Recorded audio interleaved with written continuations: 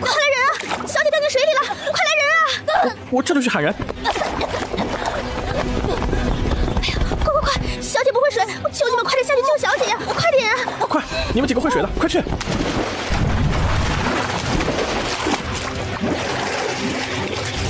快把小姐拉上来！哎，这好端端的怎么掉到水里了？回老爷的话，奴婢看到的是大小姐要把二小姐推进水里，结果自己没站稳，掉进去了。什么？这个逆女竟敢！来人，取家法来！爹，我没有，爹不是我真的没有，爹，姐姐刚从乡下庄子回来，肯定受尽苦楚，想把女儿推下湖里撒气，也是应该的。若是能让姐姐消消气，女儿也算是做了一件善事。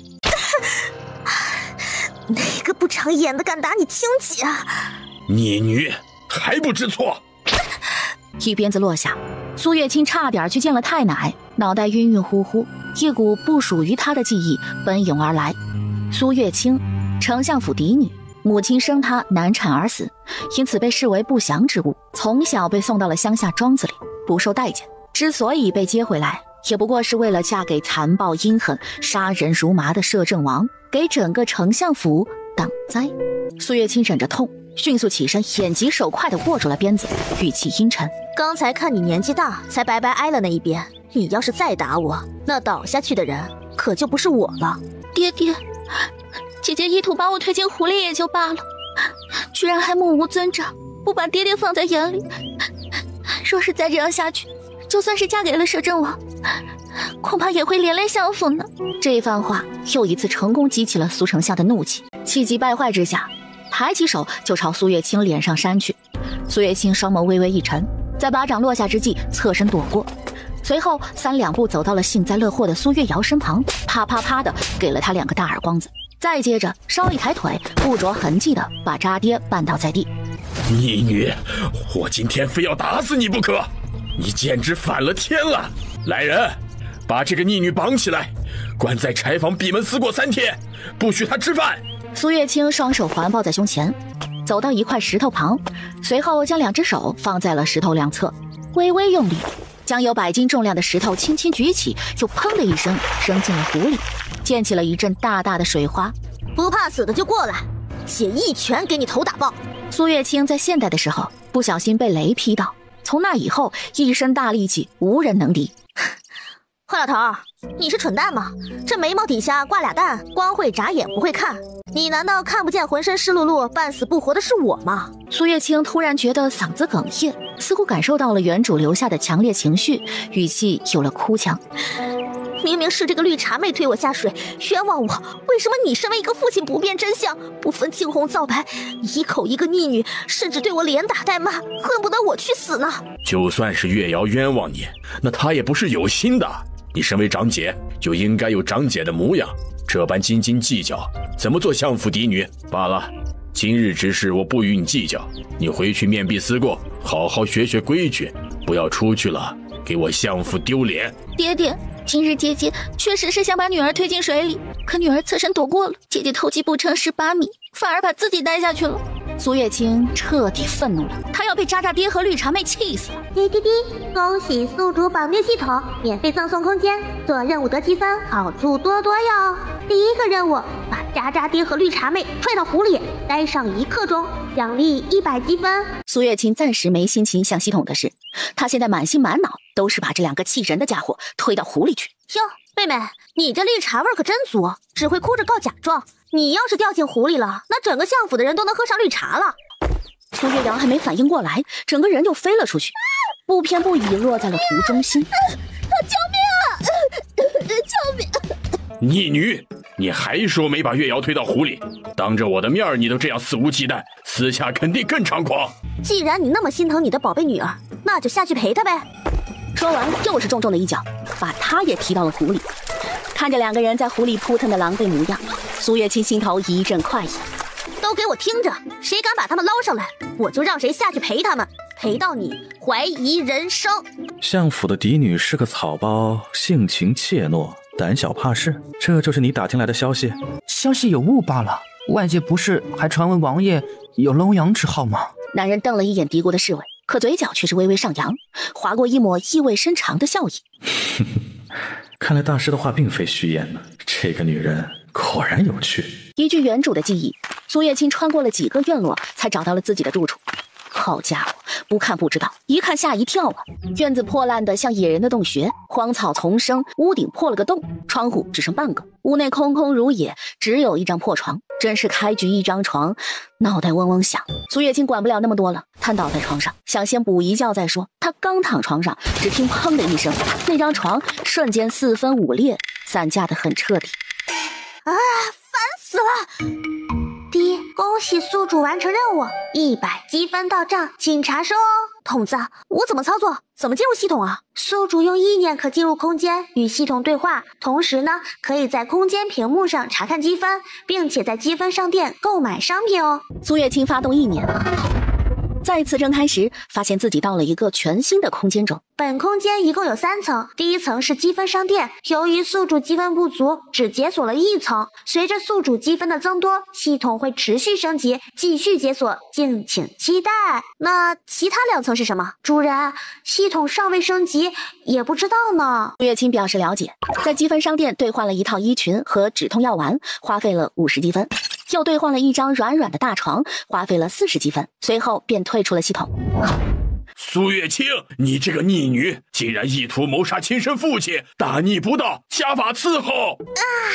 我当是谁在狗叫呢？原来是渣渣爹呀！说吧，又想找我什么茬？大小姐，我朝素来以孝道为重，你今日这般形同弑父，实乃大逆不道之举。你这个破坏别人家庭的第三者，有什么资格跟我说话？再说了，我哪里弑父了？渣渣爹现在不还好好的活着吗？老爷，你看大小姐怎么这样说我？我可是老爷明媒正娶的夫人。咦，你跟渣渣爹在外面偷情的时候，我娘还没死呢。说不定啊，我娘就是知道了你们2个偷情的丑事，这才难产气死的。李雪柔似乎被戳穿了心事，脸色一阵青一阵白。大小姐，你何故空口拔牙，无人清白？你把老爷的声誉置于何地？把整个丞相府的声誉置于何地？暗卫听令，把苏月清这个逆女绑起来，本相要家法处置。真是狗急跳墙啊！居然把丞相府一流的暗卫都请了出来，这是要打死我吗？姐姐放心，爹爹不会打死你的，只会打断你一条腿，让你活着嫁到摄政王府呢。是吗？本王的王妃，何时轮到你们来教训了？啊，小哥哥，你超绝，简直帅到我心坎上了。多谢，你丑的还挺别致的。我丑？你听听，你说的是人话吗？男人身旁的侍卫看着苏月清迷之自信，鬼使神差的从怀里掏出了一块小镜子，怯怯的上前，挠着头尴尬的笑道：苏小姐，您要不要照照镜子？我家王爷说的确实挺对的。姐姐，人贵在有自知之明，你本来就是京城公认的丑女，摄政王并未说错呀。苏月瑶适时恭维道，她痴痴地看着男人那张脸，要不是知道他阴狠残酷，嗜杀成性，那摄政王妃的头衔无论如何也落不到自己那个草包姐姐头上。萧墨尘，权倾天下的摄政王，先皇的亲弟弟，当今皇上的亲叔叔，受先皇所托扶持年幼皇帝。你是什么东西？本王未来的王妃也是你能说的？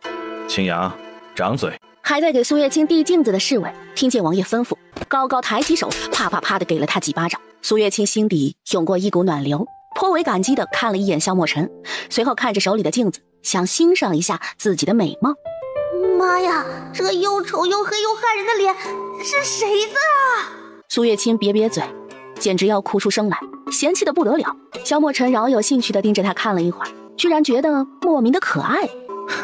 无妨，本王不是贪图美色的人，你丑无所谓，本王好看就行了，日后不会嫌弃你的。你可真会说话，一开口就把人撞飞了。这个女人说话真直白啊，毫不避讳，与那些虚与委蛇的京城贵女全然不同。不知摄政王大驾光临，所谓何事啊？再次听到摄政王3个字，苏月清上下打量起萧墨尘，明白了他方才为何那般维护自己。你说你是摄政王萧墨尘，我未来的夫君？没错，本王就是京城声名远扬的活阎王。你还是第一个有胆量敢直呼本王全名的人。王爷恕罪。无妨，你怎么叫都无所谓，本王不在乎一个称谓。系统任务：与萧莫尘牵手1分钟，奖励200积分。系统发布的这是什么玩意儿？这不是明目张胆的占人家便宜吗？我又不是流氓。王爷，我能牵你的手吗？1分钟就行。王爷，青阳语气染上了担忧。萧莫尘抬手示意他闭嘴，他知道青阳要说什么。他自幼不能和女子接触，一旦接触便会浑身瘙痒红肿，甚至溃烂，如同有万千蚂蚁在身上爬行，让人生不如死，会整整持续1天1夜。王爷，苏月清见萧莫尘久久不说，有些丧气。哼，摄政王喜怒无常，连我都看不上，怎么可能会看上苏月清这个草包呢？哎呀，等苏月清嫁进了摄政王府，不出3日铁定暴毙，到时候我就是相府唯一的嫡女了。好吧，既然王爷不愿意的话，本王愿意。萧莫尘说话间已经伸出左手平放在苏月清身旁，其实他也在赌，既然慧明大师说苏家嫡女是他逆天改命的关键，那不妨借着这个机会试一试，若真是命定之人，或许她就是唯一可以触碰自己的女人。真的？王爷你可真好。苏月清抬起手，将纤细粗糙的手掌放在萧莫尘那宽大厚实的掌心上，心里默默地数着1分钟倒计时。萧莫尘感到手心一阵柔软，深吸一口气，既紧张又期待。王爷，你的脸。本王的脸怎么了？王爷，你的脸好帅啊，我都看入迷了。萧莫尘紧绷着的心松了一下，他以为是自己身上没有红肿反应，转移到了脸上了。王爷，你害羞了？你的脸怎么红了？本王不曾与女子这样亲密过，所以脸红了。他赌对了，眼前这个女子应该就是大师口中的贵人，自己居然能毫发无损地触碰她。叮咚，时间到，恭喜完成任务，奖励200积分哦。王爷，刚才多有得罪，这个人情苏月清记下了。记得还。这个王爷还有点小气，还较真儿。青儿，摄政王对你如此厚爱，你嫁过去后可要好好服侍摄政王，不要辜负了为夫这些日子对你的教导。哼，你做梦呢！刚才要打死我的可是你。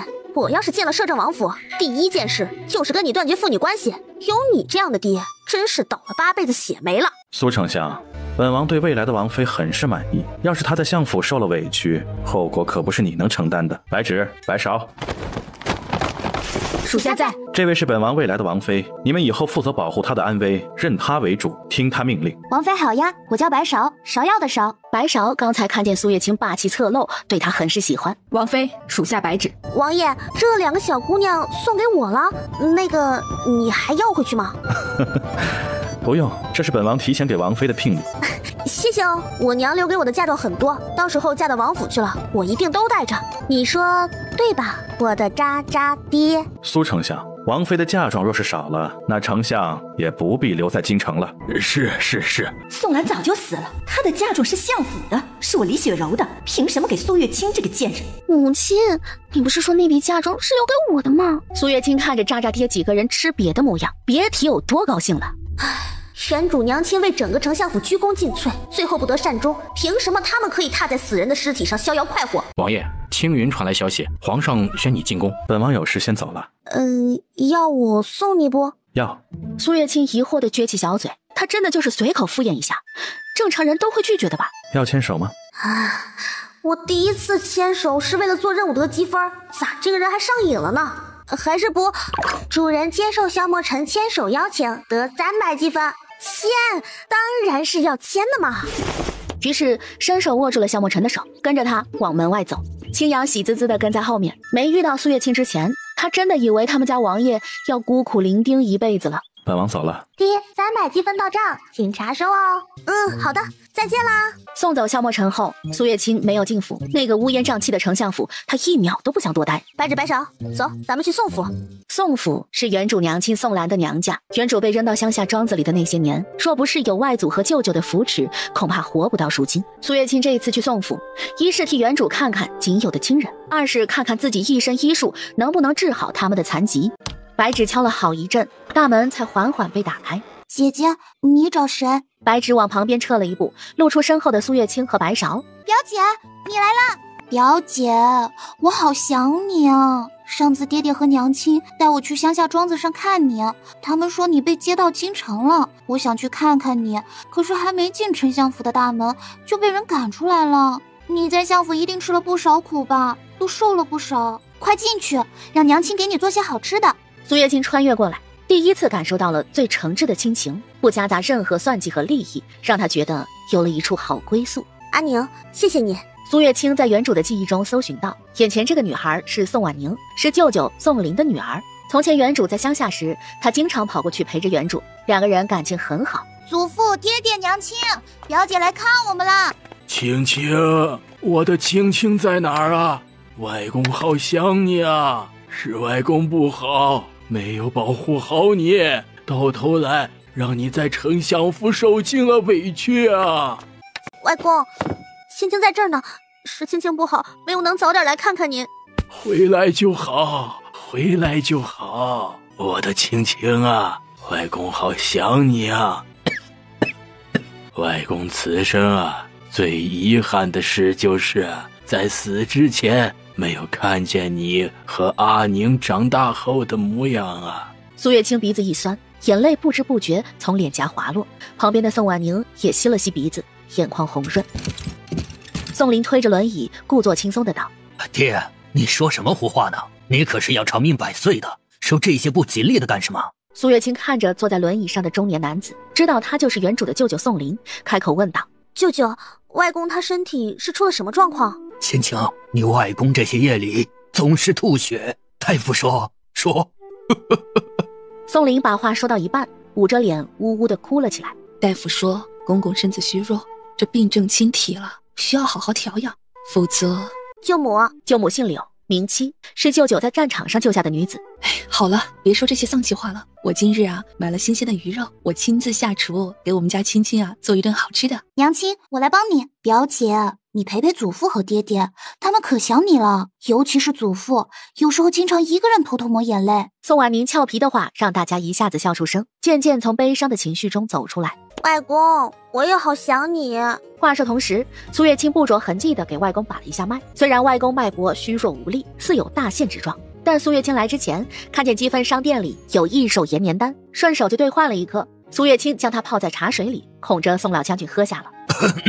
青青难道不想舅舅？对着你外公又是撒娇又是泡茶的，都不理舅舅了？想，我的好舅舅，青青也想你啊。一直在旁边站着的白芷、白芍二人默契地看了一眼对方，都在对方眼里看到了一丝心疼。他们怎么也想不到，堂堂相府嫡女，堂堂当朝功臣，居然过得如此艰难。吃罢饭，一家人坐在一起，说说笑笑，很是融洽。外公、舅舅，让我看看你们的伤吧，我或许可以治好。唉，青青啊，外公的眼睛已经毁了。青青，舅舅这双腿算是废了，只是苦了你舅母，跟着我吃了一辈子的苦。外公、舅舅，请相信我，我在乡下的时候无意间碰见了江神医，他收我为徒，教我医术，如今我已经出师了。苏月清知道他们可能不相信自己，所以在回来的路上已经问过白芷白芍谁是北冥最有影响力的神医了，因此问出来了是江神医。方才那番说辞是为了打消外公和舅舅心里对他的疑惑，方便他行医救人。真的？真的，要是不信，我现在给你们录上一首。说着，苏月清首先搭在宋老将军手上把脉。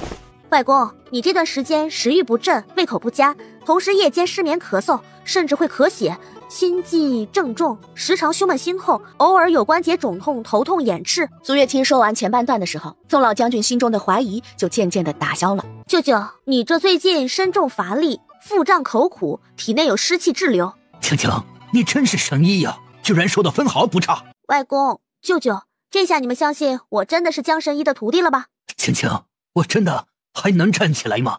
舅舅，你们相信我，我会治好你们的。苏月清送走舅舅后，用意念进入了空间，看着屏幕上的500积分，再看看积分商店里500积分一瓶的麻醉剂，苏月清突然觉得自己穷的一批。穿越来没钱没权，这空间里还没积分，我简直就是个3无选手啊！不行，我得想办法赚钱赚积分。系统发布任务，偷光丞相府的金库，奖励300积分。嘿，这不巧了，又来钱又赚积分的好事来了。次日清晨，阳光透过窗棂，洋洋洒洒地落在苏月清的脸上。表姐，起床啦，早膳已经做好了。好的，马上来。等他带着白纸白勺来到大厅时，宋老将军几人已经入座完毕，准备用膳，正等着他呢。抱歉，我起晚了，耽误大家吃饭了。青青，这里啊是宋府，是你的家，想睡多久便睡多久。外公担心你早上饿肚子，才让阿宁去喊你吃饭。青青若是还困，等吃完饭再接着睡。外公真好。青青啊，你不如就留在府里。虽然如今宋家不比往日辉煌，落魄清苦，但好歹能护你周全。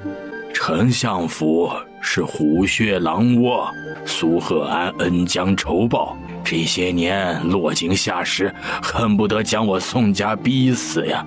对你这个亲生女儿更是绝情啊。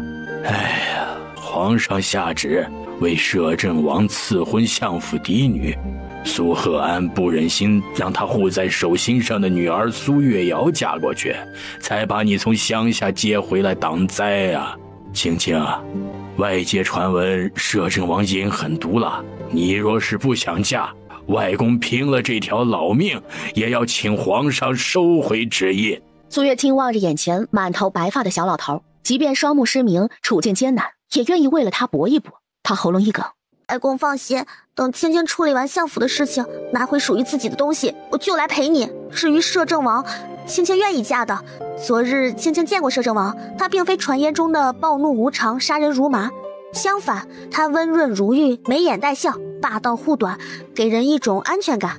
白纸一贯平静的脸庞划过一抹疑惑，低眉看了一眼咧嘴傻笑的白勺，沉声询问道：王妃是不是认错人了？王爷是个面瘫，从来不会笑的。姐姐，你自己是面瘫，不要诬陷王爷也是呀。王爷不会对我们笑，但是会对王妃笑呀。当真？那这样说来，青青喜欢他？算不上喜欢，不过必须要嫁人的话，嫁给他也挺不错的。王爷，王妃在昧着良心夸你呢，还说嫁给你也不错。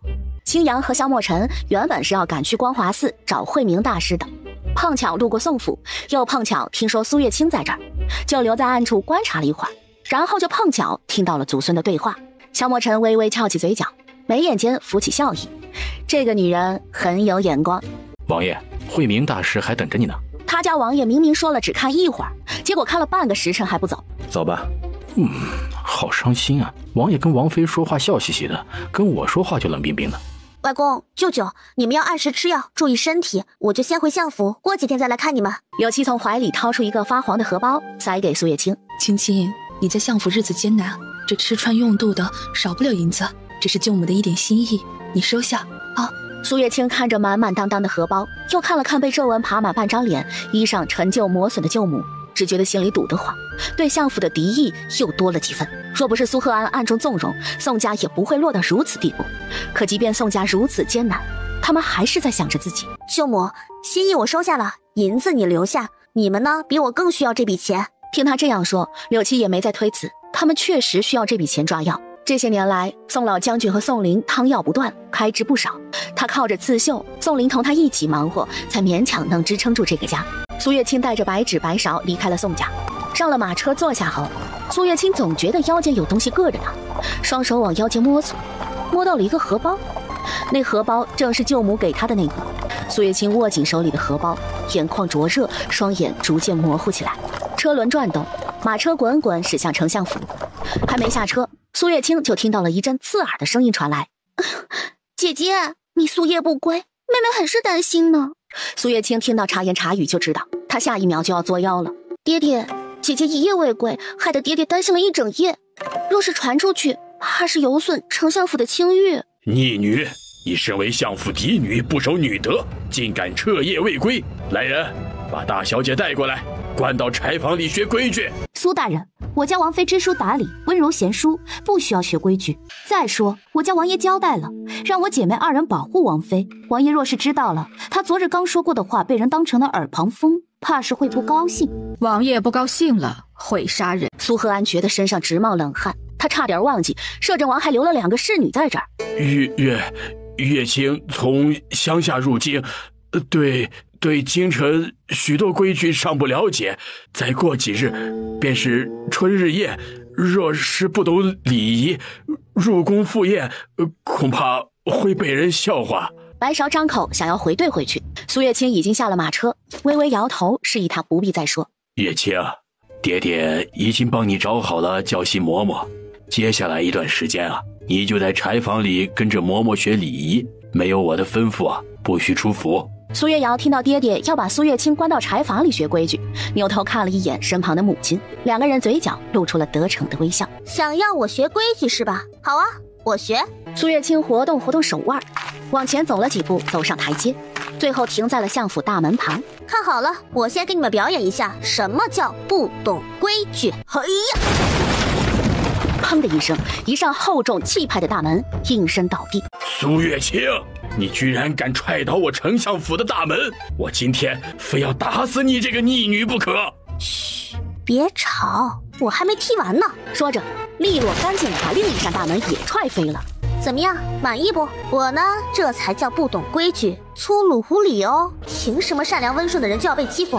凭什么像苏荷安这样虚伪做作的人可以锦衣玉食啊？苏月瑶看见满身煞气的苏月清，默默地往后退了几步。她还清楚地记得苏月清昨天徒手捏碎石头的事。白芷，把丞相府的牌匾给我踢碎。是。白芷双足一顿，右脚尖蓄力，重重地踢在了相府那块牌匾上。干得漂亮。苏月清竖起了大拇指，同时心里也在惊叹轻功的厉害之处，想着等收拾完相府的这些凡人精，找个机会学轻功，再学一些这个朝代的武功傍身。我的好大爹啊，规矩还用学吗？学！来人，把这个逆女绑起来，打50大板！苏丞相气急败坏，全然忘了苏月清身后有摄政王撑腰。谁敢伤王妃者死！我家王爷都舍不得动王妃一下，谁给你们的狗胆？哎，渣渣爹，摄政王可不是你能惹得起的。怎么样，还打吗？苏丞相脸色极其难看，一会儿青一会儿白，气得头顶都快冒烟了。拂袖走了。苏月瑶母女2人不敢出声，看见苏丞相走了，忙跟在他后面，头也不回的走了。再待下去，他们怕苏月清那个疯丫头把他们也给踢飞了。另一边，萧墨尘已经赶到了光华寺，见到了慧明大师。大师，我的命格可有变动？王爷，世间万物皆有心气，所谓命格，不过是王爷心中为自己定下的结局。王爷已遇贵人，命格变与不变，全然在于王爷的选择。大师口中的贵人是苏月清？王爷心中已有答案，何必再问贫僧？王爷按照心中所想去做即可。多谢大师，本王明白了。目送着大师离开的身影，萧墨尘看了看已经蔓延到手腕上的毒素，乌黑青紫，来势汹汹。若是再没有解毒之法，他活不过25岁的预言成真，只剩下半年寿命。萧墨尘揉了揉隐隐发痛的太阳穴，脑海里浮现出了苏月清带笑的面庞，脸上也不禁露出几分笑意。苏月清啊，苏月清，你果然不是传言中的草包，本王倒是很好奇，你究竟还有什么本领啊？肯定是渣渣爹和绿茶妹在背后说我坏话了。那要不要属下帮你把他们揍一顿？我说白芷妹妹，你有点暴躁哦，你怎么一言不合就打人，背后说人坏话又不犯法？他们凡人欠打。白芷素来是人狠话不多，谁欺负他家主子，他就想揍谁。不必了，让他们说去呗，反正我在背后也使劲骂他们。王妃，你都是当面骂的呢。夜色渐深，苏月清看到白芷白勺熟睡后，用积分换了一套夜行衣穿在身上，又用黑布遮住了面庞。他轻车熟路地来到了相府库房，拿出早就准备好的迷药，弄昏了看守的门卫，轻手轻脚地到了库房大门前。一进库房，苏月清瞬间感受到了一夜暴富的幸福。库房被装得满满当当，大约有几百个箱子堆放在一起。这渣渣爹8成是个大贪官啊！苏月清一顿操作猛如虎，嗖嗖地把装满各种金银珠宝的箱子收进了空间里。嘿嘿，金库归我了！哎呀，从今天起，我苏月清就是一个小富婆了。GGT， 恭喜宿主完成任务，奖励300积分，目前剩余790分哦。在暗处目睹库房里东西凭空消失的萧墨尘，瞳孔猛然一震，满脸的愕然，难以置信地盯着正高兴的扭屁股的苏月清，足足愣了几秒才反应过来，接受了刚才所看见的场景。有趣儿啊，苏月清，你究竟还有什么是本王想不到的？我体内的毒，莫非你能解开？哎，偷都偷了，不如干票大的，把相府值钱的东西都给偷了。说干就干。苏月清趁着月色，蹑手蹑脚地来到了苏丞相所在的院落。他用食指捅破了窗户，点燃一根迷烟，送了进去。确定里面的人陷入昏迷后，利落地溜了进去。萧墨尘站在树枝上，看着苏月清像猴子一样钻进了苏丞相的房间，又是一脸的疑惑。这哪有半夜擅闯父亲卧房的？一进去，苏月清就看见了好大一张床，床上正安详地昏睡着两个人，一个苏丞相，一个自然是李雪柔。两个人身子交织在一起，上半身半裸在外面。这体力可真好，都这个年纪了，还老当益壮，精力不减呀。苏月清犹豫了3秒钟，然后走到床边，隔着被子像老鹰拎小鸡一般，右手一个，左手一个，把苏丞相二人拎下床，随手扔在了地上了，兴冲冲地把床塞进了空间里，如法炮制。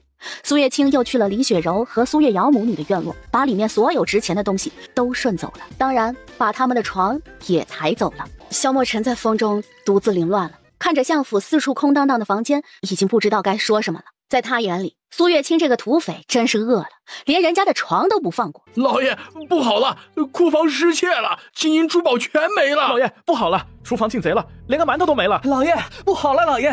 不好什么不好？你老爷我还活着呢。老爷，我们被绑架了。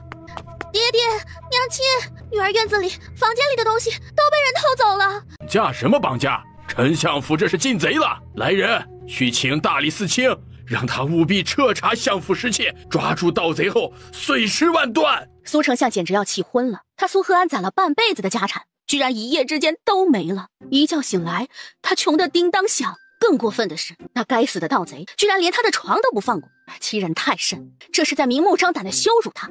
走，该咱们出场了。这丞相府空了，我娘的嫁妆可不能不给啊！白纸白芍不知道相府进贼是苏月清的杰作，心中暗爽，真是恶人自有恶人磨。哟，爹爹这是怎么了？怎么动这么大的气啊？姐姐，相府失窃，你可知情？苏月瑶知道这事儿应该和苏月清无关，她再有能耐，也不可能一夜之间搬空整个丞相府。不过，只要能找到机会往苏月清身上泼脏水，她就高兴得很。啊，丞相府被偷了，这也太让人高兴了吧！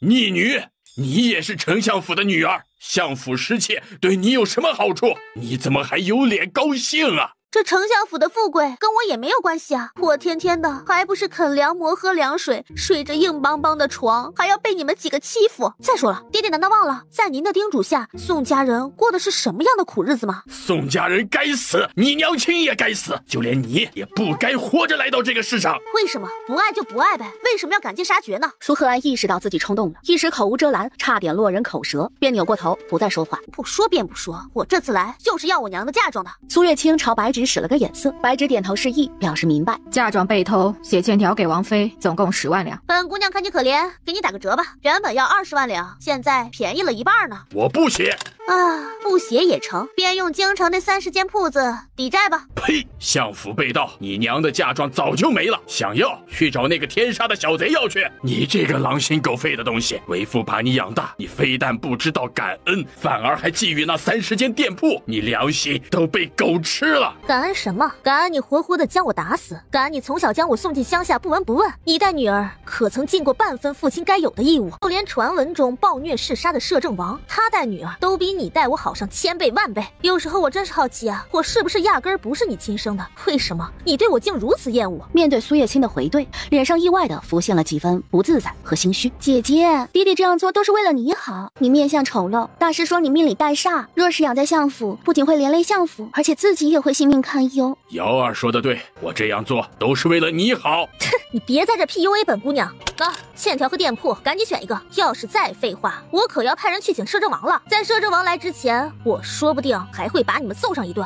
摄政王可是说过，我娘的嫁妆要一分不少的带回王府的。怎么，你们是想等着摄政王来了之后再写吗？要是到那时候再写，恐怕会缺胳膊少腿儿哦。王妃，属下去请王爷。王爷最近没杀人了，手应该痒了。苏丞相一看白纸，当真要出门请摄政王。以昨日摄政王对苏月卿的维护，他可不敢赌。等等，我写。哎呀，早说嘛，非要搬出摄政王的名号，你才乖乖听话呀。苏月卿嘴里这样说着，心里也感慨着摄政王的名号是真好用。从光华寺赶回来的萧墨尘正少有兴趣的看着这场闹剧，本想找个合适的机会给苏月卿撑腰，没想到这个女人倒是聪明，知道打着她的旗号行事。笔给我。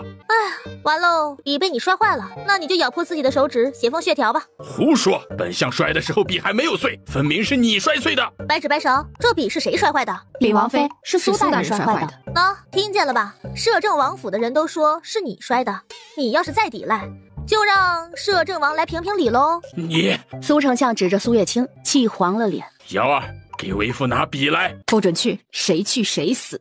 苏月瑶吓得往后退了几步，他知道摄政王府的人都杀人不见血，一个比一个凶残，不敢再动。渣渣爹，快写吧，你再不动手，我就亲自帮你放血收集墨水喽。苏月卿背后有摄政王撑腰，他不敢忤逆，只好不情不愿地咬破了自己的手指，蘸着血在纸条上写下了欠条。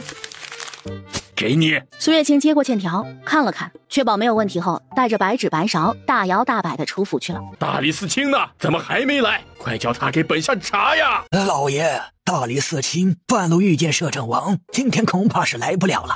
小人已经将相府失窃的情况同大理寺卿说了，传达了老爷的意思，想必过不了几日，大理寺卿就会抓获盗贼，给老爷带来好消息了。另一边，半路碰到摄政王的大理寺卿正在瑟瑟发抖，偷偷用衣袖擦着脸上的汗。张大人，最近过得可还顺心？顺心，很顺心。是吗？那你很快要不顺心了。我最近老实巴交的，都没犯什么事儿，这个活阎王怎么找上我了？苏丞相可是让你督察丞相府失窃一事，本王警告你，不该管的事不要管，不然可就不是不顺心这么简单了。萧墨尘扔下这句话后，坐着马车离开了。不该管的事不要管。张晨元默念着这句话，突然一拍脑袋，恍然大悟，合着不是他得罪了摄政王，是苏丞相得罪了摄政王，连累到他身上了。是以在后面的一段时间里，但凡苏丞相问他盗窃之事调查的怎么样了，张晨元就开始诉苦，说盗贼做的太过隐秘，没有一丝破绽，怕是早卷着钱财离京跑路了。其实真正的盗贼苏月卿正愁容满面的看着他那一张丑脸呢。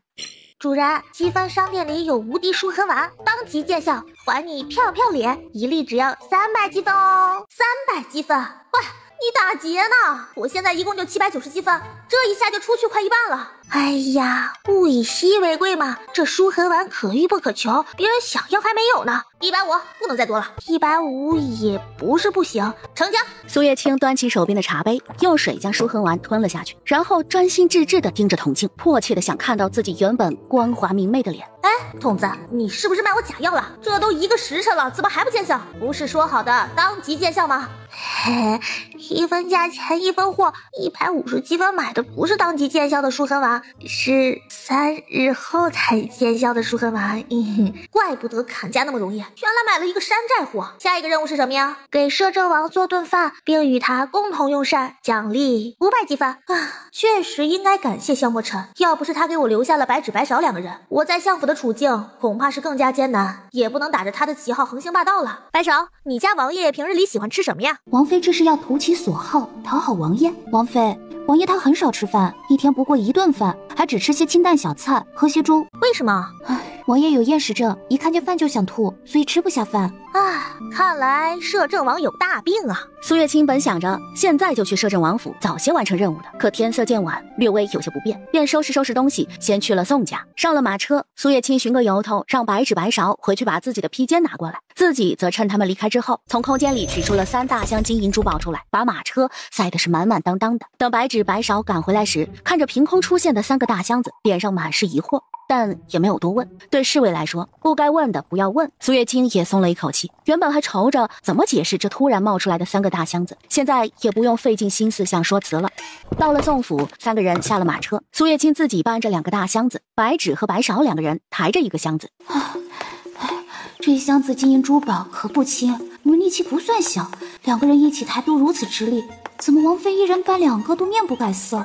好佩服哦！我们的王妃果然不是一般人，怪不得王爷如此维护。青青，这些是……外公、舅舅，青青给你们送钱来了，满满3大箱子呢。王妃哪来那么多钱？难道相府被盗跟王妃有关？你哪来那么多钱啊？偷的呀！相府失窃一事，外公听说了吧？就是我干的。白芷和白芍相互对视一眼，他们果然猜对了，心里对苏月清的佩服又多了几分。不愧是我宋安邦的外孙女，有胆识有魄力。外公，你不生气？傻孩子，外公高兴还来不及呢。想当初若没有我宋家的助力，他苏贺安还是一个穷秀才，哪有今天的成就？丞相府的家产有1半都是我宋家的，他苏贺安早该吐出来了。青青，这些钱你自己留着傍身，虽然宋家艰难，他也乐在其中。啊，不用的，舅舅，整个丞相府都被我偷空了，这些只是其中的一小部分，是青青的一点心意，你们一定要收下。日后若是还缺什么，只管同我讲。以前你们护着我，现在我罩着你们。见苏月清这样说，宋老将军几人也不再推辞，大大方方地接受了这笔钱。一群坐下说了好一会儿话，苏月清又给宋老将军把脉，发现他脉搏有力，身子刚健，不似先前那般亏空，放下心来。青青，今夜京城有花灯，你初来京城不久，不如让阿宁陪你出去看看吧。好呀好呀，还是舅母想的周到。那我同阿宁妹妹出去转转，晚些时候再回来。京城繁华，夜晚灯火阑珊，流光溢彩，一派生平景象。表姐，我怎么感觉有人在跟着咱们？嘘，阿宁，别声张，接着走。其实苏月清早就察觉到有人在跟着他们了，但是对方没有恶意，他倒也没在意。走到一个拐角处，苏月清带着宋婉宁躲了进去，静静等着后面的人跟上来。哦，跟丢了？没丢呢，就等着你俩来呢。糟糕，被发现了。白芷白芍两人盯着其中一个男人的背影看了好一会儿，不可置信地对视一眼。那个男人好像是王爷。怎么，苏大小姐这是要殴打亲夫？萧墨尘？怎么，看到我很惊讶吗？想要把我也揍一顿？不敢不敢。萧墨尘旁边的少年看呆了，皇叔生性冷淡，不近女色，今日陪着他跟踪苏月清已经很意外了，竟然连直呼他姓名都不在意。哎，小帅哥，你瞅啥呢？啊，我吗？不然呢？这除了萧墨尘，不就你一个小帅哥了？你叫什么名字啊？我叫……少年朝萧墨尘递去求助的眼神。他出门在外，不宜暴露身份，可也没起过别名。被苏月清突然一问名字，他大脑一片空白。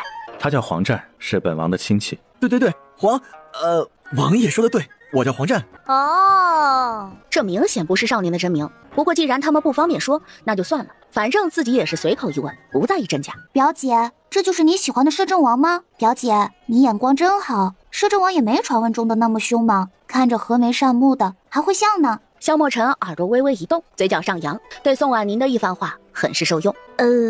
苏月清一时语塞，倒是萧墨尘身旁的少年看见宋婉宁小心翼翼的模样，觉得有几分可爱。你俩悄摸摸的跟着我们干什么？碰巧，切，都跟了人家3条街了，还凑巧呢？那王爷还要接着碰巧吗？要，不过本王不喜欢王妃以外的人打扰。那我走。哼，不错，很识趣。萧墨尘满意的点点头，又瞥了一眼身旁的少年。那我也走。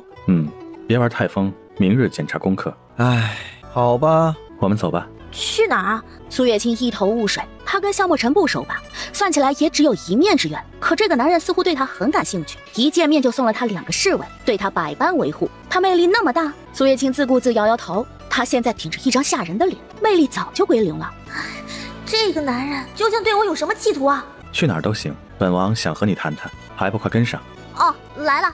这个男人莫名其妙的，这会儿要跟我谈什么？谈人生，谈理想，谈风花雪月吗？白芷姐姐，白芍姐姐，我们也走吧。听说东城新开了一家成衣铺，我们去看看吧。我能跟你们一起吗？一个人怪无聊的。好啊，一个人确实好无聊哦。那我们一起吧，小哥哥。宋婉宁之前经常一个人出门，所以知道这种感觉。好嘞。王爷，你要跟我谈谈，可一路上一言不发，你到底要谈什么呀？咱们已经在这条街上走了4趟了，你就不能说句话吗？你没问，本王以为你喜欢这条街，才一直走的。那你现在说啊，你到底要谈什么？萧墨尘看着他气鼓鼓又无可奈何的模样，嘴角微扬，好像逗逗他也是一种乐趣。本王想，我操，还没谈就晕了，喂，横词呢？喂，死了吗？苏月清拍了拍萧莫尘的脸，可对方毫无反应。他搭上男人的手腕，眸光一沉，这是中毒了。苏月清取出一根银针，在萧莫尘虎口处扎了扎。被扎后，男人悠悠睁开了眼睛。别声张，回摄政王府。好。苏月清架起他一只胳膊，若无其事地往摄政王府的方向走。王爷，我们到了，你还活着吧？托你的福，本王还活着呢。哎呀，那就好，要是死了，我可就麻烦了。说话间，苏月清已经扶着萧莫尘来到了他的卧房。一进卧房，一股浓浓的药香味扑面而来，中间还夹杂着淡淡的血腥味。哎呀，你是个药罐子啊！萧莫尘撑着身子坐到椅子上，想给自己倒杯茶，却发现两只手连一点劲儿都使不上了。我帮你倒。多谢。萧莫尘喝了一口水，靠在椅背上，微微闭上双眼，面无血色。唉，真倒霉。我不过是想出去逛逛，看看古代繁华的夜市，没想到碰到萧莫尘，还撞见他发病的情景。俗话说，知道的越多，死的越快。我现在知道他中毒的事儿，就相当于知道他的软肋。我不会被灭口吧？放心，本王不杀你。你知道我在想什么？大概能猜到。你也坐。谢了。苏月清毫不客气的就坐下了。走了一路，他也累了。我中毒的事，鲜少有人知道。今日是月圆之夜，也是我毒发之日。好家伙，知道今日毒发你还出门，偏偏还找上我。哼，这是算计好了要讹我是吧？本王的毒已经在体内积聚多年，遍及五脏六腑。不听，王八念经，知道的越多，死的越惨。求求王爷放过我吧，我不想知道那么多。苏月清，本王需要你，你是唯一有可能治好本王的人。啥？苏月清懵了，自己啥时候有这功能了？本王不能触碰女人，却偏偏可以碰你。慧明大师说，苏家嫡女是本王逆天改命的关键，况且你又恰好会医术，这难道不是上天注定的吗？他上次在宋家偶然看到苏月清在给宋老将军和宋林诊脉，并异常自信说能治好他们的疾病，是以萧莫尘知道苏月清会医术，而且也知道他一身医术并非江神医所教，江神医常年在寻找为他解毒的方法，并没有徒弟。苏月清，帮本王解毒，本王满足你3个条件。毒解之后，本王许你5万两黄金，商铺50间。那我要是说不帮呢？那本王只能等死了，死之前把王妃娶了，再让王妃给本王陪葬吧。啊，你要拉着本姑娘一起死啊？合着请求赐婚娶我，是为了她死后有人给她陪葬啊？王妃言重了，最好的结果是我们一起活，最坏的结果才是一起死。啊，你就那么相信我能治好你？万一要是治不好呢？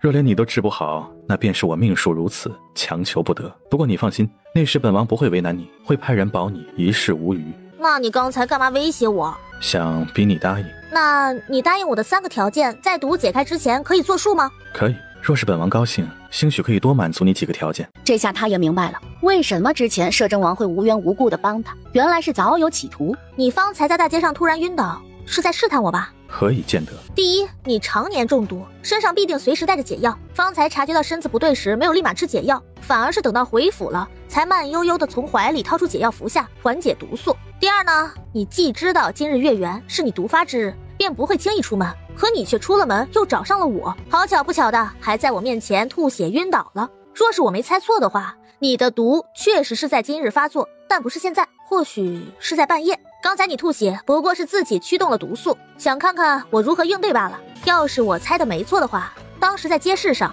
背后有不少暗卫盯着我吧，但凡我意图对你不轨，恐怕下一秒被踢飞的人就是我啦。第3呢？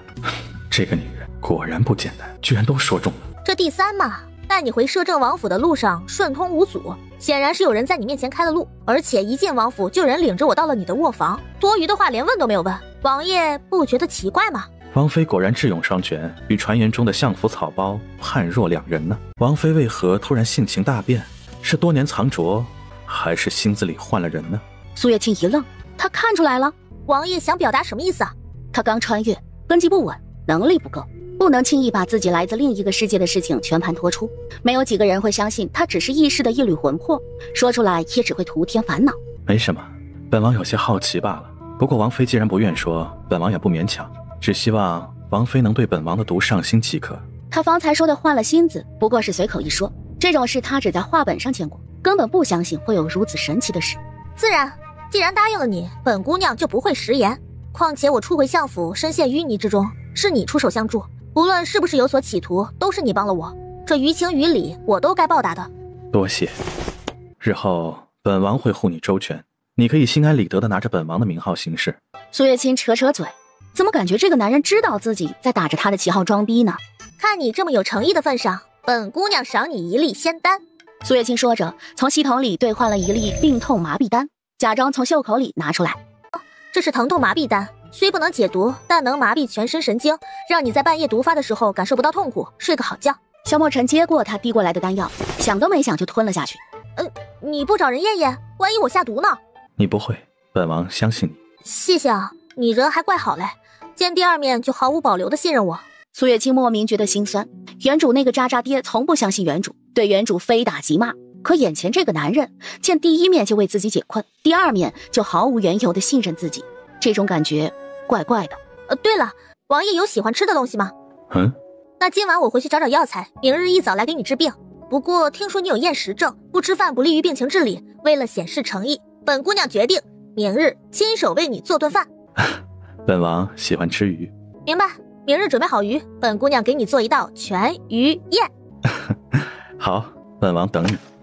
萧墨尘嘴角的笑意愈加明显，他素来吃饭困难，倒不是因为不喜欢，而是不能，因为体内毒素折磨他，吃饭会引起毒素波动，浑身疼痛不止。即便他很想好好吃顿饭，也只是奢望罢了。苏月清离开摄政王府，没有回相府，而是回了宋府。对他来说，宋府是他的家，宋家人才是他的亲人。表姐，你可算回来了。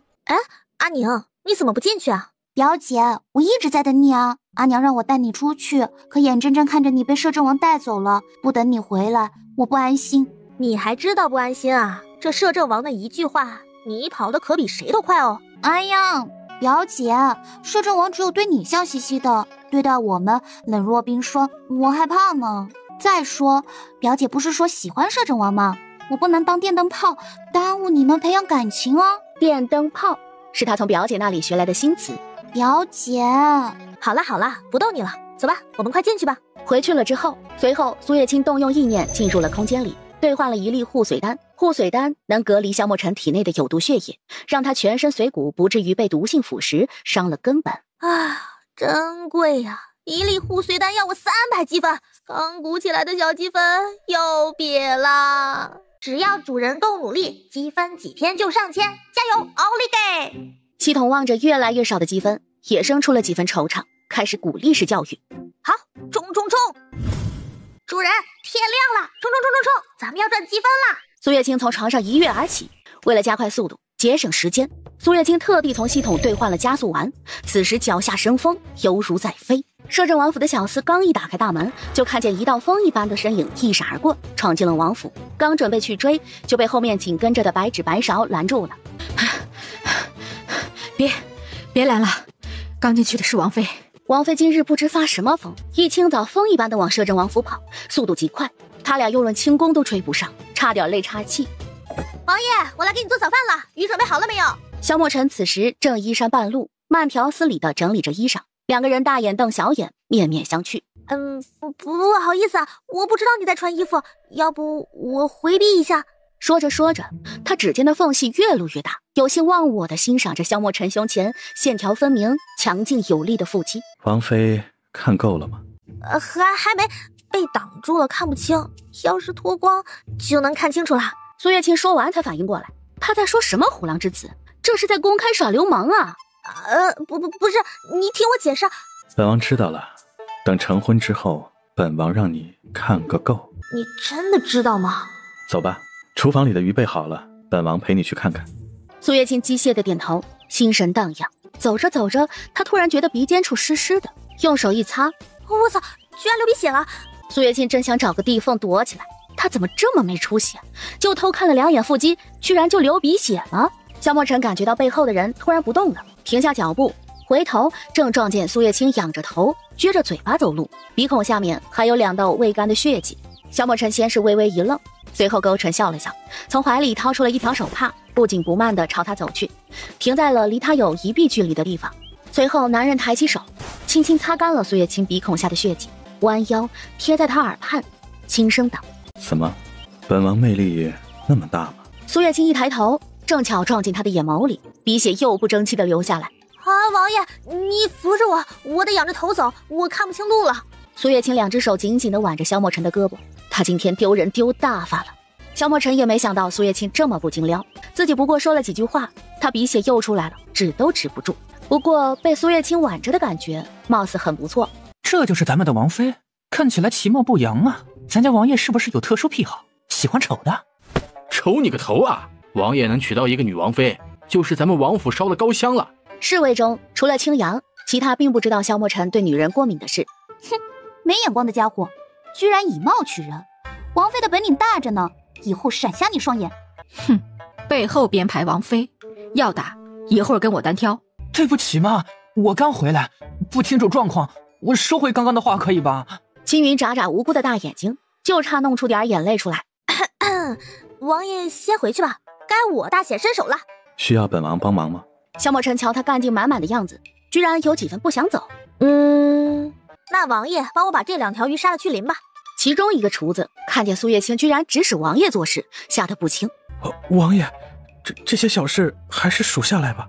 不必，本王亲自来。这我没看错吧？咱家王爷在杀鱼？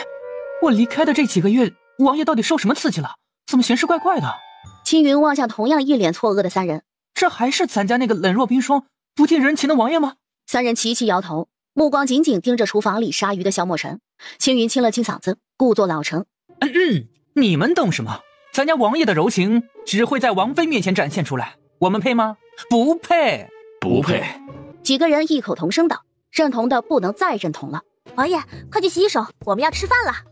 吃饭前，苏月清从衣袖口袋里掏出护髓丹，递给身旁的萧墨尘。哦，对了，王爷，这是护髓丹，早上忙着做饭忘了给你，你吃了它呢，能避免毒素进入骨髓里，不至于伤及根本。有劳了。萧墨尘接过丹药，吞了进去。没事，应该的嘛。就是这护髓丹有点贵，花了我不少钱，王爷能不能……本王跟你报销1000两。哇哦，王爷威武，王爷豪爽。王爷，味道怎么样？可还合你口味？苏月清2眼放光的看着萧墨尘，脸上写满了快夸我，快夸我。好吃，这是本王中毒以来吃的最舒心安稳的一顿饭，多谢。昨晚也是本王中毒以来睡得最安稳的一个夜晚，多谢。萧墨尘再次道谢，他已经很久没有体会到吃饭不痛睡觉不疼的感觉了。哎呀，小事情了，我猜到你体内有毒素，可能会影响进食，所以做饭的时候里面加了一点小量，能克制你体内的毒性。王爷，这是我昨晚半夜冥思苦想调出来的，能暂时压住你体内的毒性，减轻痛苦。吃饭的时候呢，放进去就不会再厌食了。睡前呢，用开水冲泡服下，可以美美的睡一整晚哦。苏月清托腮说道，一直在朝萧墨尘眨眼睛。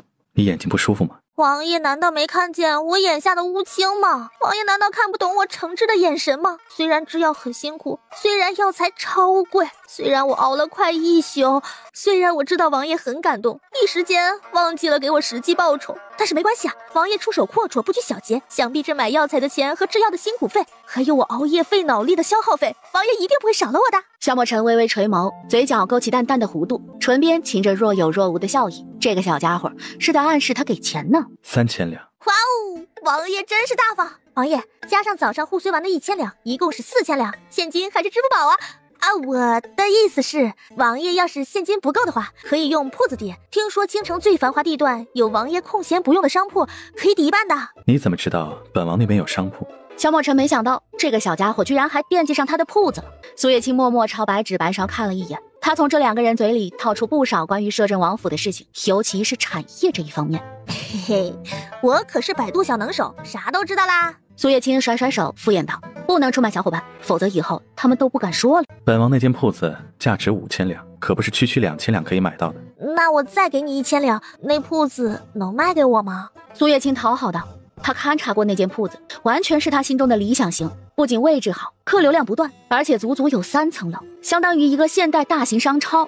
若是运营好了，可是妥妥的摇钱树啊！本王不缺钱啊，那你缺啥呀？我给你，我就是想要那间铺子，求求你了。本王不缺东西啊，也对，他一个摄政王要啥没有，除了命短点。不过本王很喜欢你做的饭菜，喜欢你陪着吃饭。若是接下来2天能吃到像今天一样可口的饭菜，有人陪着，本王应该会很开心。一开心就喜欢送东西，送的东西会有你喜欢的。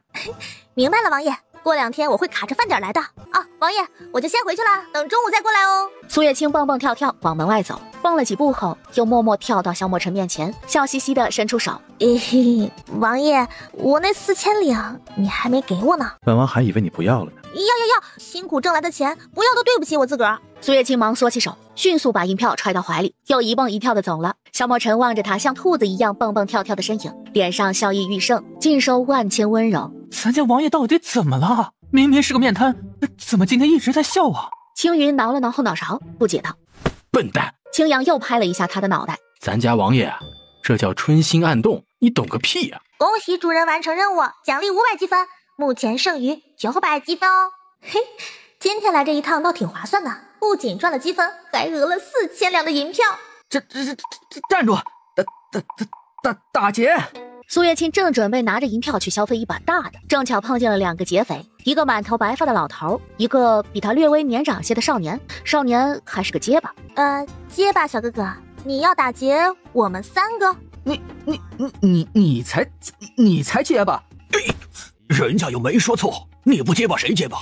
师傅，我只是说话慢。你俩还唠上了啊？你们还打不打劫了？臭小子！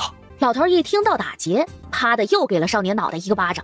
都说了，这不叫打劫，这叫寻找好心人。我们在等一个善良、美丽又大方的姑娘，兴许啊，她见我们可怜，愿意给我们一些银两，吃饭睡觉呢。老爷爷，说真的，善良、美丽又大方的姑娘，不正是我吗？说着，抽出一张1000两的银票，给，今天挣的钱分你1/4。哎呀，姑娘大义呀！入京几个月，你是第1个愿意给我们钱的。哎呦，真是太感动了！你呀，就是天底下最善良、最美丽动人、最温柔无私。第一，新任务发布，认老头当师傅，奖励500积分。我为什么要认他当师傅？他很厉害吗？不知道呀，宝宝只是平平无奇的打工人，不明白上级的任务的。白芷，这个老头很厉害吗？他的武功有你厉害吗？王妃，你刚才说的这些话，那个老头已经听见了啊！王妃，他的内力远在我之上，同王爷的内功相差无几。我方才感受他催动内力，应该是偷听了你的说话。那就是说他武功很厉害，连你都打不过？不是一般的厉害，再有5个我也打不过。这他那么厉害，为什么还成了个乞丐啊？谁是乞丐？老头，我只是下山丢了钱袋，一时没找到挣钱路子，拆成了地府模样的好不好？啊，你果然能听到。他确定刚才自己说话声音很小，老头离他那么远，不可能听到。当然，刚才你的小侍卫不是说了吗？再有5个他也打不过我。师傅，苏月清一个滑跪溜到老头脚下，请受徒儿一拜。老头被他突如其来的操作惊到了。吓我一跳啊你！小姑娘，你可别乱叫我，我可不是你师傅啊。刚才不是，但现在是了。我要认你当师傅，以后好吃好喝的供着你。你呢，负责教我武功，最好能让我青出于蓝而胜于蓝，成为天下第一。师傅，求你收我为徒。凭什么？求你了。您看看，您老相貌不凡，武功高强，英俊潇洒，芝兰玉树，想必这年轻的时候更是风流倜傥，被众人所追捧。苏月清有点理解刚才老头昧着良心夸自己美丽动人的心情了，看着一张灰扑扑脏兮兮的脸，硬要夸他英俊潇洒，兰芝玉树，实在是太羞耻了。老头捋捋胡须，点头微笑，下山这么多天，终于遇到一个识货的了。师傅啊，他说的好像不是你吧？胡说！这说的分明就是为师，一丁点儿都不差。那亲爱的、厉害的、英武的师傅，现在可以答应收我为徒了吗？老头看着苏月清丑到别致的脸，微微叹了一口气。怎么我收的徒弟都这么别致呢？结巴的结巴，倒霉的倒霉，冷酷的冷酷，现在又来一个丑的别致的。看你这么诚挚善良的份上，老夫答应了。谢谢师傅，弟子苏月清。苏月清，传闻中的相府草包。师傅，您看我像个草包吗？不像。哎呦，妖言误人呐！这是我师兄？是的，我是师兄。师兄好。小师妹好。这个师妹比另外2个师兄师姐温柔多了。走，我带师傅师兄们吃大餐。摄政王府，青阳站在一旁，将方才所见所闻添油加醋地说了一番。王爷，你难道不震惊吗？王妃居然认了一个乞丐当师傅，他要真想认师傅，还不如认你呢。本王不喜欢师徒恋，去查查那个乞丐什么来头。苏月清先是带着老头和少年去酒楼饱餐了一顿，又去浴池洗了澡，接着去成衣铺给他俩买了2身衣裳。青青啊，我们现在要去哪儿啊？去买宅子啊！你们难道还想流落街头，夜里睡大街啊？当然不想，谁不想有个家啊？可是我们为什么不直接住你家里啊？家？相府那个家还是宋府那个家？你有几个家呀？相府那个家是个虎穴狼窝，里面的人啊都想搞死我。那宋府那个家呢？可宋府那个家是个温暖的家，只是里面的家人死的死，伤的伤，因为要跟着师傅学武，为了避免他们触景生情，最好不要在那里。老头若有所思的点点头，他本以为苏月清好歹是相府嫡女，不会混得太差，可是方才吃饭他注意到他手上满是老茧，一看就是经常干重活导致的。相府的人对你不好吗？非常非常非常不好，所以我才要学武功，要变强，这才有完全碾压他们的底气。好，为师一定毫不保留地传授你武功。好啦好啦，想必你们最近都没怎么休息，今天呢好好休息，中午我就不陪你们吃饭了，我得去摄政王府一趟。摄政王府？听说你跟摄政王那个活阎王有婚约，可是真的？是真的呀，就是不知道什么时候大婚。听说摄政王凶残暴虐，是个杀人狂魔，你嫁给他不是等死吗？要不要为师出面威胁他，让他主动解除婚约，免得你嫁过去不明不白的死了。你能打得过他？不确定，他是北冥战神，作战经验丰富，论单挑我没把握。那你怎么威胁他？苏月清有意逗逗他。还没想好。花言巧语你是有一套的。怎么能是花言巧语啊？你要是不愿意嫁，师傅就去摇人，把你倒霉的大师兄、冷酷的二师姐叫来，再加上你结巴的小师兄，我们4个一起上，保准能赢。苏月清有点小感动，想不到路边认的师傅还不错，挺护短。不用了，摄政王人挺好的，把他哄高兴了还会送我商铺呢，有他当靠山，我能拿着他的名号装逼耍酷，也没什么不好的呀。想到萧墨尘，苏月清嘴角不自觉上扬，抱好大腿，前途不可限量。老头瞧着苏月清失笑的模样，明白了几分，不再说话。安顿好师傅和师兄2人，苏月清又火急火燎跑去了摄政王府做午膳。他得表现得积极点，把萧墨尘伺候好，要什么没有啊？至于晚上，他则是跟着师傅练功。青青啊，你是为师见过的天赋最好的人呢。师傅，我是练家子，有底子，所以会容易些。不，为师并没有察觉到你有内力，你分明是天赋异禀。苏月清不愧是习武天才，短短2天已经学到了不少招式，如今已经可以单挑10个壮汉了。王爷，这2天吃得好吗？睡得好吗？有没有很高兴呢？那高兴了，有没有想赏人的想法呀？苏月清甘愿做了2天的厨子和陪吃员，为的就是这一刻，心安理得，索要奖励的这一刻。很好。那这样的话，王爷答应给的奖励是不是可以兑现啦？本王有说过吗？君子一言，驷马难追。王爷要是不给，那我可就怎么样？那我可就求你了，求求你了，大方豪气又帅气的王爷。香白嫖，该有的姿态还是得有的。萧墨尘被他逗笑了，还以为他要用强，没想到选了个最怂的办法。给你，这是那间商铺的房契，以后就归你了。不知王妃要怎么报答本王呢？不是已经以身相许了吗？啊？什么？本王没听清。啊，没什么，我是说王爷什么都不缺，又不需要我报答什么。不如以身相许。苏月清看着男人突然贴近的脸庞，呼吸微微一滞，心跳加快，仿佛下一秒就要跳出胸膛了。啊！看着苏月清红得像刚煮熟的虾子一样的脸颊，萧墨尘低眉一笑，眉宇之间染上了不易察觉的温柔。今晚的春日宴你可参加？春日宴，那参加有什么好处吗？比如钱财，比如赏赐什么的。这个小家伙到底是有多缺钱呢？怎么满脑子都是钱呢？不知道，本王没有参加过。那我就不参加了，我呢还是忙着准备开业的事吧。系统发布任务，参加春日宴，奖励500积分。参加？怎么能不参加呢？去欣赏一下帅男靓女，感受一下皇宫的辉煌气派，去凑凑热闹，长长见识，也没什么不好的。好，本王知道了。萧墨尘听到他要参加春日宴，心底居然生出了几分期待。至于期待什么，他有点说不清。春日宴，表姐，自从外公舅舅受伤之后，宫里的宴会都不会再邀请宋府了，就算邀请了，也会被人从中作梗。所以这些年我和娘亲从未参加过什么宴会。那你想去吗？有点想。听说皇宫里的宴会热闹非凡，糕点菜肴也很好吃，我想去看看。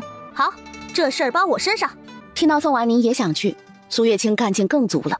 苏月清现学现用，运用轻功直奔相府方向。看守相府大门的守卫看见苏月清，脸上迅速闪过惊恐，纷纷退到了大门旁，默默地将大门护到身后。哟，2天没来，相府换新大门了，还换成了铁门。我那渣渣爹可真是大手笔呀！开门，本姑娘要进去。几个人面上一喜，飞速地把门打开，毕恭毕敬地把苏月清迎了进来。只要不踹门，啥都好说。怎么相府跟我想象中的不一样啊？按理说，他一夜偷光了相府所有值钱的东西，短时间内相府应该是空荡荡的。怎么短短2日功夫，他觉得相府比他刚穿过来的时候还华丽呢？逆女，你还知道回来？要不是有事，谁愿意回到这个破地方？那你滚！苏丞相看见苏月清就火大，尤其是他那张丑陋崎岖的脸。别急，办完事我就滚。春日宴的请帖应该有吧？给我一份。姐姐，人贵在有自知之明，你一没有容貌，二没有才情，三不知礼数，就算是去了皇宫参加春日宴，也会被人耻笑，白白给相府丢脸。姚二说的对，你今晚在相府内闭门思过，不得擅自离府。不给是吧？那就还钱。10万两对吧？你去库房拿10万两银票来。相府不是被偷光了吗？你哪来的钱呀？苏月琴失算了，本来想着用欠条威胁他，结果人家一口气还完了。哼！苏丞相冷哼一声，不再理他。我亲爱的渣渣爹，可爱的绿茶妹，你们可以给我一张请帖吗？不能。行吧，不给就不给，小气鬼，我自己想办法。苏月清恢复正常语气，阴阳怪气的。老爷，这是您要的10万两。欠条给我。请帖真的不考虑给我一张吗？价格好商量。不给。苏月清真的很想揍他们一顿，抢一张请帖过来，但这样的话，他的行为跟之前他们的行为有什么两样？主动找茬，以暴力逼迫人屈服，他可不能被相府这个大黑缸给染坏了。怎么，没要到请帖？本王这里倒是有一张，可以卖给你。多少钱？1000两。什么？皇爷，你抢钱呢？就一张请帖，100两还差不多，你居然翻了10倍卖给我，奸商！哦，本王记得王妃前2日从本王这里坑走不少钱，还顺了一间店铺。如你所见，本王现在穷的只剩一张好看的脸了。第一，你堂堂一个摄政王，就这点家底也太寒酸了吧。第二，你虽然确实很帅，但请不要那么自恋好不好？本王是清官，不贪财，钱都被你讹走了，自然穷了。你在一本正经的胡说八道吗？京城里传闻你富可敌国，你要是穷了，大家不都得饿死了？1000两，若是不给，本王可就走了。给你。王妃果然大方爽快。嗨，这不是我的台词吗？看着苏月清鼓着腮不语的生气模样，萧墨尘忍不住垂眸低笑。亲爱的阿宁妹妹，你看姐姐手里是什么？哇塞，表姐你也太厉害了吧！居然真的弄到了请帖，这请帖上写的居然还是我们2个的名字。啥名字？苏月清一怔，她拿到请帖后还没来得及看，就赶紧去找阿宁分享喜悦了。表姐你看，喏，这上面不是写着苏月清、宋婉宁吗？好家伙，上当了！这分明就是特地给我和阿宁准备的请帖，这个萧墨尘居然讹我钱！皇宫养心殿，皇叔，你把请帖送到宋府了吗？宋婉宁答应参加吗？参加。阿宁，今晚就要入宫赴宴了，姐姐带你去买些好衣服、好首饰。好呀好呀，逛街好啊！街道两旁电嘶林立，人声鼎沸，吆喝声此起彼伏。苏月清和宋婉宁在秀罗阁停了下来，准备进去看看衣裳。白芷、白芍并未跟来，被苏月清派去勘察从萧墨尘手里讹来的商铺了。表姐，这里面衣裳太贵重了，要不我们看看别的？没关系啦，表姐我可是小富婆。再说了，再过一段时间，我将成为整个京城的传奇，一跃成为大富婆。老板娘，我要那件。姑娘稍等，我这就给你取。本小姐也看中这件，我要了。啊，先来后到，你讲点道理。哼，你一个丑八怪，配不上这件衣服。不许这样说我表姐，我表姐是天下第一好。哎呦，我当是谁呢？原来是寒酸没落的宋小姐呀！你吃屎了吗？嘴巴那么臭！你粗鄙，对人说人话，对鬼说鬼话，对你这种找茬的就得说狠话，恶心死你！来人，给本小姐教训教训这个不知天高地厚的丑女人！抱歉，修罗阁不许大家斗殴，几位若是有私人恩怨，麻烦出去打。你算什么东西？本小姐不过心情好，给你几分薄面，什么时候轮到你在这指手画脚了？老板娘，我帮你揍他们，你送我2件衣裳可好？连他一起揍吗？当然，你送衣裳我就揍。好啊，我再多送你2套衣服，你多揍2下，你行吗？我行得很。再说了，我不行不还是有你吗？苏月清有了内力之后，能感受到身边的人的武功。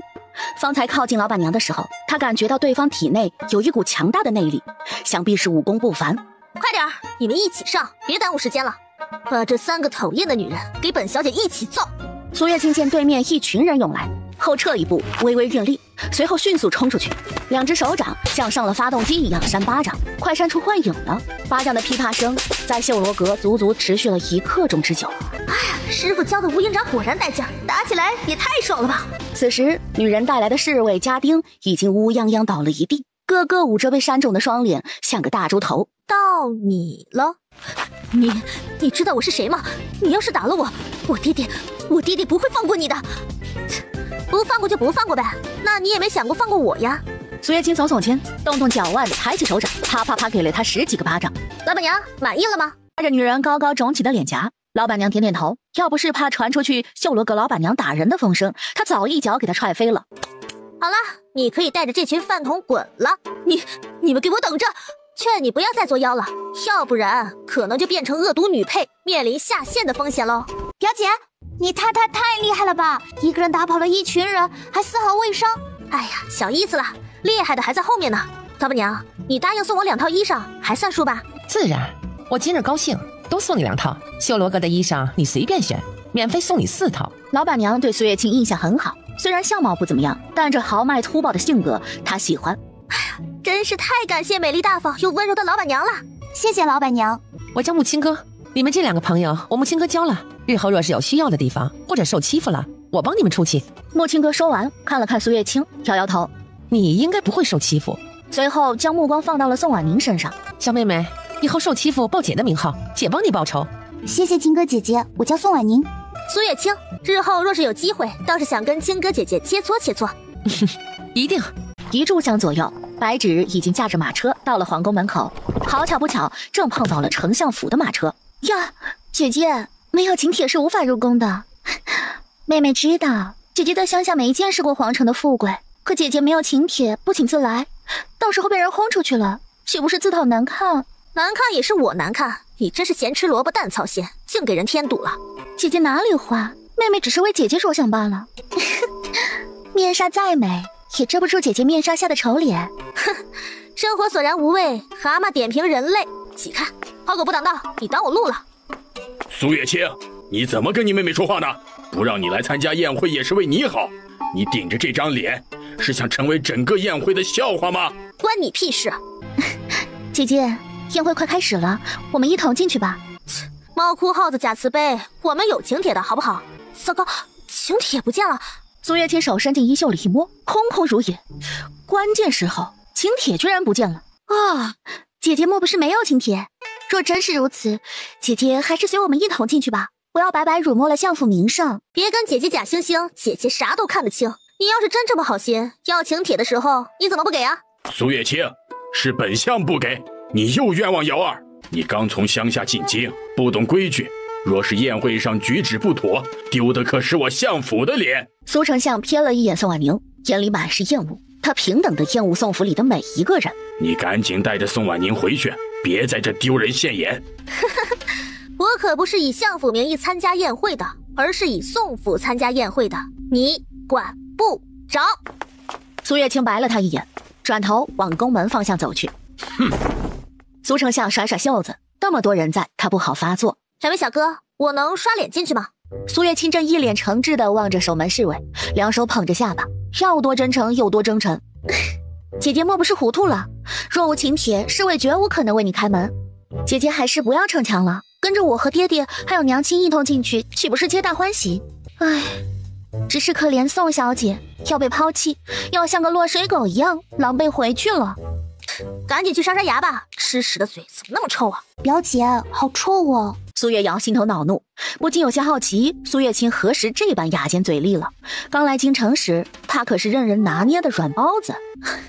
姐姐就这般讨厌妹妹吗？妹妹也只是想跟姐姐一同参加宴会罢了，为何姐姐如此咄咄逼人，污蔑妹妹？你是苏月清，苏小姐啊？我是啊。想必你身旁这位是宋婉宁，宋小姐吧？我也是。两位快请进。二位小姐无需请帖，皇上和摄政王交代过，若是苏小姐和宋小姐来了，无论有无请帖都不得阻拦。怕二位不熟悉皇宫环境，海嬷嬷在里面等着二位呢。苏月清大喜过望，萧墨尘真是仗义，不枉自己花1000两买了请帖。看见没有，姐姐我刷脸进去了，走喽，不跟傻子拌嘴喽。摄政王难道当真对苏月清这个相府讨包感兴趣？苏小姐、宋小姐，二位的坐席在摄政王旁边，老奴带二位过去。啥？我们何德何能，居然能跟萧墨尘平起平坐？啊，苏小姐说笑了，日后您就是摄政王妃，与摄政王夫妇一体，身份尊贵。落座之后，哎，这不是下午那个嚣张跋扈的波辣姐吗？她也来了。表姐，她是武安侯的嫡女楚玉衡。啊，怪不得那么嚣张呢，原来是有个有本事的爹呀！贱人，你怎么在这儿？别以为戴了面纱我就不认识你。哎呦，爹爹，就是那个贱人打了女儿，你要为女儿做主啊！你敢打本侯的女儿？一条腿还是一个胳膊？自己选。你好装哦！你女儿嚣张跋扈，惹了本姑娘，就是该打。你身为武安侯，非但不明辨是非，反而以势欺人，吓唬我一个小姑娘，你这脸皮可真是厚啊！哼，本侯不废话，你若是不选，那本侯便砍了你一条腿一条胳膊，再拔了你的舌头。北冥这样开放吗？一个臣子居然能持剑入宫，还能明目张胆的杀人了？表姐，自从摄政王回京后，边关事宜皆由武安侯掌管，周边国家如此安分，武安侯功不可没，所以皇上特许武安侯能持剑入宫，也因此武安侯恃宠而骄，目中无人。那他应该活不久了，这叫欲擒故纵。武安侯，我苏月清的胳膊和腿儿可不是你想要就要的。好，那本侯就先废了你的舌头。武安侯这是干什么？宫宴之上，容不得你放肆。萧墨尘微抖衣袖，一枚珍珠大小的刻子落入掌心，将武安侯手中的匕首打落在地。摄政王！武安侯虽然目中无人，但深知萧墨尘的手段，不敢惹怒他。他今日敢这般放肆，也是算准了摄政王不会参加宴会。哼，武安侯好大的威风，大殿之上公然行凶，而且还要杀本王未来的王妃。看着挡在他面前的萧墨尘，心中一暖。怎么感觉这个男人总能在我需要的时候出现啊？不过转念一想，萧墨尘一定是怕自己死了，没人给他解毒，才这般维护自己的。老臣不敢。不敢还不滚！还有你，再不滚就留下胳膊和腿，舌头也留下。楚玉衡腿一软，吓得瘫倒在地。他喜欢萧墨尘，所以方才一进大殿才会瞥向他的坐席。苏月瑶紧紧捏着手帕，方才看到武安侯拿起匕首刺向苏月清，他心里一阵激动。苏月清越惨，他就越开心。王爷，刚刚谢谢你啊！虽然我知道你是怕我死了没人给你解毒，但还是要谢谢你。本王不是。啊？不是什么？皇上驾到！皇上万岁万岁万岁万岁！皇帝走到萧墨尘身旁时，停下脚步，恭敬的道：“皇叔。”萧墨尘微微点头，垂眸看了看还跪在地上的苏月清，眼底闪过一丝烦躁。苏小姐不必行如此大礼，日后你嫁给朕的皇叔，就是朕的皇婶，朕许你特权，不用下跪。小皇帝注意到皇叔的神情变化，立马识趣道：“啊，苏月清不可思议地抬起头，更震惊了。你不是上次……嘘！小皇帝将食指放到嘴边，轻轻嘘了一声，而后慢慢将目光落到了正低头跪在地上的宋婉宁身上。苏月清把到嘴边的话咽下去，不再多问。众爱卿平身，不必拘束。宋婉宁缓缓起身，安静地坐到苏月清身旁，眼神不经意间往台上看了一眼，正巧和皇上四目相对。表姐，是我眼花了吗？那个人不是摄政王的亲戚黄湛吗？怎么偷穿黄袍？是要造反吗？傻阿宁，黄湛是摄政王的亲戚，是摄政王亲侄子。摄政王的亲侄子可不就是当今皇帝吗？台上的小皇帝瞧见他圆鼓鼓的脸颊和被呛红的眼睛，又想到那一晚他一口气吃了5个包子的情景，忍不住咂舌。皇帝在笑什么？咦，你皇叔今日也来了，真是稀奇。他旁边坐的那2位小姐，母后怎么没见过呀？母后，您干嘛不自己问皇叔？哼，你皇叔天天冷着一张脸，跟他说话像进了冰窖一样。母后风寒刚好，可不能再受凉了。母后，宴会开始了。诸位夫人小姐，今日宫宴，可有哪位小姐愿意献计一二，一展风采？哦吼，这是要开始点人表演了。苏月清觉得脸上有些痒，一边隔着面纱挠痒，一边自言自语道：哎，童子，这都开始表演了，我任务完成了吧？这积分是不是该到账啦？主人，500积分已经到账了。哎，对了，我的脸为什么还没好？今天明明是第3天了，怎么一点变化也没有？你是不是在蒙我，骗我积分？啊，主人，药效可能有延迟，可能会有1至2天的缓冲期。嘿嘿，缓冲你个头啊！我退！苏月清退前2字还没骂出来，系统立马又发布了新任务。新任务到账，在宴会上夺得头筹1名惊人，奖励600积分，并额外奖励1粒舒痕丸表示补偿。这次的舒痕丸不是山寨货了吧？货真价实。太后，臣女也来献丑了。说话的是户部尚书赵胜时的嫡女赵云嫣。阿宁，你有没有觉得那个女人站起来的时候瞪了我一眼？表姐，赵云嫣是户部侍郎的嫡女，她和武安侯嫡女楚月衡是闺中密友，2人关系十分亲近。哦，那她可能是要给我使绊子了啊！弹得不错，不过有几个音没弹准，有待改进。表姐，你也懂乐器吗？在宋婉宁印象中，表姐过得很苦，吃饭都是问题，应当是没精力学琴棋书画的。当然，我可是全能型选手，武能打，文能通，琴棋书画也不在话下。表姐好厉害啊！宋婉宁崇敬地看着苏月清，萧墨尘在一旁默默听着苏月清的话，对苏月清的兴趣又加深了几分。太后，皇上，臣女献丑了。赵小姐果然才貌双全，哀家很是喜欢。切，先让赵云嫣嘚瑟一会儿，等我一会儿出场艳压群芳。只是还没等到她起身请求表演，赵云嫣又开口道：太后娘娘，久闻相府嫡女苏月清不久前回京，才貌双全，不知臣女是否有幸能够欣赏一下苏小姐的风姿呢？这个赵云嫣真讨厌，明明知道苏月清一个草包啥也不会，就算先让她出场，也得等我表演完吧。算了，等苏月清丢完人，我再一展风采吧。哦吼，这该来的还是来了，到本姑娘出场了。哎呀，这坐得久了，脖子都酸了，刚好起来活动活动。苏月清，哀家好像在哪儿听过这个名字。母后，苏月清就是皇叔要娶的王妃。太后看到苏月清后，注意到她额头上明显的疤痕，突然想起来了，苏月清就是那个刚从乡下进京，被誉为京城草包的相府嫡女。想到这儿，太后面露不善地看了一眼赵云嫣。我方才还觉得她举止得当、温顺可爱，可如今看来，不过是个捧高踩低、喜欢给人难堪的，不是善茬。苏小姐若是身子不适，不必献艺。你是摄政王钦点的王妃，按照礼数无需表演。多谢太后好意，臣女身子已无大碍。今日是春日宴，既然赵小姐想看，不能扫了众位的雅兴。臣女不才，愿吟诗作曲一首，祝愿太后金安。苏月清坐在舞台中央的一块石墩上，竖抱着琵琶，左手按弦，右手五指放在弦上，准备演奏。青龙满天莫复调，初为你唱后留摇。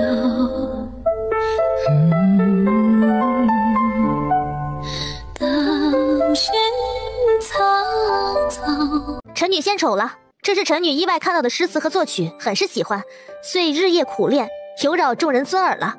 呵呵呵，苏小姐太过谦虚了，不知老夫可否斗胆，恳请苏小姐将这首琵琶行的诗句拿给老夫看看。太傅客气了，若是不嫌弃，小女回府之后誊写一份送到太傅府。多谢。陆太傅感激道。等着看苏月清难堪的赵云烟眉梢微皱，为什么如今的苏月清和传闻判若两人？苏月瑶默默瞪了一眼黑着脸的赵云烟，默默啐了一口，都是他多嘴，我才错失了最佳时机的。听完苏小姐一曲，哀家觉得神清气爽，连素日的头疼都不再犯了。赵云烟眸子转了转，瞥到苏月清戴着面纱的脸，掀起一粒石子放在掌心，随即用中指和拇指夹住石子，朝苏月清掷去。苏月清一时分神，等注意到侧边飞来的石子时，那粒石子已经飞到了自己耳畔处，不偏不倚打落了系在耳畔的面纱丝带。随着丝带被打开，苏月清脸上的面纱随之落下，一整张脸赤裸裸地出现在众人眼前。完了完了，又要被人笑话丑了。表姐，宋婉宁首先反应过来，从座位上起身，噔噔噔跑到苏月清身旁，踮起脚尖盯着她的脸看，又惊又喜。我就说嘛，表姐天生丽质，只是被脸上的疤痕和胎记封印的颜值美得不明显了。现在疤痕和胎记消失了，简直就是仙女下凡啊！听阿宁的意思，舒痕丸见效了，所以众人才会这般表情。真好，本姑娘的绝世容颜又回来啦！萧莫尘目光一直留存在苏月清脸上，眼底划过惊艳和不解。短时间内，他是怎么做到将一张满是疤痕和胎记的脸变得一尘不染的？清嫩白净，不染纤尘。坐在一旁看热闹的萧莫饶饶有兴趣地打量着苏月清，嘴边扬起一丝耐人寻味的笑容，似乎有些明白萧莫尘为什么执意要娶这个出名的草包了。若是能把这个女人从萧莫尘身边抢过来，看到萧莫尘吃瘪的模样，那一定很让人高兴。娘亲，苏月清那个贱人一直在扮猪吃老虎哄骗我们，她一开始的温柔顺从都是装的，就连毁容也是假的。雅尔莫慌，苏叶青从前那般藏拙，竟连我都骗过去。如今他有摄政王护着，你我不好下手，不如坐山观虎斗。苏月清今日得罪了武安侯嫡女楚玉衡，日后必定少不了麻烦。再者，这位赵小姐也不是省油的灯，苏月清接下来不会好过。苏月清突然打了一个寒颤，她总觉得有好几双眼睛在盯着自己，而且目光不善。苏小姐果然才貌双全，臣女有心见识，实乃荣幸。是吗？说话间，苏月清弯腰捡起掉在地上的面纱，随后又不着痕迹地拾起打落自己面纱的石子，淡淡道：这今日的风可真大呀，居然把面纱都吹掉了。苏月清一边说，一边轻轻将石子弹出去，正对赵云烟的膝盖。这一弹，苏月清使了5成的力道。赵云烟一声惨叫之后，膝盖跪倒在地，两只手捂着膝盖，面色狰狞痛苦。我的膝盖好疼。哎呀，赵小姐可小心点，你呢身子骨弱，见不得风，这今晚风大，都把你的膝盖吹疼了。既然赵小姐不舒服，不如先行回府，身子重要。太后冷冷说道，她现在对这个赵云烟印象很不好。是。赵云烟忍着痛起身，今日之辱她记下了。哀家宣布，本次宫宴拔得头筹的是苏月清，来人，将哀家准备的奖励抬上来，赐给苏小姐。怎么感觉这个弟媳越看越顺眼呢？怪不得摄政王那个冷面阎王都动心了。太后，臣女有个不情之请。无妨，你只管说。臣女想拜托太后派人将这些奖品送到宋府去。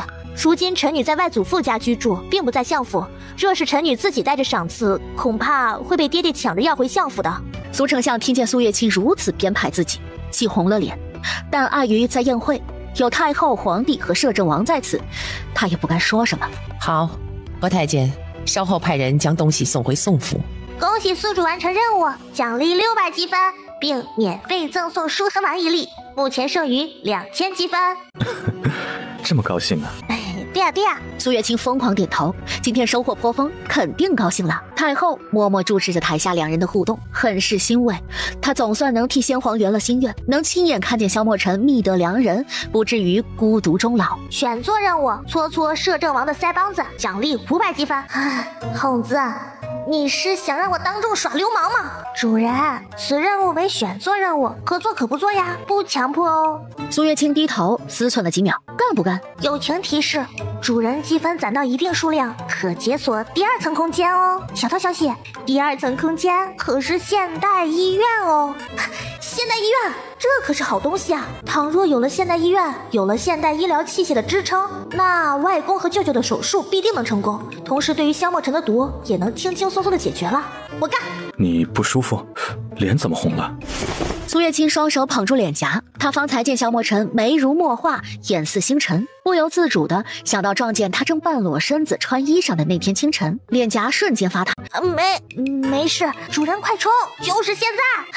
为了积分，挤的脸先不要了，王爷冒犯了。随后，苏月清像搓包子一样，2只手在萧莫尘脸上搓来搓去，众人简直惊呆了。尤其是太后和皇帝，将吃瓜情绪表现得淋漓尽致。哼，我今天没找机会找苏月清麻烦，苏月清倒是自己作死。摄政王那般清冷绝尘的人，怎么会容忍有人在大庭广众下搓他的脸？这是在挑衅他，毁坏他的形象。萧莫尘只觉得心跳漏了半拍，呆愣在原地，黑眸中突然闪过一抹慌乱。萧莫尘深吸一口气，稳住心神，故作镇静问道：王妃搓够了吗？等一会儿，我先问问。童子，任务完成没？主人，1分钟前积分已经到账了，你搓得太投入，没听见。王爷，我不是故意的，实在是诱惑太大了，我一时没忍住。本王知道。我怎么觉得他的语气不太对？怎么夹着有点小傲娇呢？他知道什么啦？正想着，抬头看见萧莫尘抬起手朝他扑来。打人不打脸，下手别太重啊！本王见你头发乱了，想帮你捋一下。苏月清蓦然红了耳根，原本微红的脸瞬间成了清蒸螃蟹。萧莫饶眼底划过一抹金光，他似乎找到了萧莫尘的软肋了。皇帝，你今日可有看上哪家小姐？太后见众人离去，转头看向身旁皇帝，一脸期待。母后，儿子还小，才15岁，这件事不急。凡事预则立，不预则废。母后只是希望你多看看外面世界，不要整日扑在朝堂之事，万一变得跟你皇叔一样不近女色，哀家可要愁死了。皇叔，有几道奏折朕看不懂，你帮朕看看。他现在没有心仪女子，母后整日说，还是先找个借口溜走吧。宋府，宋林夫妇看见苏月清突然变美的脸庞，又惊又喜，忍不住掩面哭泣。好啦，舅舅舅母，我这不是好了吗？以后啊，咱们的日子会越过越好的。宋老将军虽然看不见，但听到苏月清的脸好了，也是老泪纵横，泪流满面。为了不让宋家人担心，苏月清并未将武安侯为难他的事情说出来。但苏月清知道，以楚玉衡和武安侯的性子，一定不会善罢甘休，他得赶紧变得更强大，足以自保。是以接下来的一段时间，苏月清一直在跟着师傅习武，因为天赋异禀，所有招式几乎一遍过，已经把师傅的半生精髓都学完了。师傅，小师妹好强啊！小师妹只用了半月时间，就已经将师傅20年的武功都学会了，简直逆天呐！好羡慕，好嫉妒啊！师兄，这几日我翻看了医书，已经有办法把你的结巴治好了。真的吗？绝对保真。为了给你个惊喜，我已经让白芍去熬药了，想必应该快到了。王妃，你要的药已经煎好了。小师妹，这药的真的能喝吗？一股苦涩滂臭的味道扑鼻而来。不行，必须要喝，这可是我熬了整整1上午，闻了2个时辰的滂臭味，才熬出来的。你不喝，我岂不是白受罪了？真的，你要喝吗？哎呀，良药苦口，我在里面放了龙胆和黄连之类的，为了综合药性，我又放了些鸡屎藤，所以才会这般难闻。是啥？你放了鸡屎？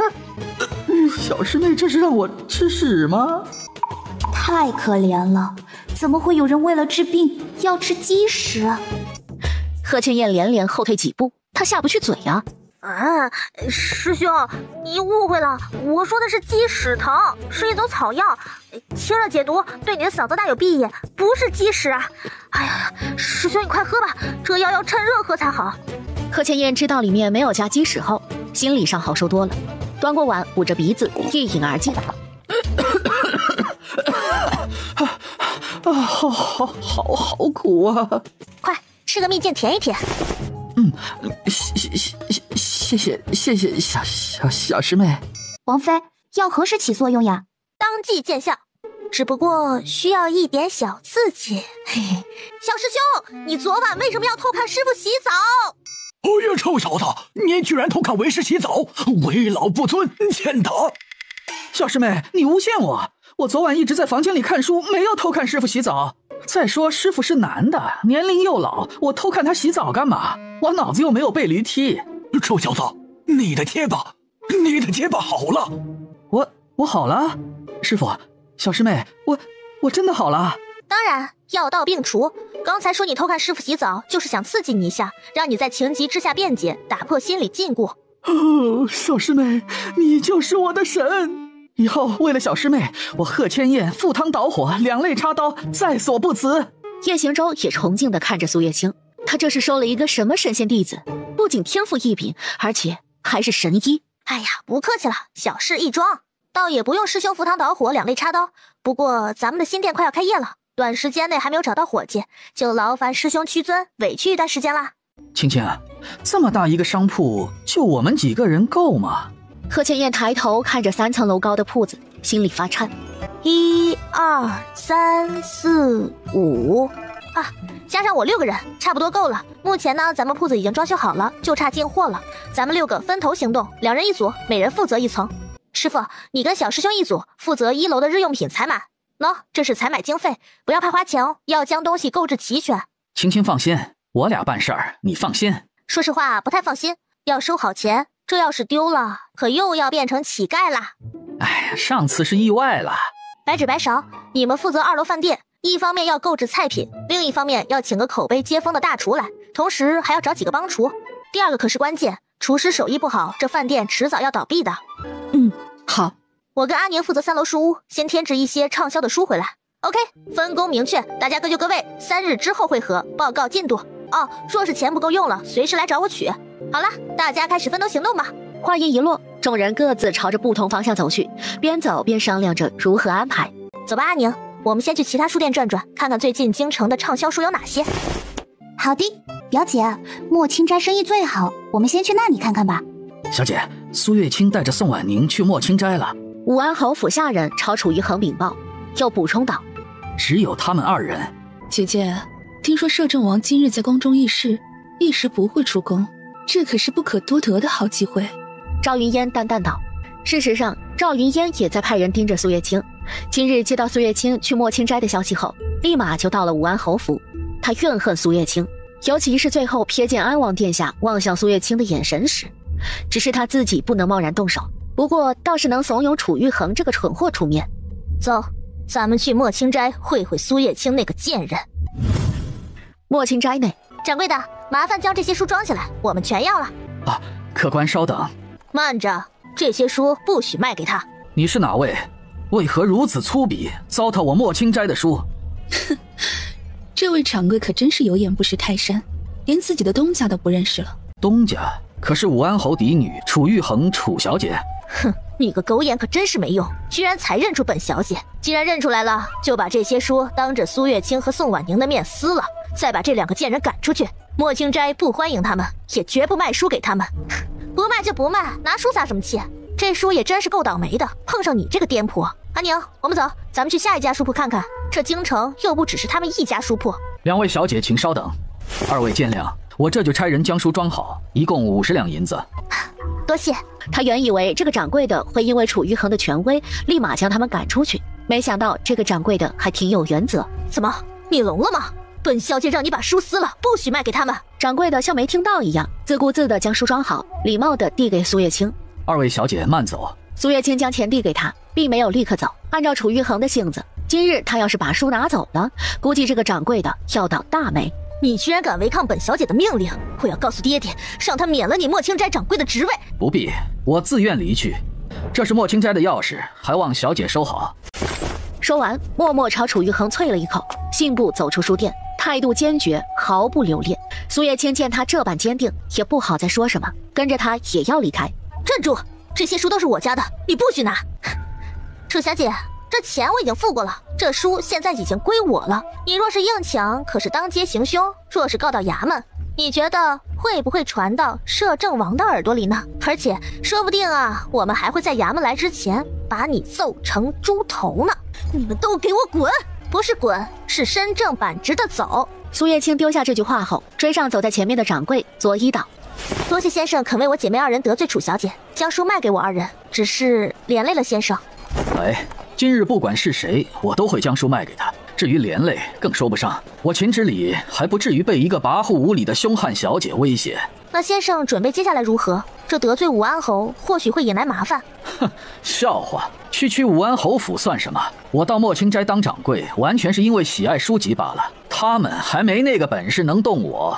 苏月清暗暗思索，这莫不是哪个大佬来体验底层生活来了？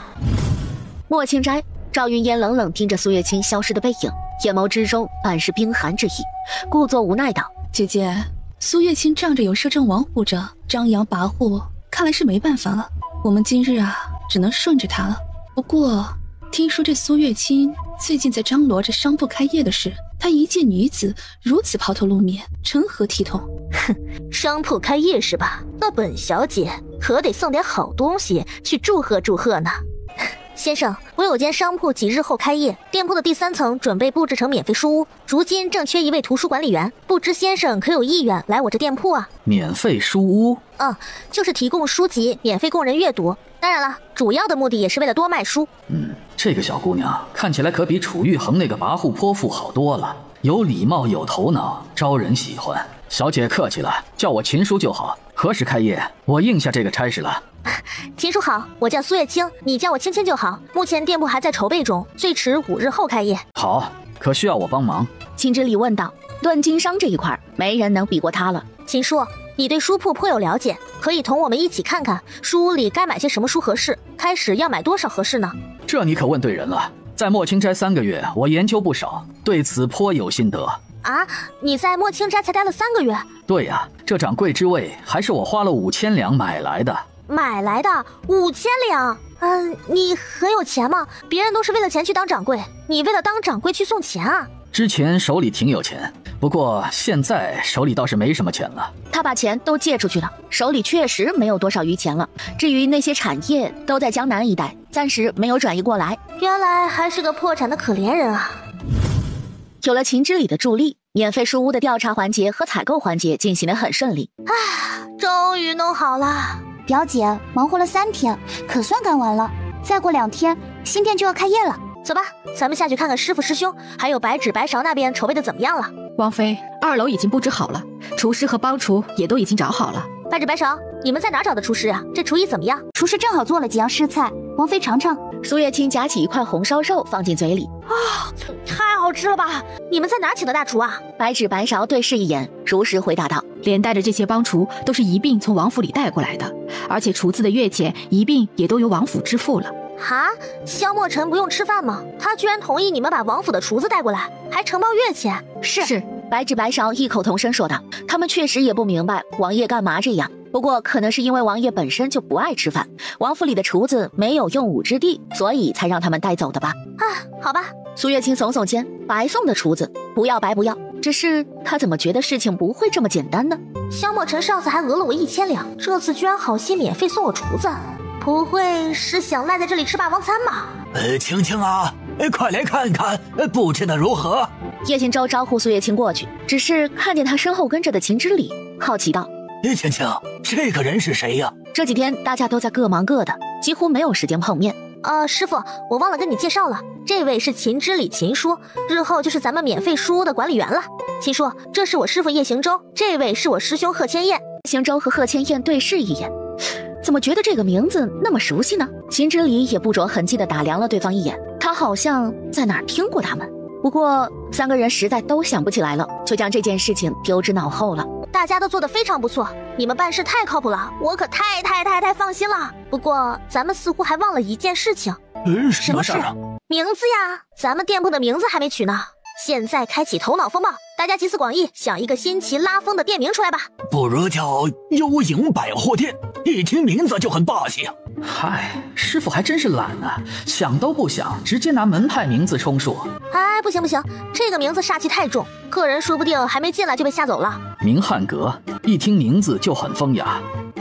不太行，这名字让人一听就是卖书的，跟经营内容不符。克莱轩，聚仙阁，三宝阁。好，这个名字好，就叫这个名字。三宝阁这么土，还不如我的幽影百户好听呢。三宝阁多接地气啊，这一下子就拉近了跟百姓的距离，还完美诠释了咱们3层楼各有特色，完美。2日后，三宝阁已经装饰完毕，牌匾也已经刻下挂上去了。大功告成，大家辛苦了。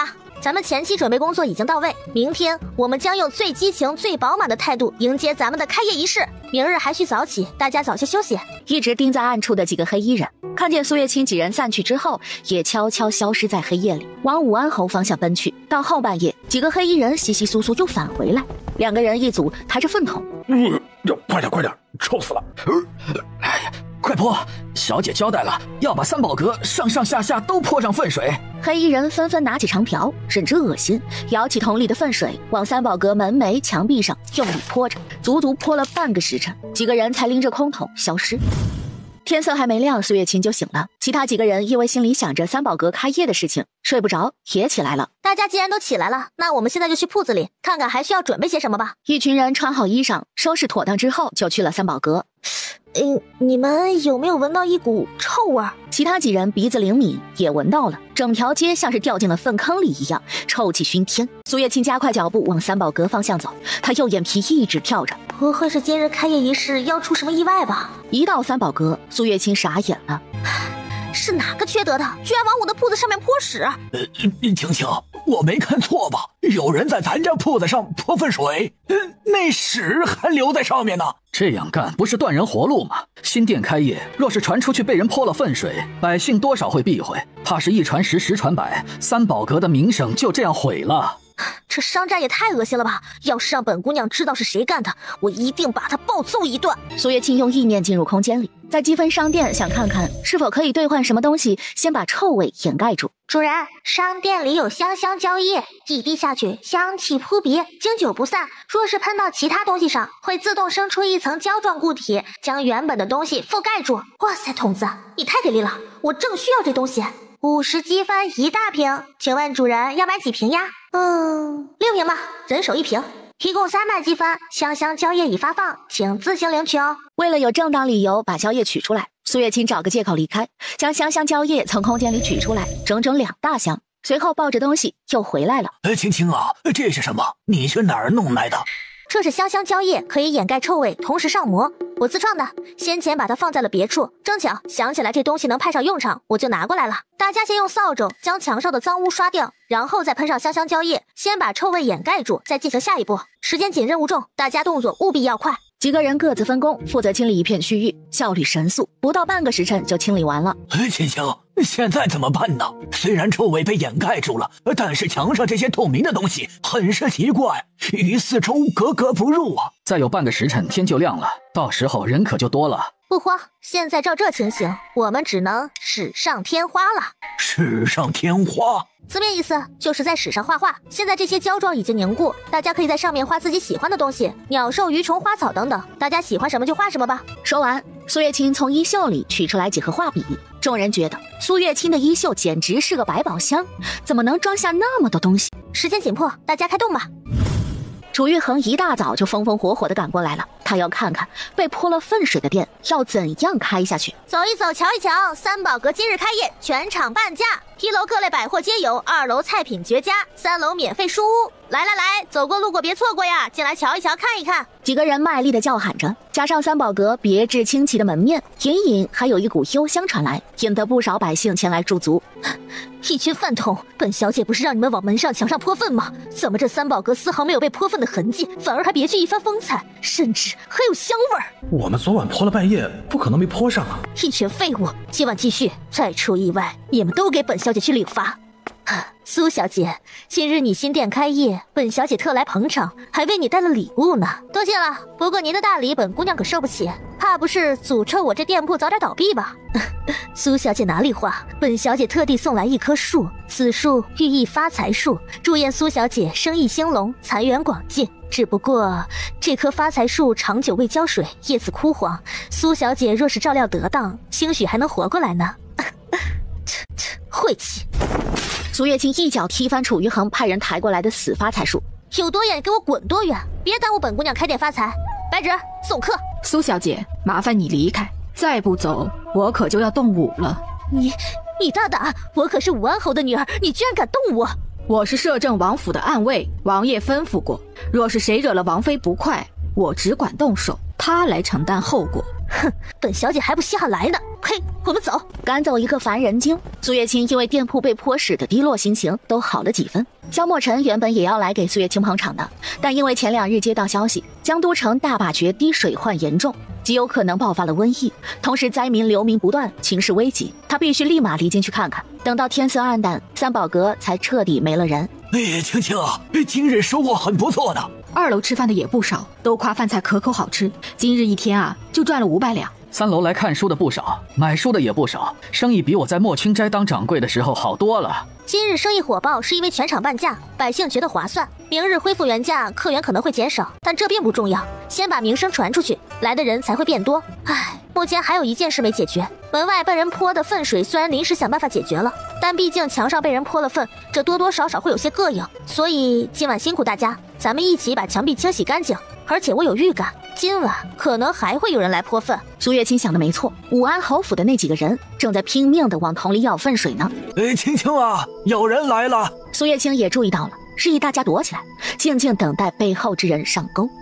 这不就是早上跟在楚玉衡身后的那几个人吗？在几个黑衣人正准备再一次下手泼粪时，苏月清几人当即出手，将这几个黑衣人一脚踢倒在地，随后不给他们任何反应机会，连连踹了好几脚。白纸白勺，还有师傅，你们把这几个黑衣人带到武安侯府门前，好好看着他们。师兄，咱们2个人把这几桶粪水挑到武安侯府去。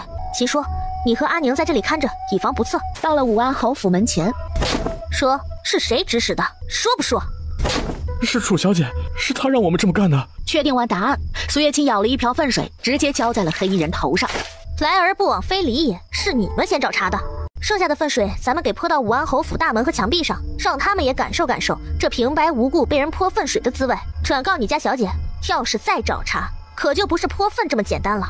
泼完粪水，苏月清让他们先走，自己一个人飞身进了武安侯府，摸索着找到了楚玉衡的房间。撬开房门，苏月清看见一个熟睡的女子，掏出画笔在她脸上画了一个大王八，临走时还不忘抽了她几个巴掌，把她从睡梦中打醒了，警告了一番。做完这些，苏月清又赶紧追上了其他人。回到三宝阁，秦之礼和宋婉宁2个人正等着。表姐，你们去武安侯府干什么？啊，泼粪水去了，让他们也体会一下人间险恶。对了，最近一段时间，这夜里啊，我们5个人轮流看店，若是楚玉衡还敢派人来泼粪，见一次打一次。谁干的？武安侯看着被泼满粪水的大门和墙壁，气黄了脸，又注意到门口一脸粪水正在昏睡的几个黑衣人。这不是小姐身边的侍卫吗？怎么在这里也被人浇了粪？来人，端几盆冷水过来，把他们泼醒。本侯倒要问问，究竟是谁敢挑衅本侯？几个侍卫被冷水泼醒，被自己身上的臭味熏到，趴在地上呕吐不止。这是谁干的？你们又是怎么回事？几个侍卫3缄其口，支支吾吾不敢出声。昨天那个女人警告过，若是把事情传出去，天天在他们脸上泼粪，他们打不过人家，只能照做。回侯爷，小人也不知道，昨夜小姐派我们出门拿些东西，刚一出门就被人蒙住脸打晕了，再一醒来就是这般场景了。小人好像听到他们说什么江湖势力。为了显得更逼真，侍卫索性将事赖到了江湖势力头上。莫不是摄政王发现京都城的水患是出自我的手笔，用影月殿的势力来警告我？只是摄政王怎么会想到这般恶心的方式？罢了，去湖里洗洗，洗干净了再进来。武安侯捂着鼻子道：是。洗干净之后，几个人耷拉着脑袋站在楚玉衡面前。小姐，苏月清不是善茬，他身边高手如云，以我们的身手根本打不过呀。他昨晚说，要是小姐再滋事，就不是泼粪这么简单了。他还说，若是小姐敢让侯爷知道了这件事儿，他就夜夜到小姐屋子里泼粪。楚玉衡昨晚莫名被苏月清那个贱人打了，清早起来又看见自己脸上画着个大王八，简直要气疯了。他与苏月清不共戴天。小姐若真是讨厌苏月清，不如借助江湖势力，一劳永逸。他说着，做了一个抹脖子的动作。啊，我虽然讨厌苏月清，但是也没想杀了他呀。小姐，你不杀他，以他的性子，说不准会先下手为强。知道是你派我们泼粪，说不定哪天脾气上来了，就提着刀来了。那找谁杀了他？侍卫见得逞了，嘴角划过一抹笑意，淡淡道：属下听说幽隐门专门负责杀人，只要给钱，没有他们杀不了的人。好，这件事就交给你去办。是。侍卫说完退下，随后又悄悄往赵府方向走去。小姐，属下已经收动楚玉衡，现在就联系幽隐门的人，让他们杀了苏月清。去吧，要快。苏月清那个贱人，居然脚踩2条船，还妄图染指安王殿下，必须死！哼。三宝阁经过这段时间的经营，生意已经趋于稳定，并且在稳步上升。哎，你家王爷去哪了？前2日本来要给他送药，怎么一连几次都没见人啊？王妃，江都城出了水患，情况危急，王爷前去稳住局面了，至今未归。好吧，不知道为什么，有段时间没见，苏月清居然还有点想他了。江都城爆发瘟疫，急需拯救，每拯救1条人命，奖励500积分。江都城爆发瘟疫了，白纸白勺一顿。王爷今日才传信过来，说江都爆发瘟疫，我们还没来得及告诉王妃呢，怎么王妃就知道了？王妃，王爷今日来信，我们刚接到消息，江都爆发瘟疫，来势汹涌，已经死了100多人了。来不及了，必须马上准备药材，赶去江都。秦叔，三宝阁暂且交给你打理，我得去一趟江都，那里的百姓需要我。王妃，我跟你一起去。青青，我们也去。不行，不知道楚玉衡会不会再作妖，得有会武功的人留下来看店。苏月清看了一眼白纸白勺，那这样你们2个留下，有萧墨尘的声威，楚玉衡还能忌惮几分。师父师兄，你们跟我一起去江都，我们先采买大量的药材和粮食，以便带过去。苏月清前脚刚走，赵云烟后脚就得到了消息，立马赶去了武安侯府。姐姐，听说苏月清今日去了江都城，这应该是去找摄政王了呀。赵云烟观察了一下楚玉衡的脸色变化，接着说道：苏月清和摄政王感情还真是好啊，才分离不到10日，就这般思念了。贱人，摄政王才不会喜欢苏月清那个草包，都是他一厢情愿罢了。楚玉衡虽然上次宫宴之后绝了对萧墨尘的心思，但也不能忍受旁的女人染指他，尤其是苏月清。哼，苏月清那个贱人，有命去也得有命回来呀。凌风，告诉幽影阁的人，苏月清去了江都，务必让他死在那里。赵云烟垂下眼眸，掩去眼底的笑，能借助楚玉衡这个蠢货的手除去苏月清，再好不过。夜以继日赶了2天2夜的路，苏月清3人终于赶到了江都城。只是江都城城门紧闭，一派死气沉沉之象。青青，我们不会来晚了吧？这江都城怎么感觉像空了一样？楼下何人？喂，我们是京城来的，现在要进城。快开门，我有摄政王的书信。2个侍卫一听是摄政王派来的救兵，忙下楼将城门打开，将苏月清几人迎了进来。3位请。王爷在哪儿？我要见他。苏月清开门见山道，当务之急就是要快速了解情况，找到瘟疫传播的源头。王爷如今在难民窟里稳住民心，如今城内粮食见底，从其他州县借来的粮食也只够熬过明日了。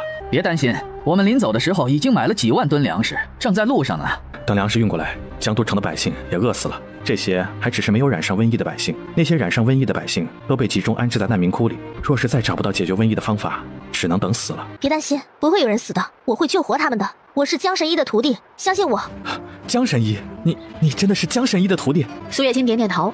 现在这个时候，只有继续延续自己是江神医徒弟的谎言，才能给这些绝望的人带来希望。你放出去消息，就说江神医的徒弟来了，让百姓们不要担心，粮食会有的，瘟疫也会消散的。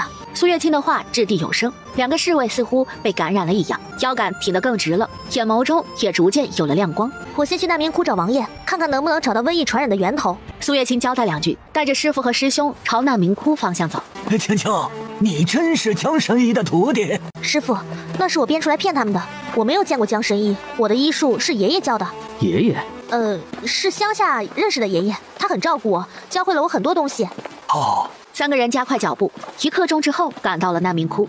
青青，我们到了。师父、师兄，这是隔毒丸，服下之后会在3天之内隔绝外界的传染。一进难民窟，一股尸臭味扑鼻而来，几个官兵正在将这些尸体往外拉。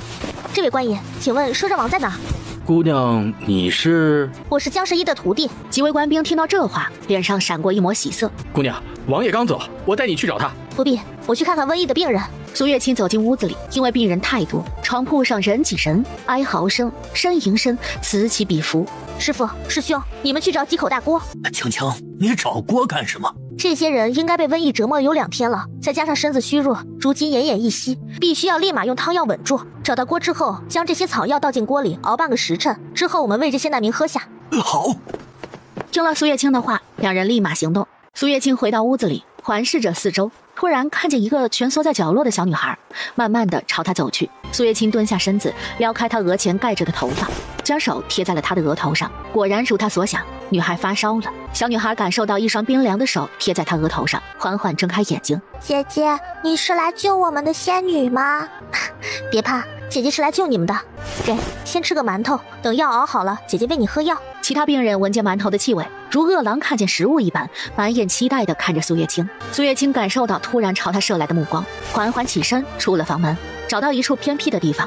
苏月清进入空间，用积分兑换了300个馒头，装进袋子里拎了进去。大家排好队，每个人都有。不到1刻钟时间，300个馒头只剩下了10个。大家先躺下休息一会儿，我已经派人去熬药了，等喝完药发发汗，会好受很多的。姑娘菩萨心肠，是我江都城百姓之幸呀！多谢姑娘大德。大家快起来，医者仁心，这些都是我应该做的。我是江神医的徒弟，大家放心，我一定会治好大家的。太好了，我们有救了！青青，汤药已经熬好了。太好了，把汤药分给大家，1人1碗。大家今晚先好好休息，以后每日我都会过来为大家发放粮食，提供汤药的。趁着天还黑，苏月清3人又来到了江都河的源头。苏月清打听过，几10年没有发生过水患，怎么突然发生了水患，还淹了城池？说是巧合，但未免太牵强了。青青，我们到这里看吧。苏月清在江都河源头看了看，果然不出他所料，这水坝不是被上游河水冲开的，而是被人恶意掘开的。师傅、师兄，江都城的水患是有人掘开堤坝有意为之，就连瘟疫也可能是他们干的。另一边，萧墨尘听说江神医的徒弟来了，还是一个女徒弟，很是困惑。据他所知，江神医并未收徒，而是云游在外，为他寻找能解蛊毒的办法。江都城瘟疫，虽然自己想要派人通知他，可也无处可寻。苏月清，萧墨尘脑子里突然闪过苏月清的名字。他那日在宋府听到苏月清说自己是江神医的徒弟了。江都城危险重重，他不会出什么事儿吧？等了1刻钟不到，天都黑了，还没有苏月清的踪迹。萧墨尘坐立难安，起身准备亲自去找他。刚走到门口，萧墨尘被人狠狠撞了一下，怀里突然跌进来一个女人，下意识的想将怀里的人推开，可突然闻到了一股熟悉的幽香。苏月清走得太急，没注意脚下，被一块石头绊倒了，眼看着就要扑到地上，没想到居然撞人怀里去了。王爷，萧墨尘点点头，将他凌乱的发梢抚平，柔声道：是我。王妃怎么一个人偷偷跑来了？如今江都城很危险。不是一个人啊，还有师傅和师兄他们。看样子苏月清还不知道他们的真实身份。哎，师傅，你有没有觉得这个摄政王看我们的眼神怪怪的？没有啊，传闻摄政王不就是个怪人吗？他要是正常看我们才奇怪吧。对了，王爷，我有些事情想要问你，是关于江都城水患和瘟疫的。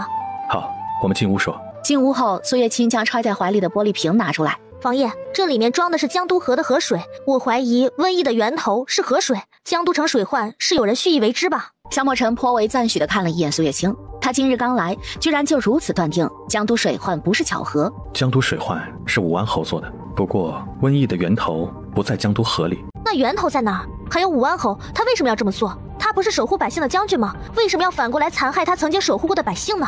为了权势。他都这样嚣张跋扈了，真是一人之下万人之上。除了你，他连皇上都不放在眼里，他还想要什么权势？他想当皇帝。啥？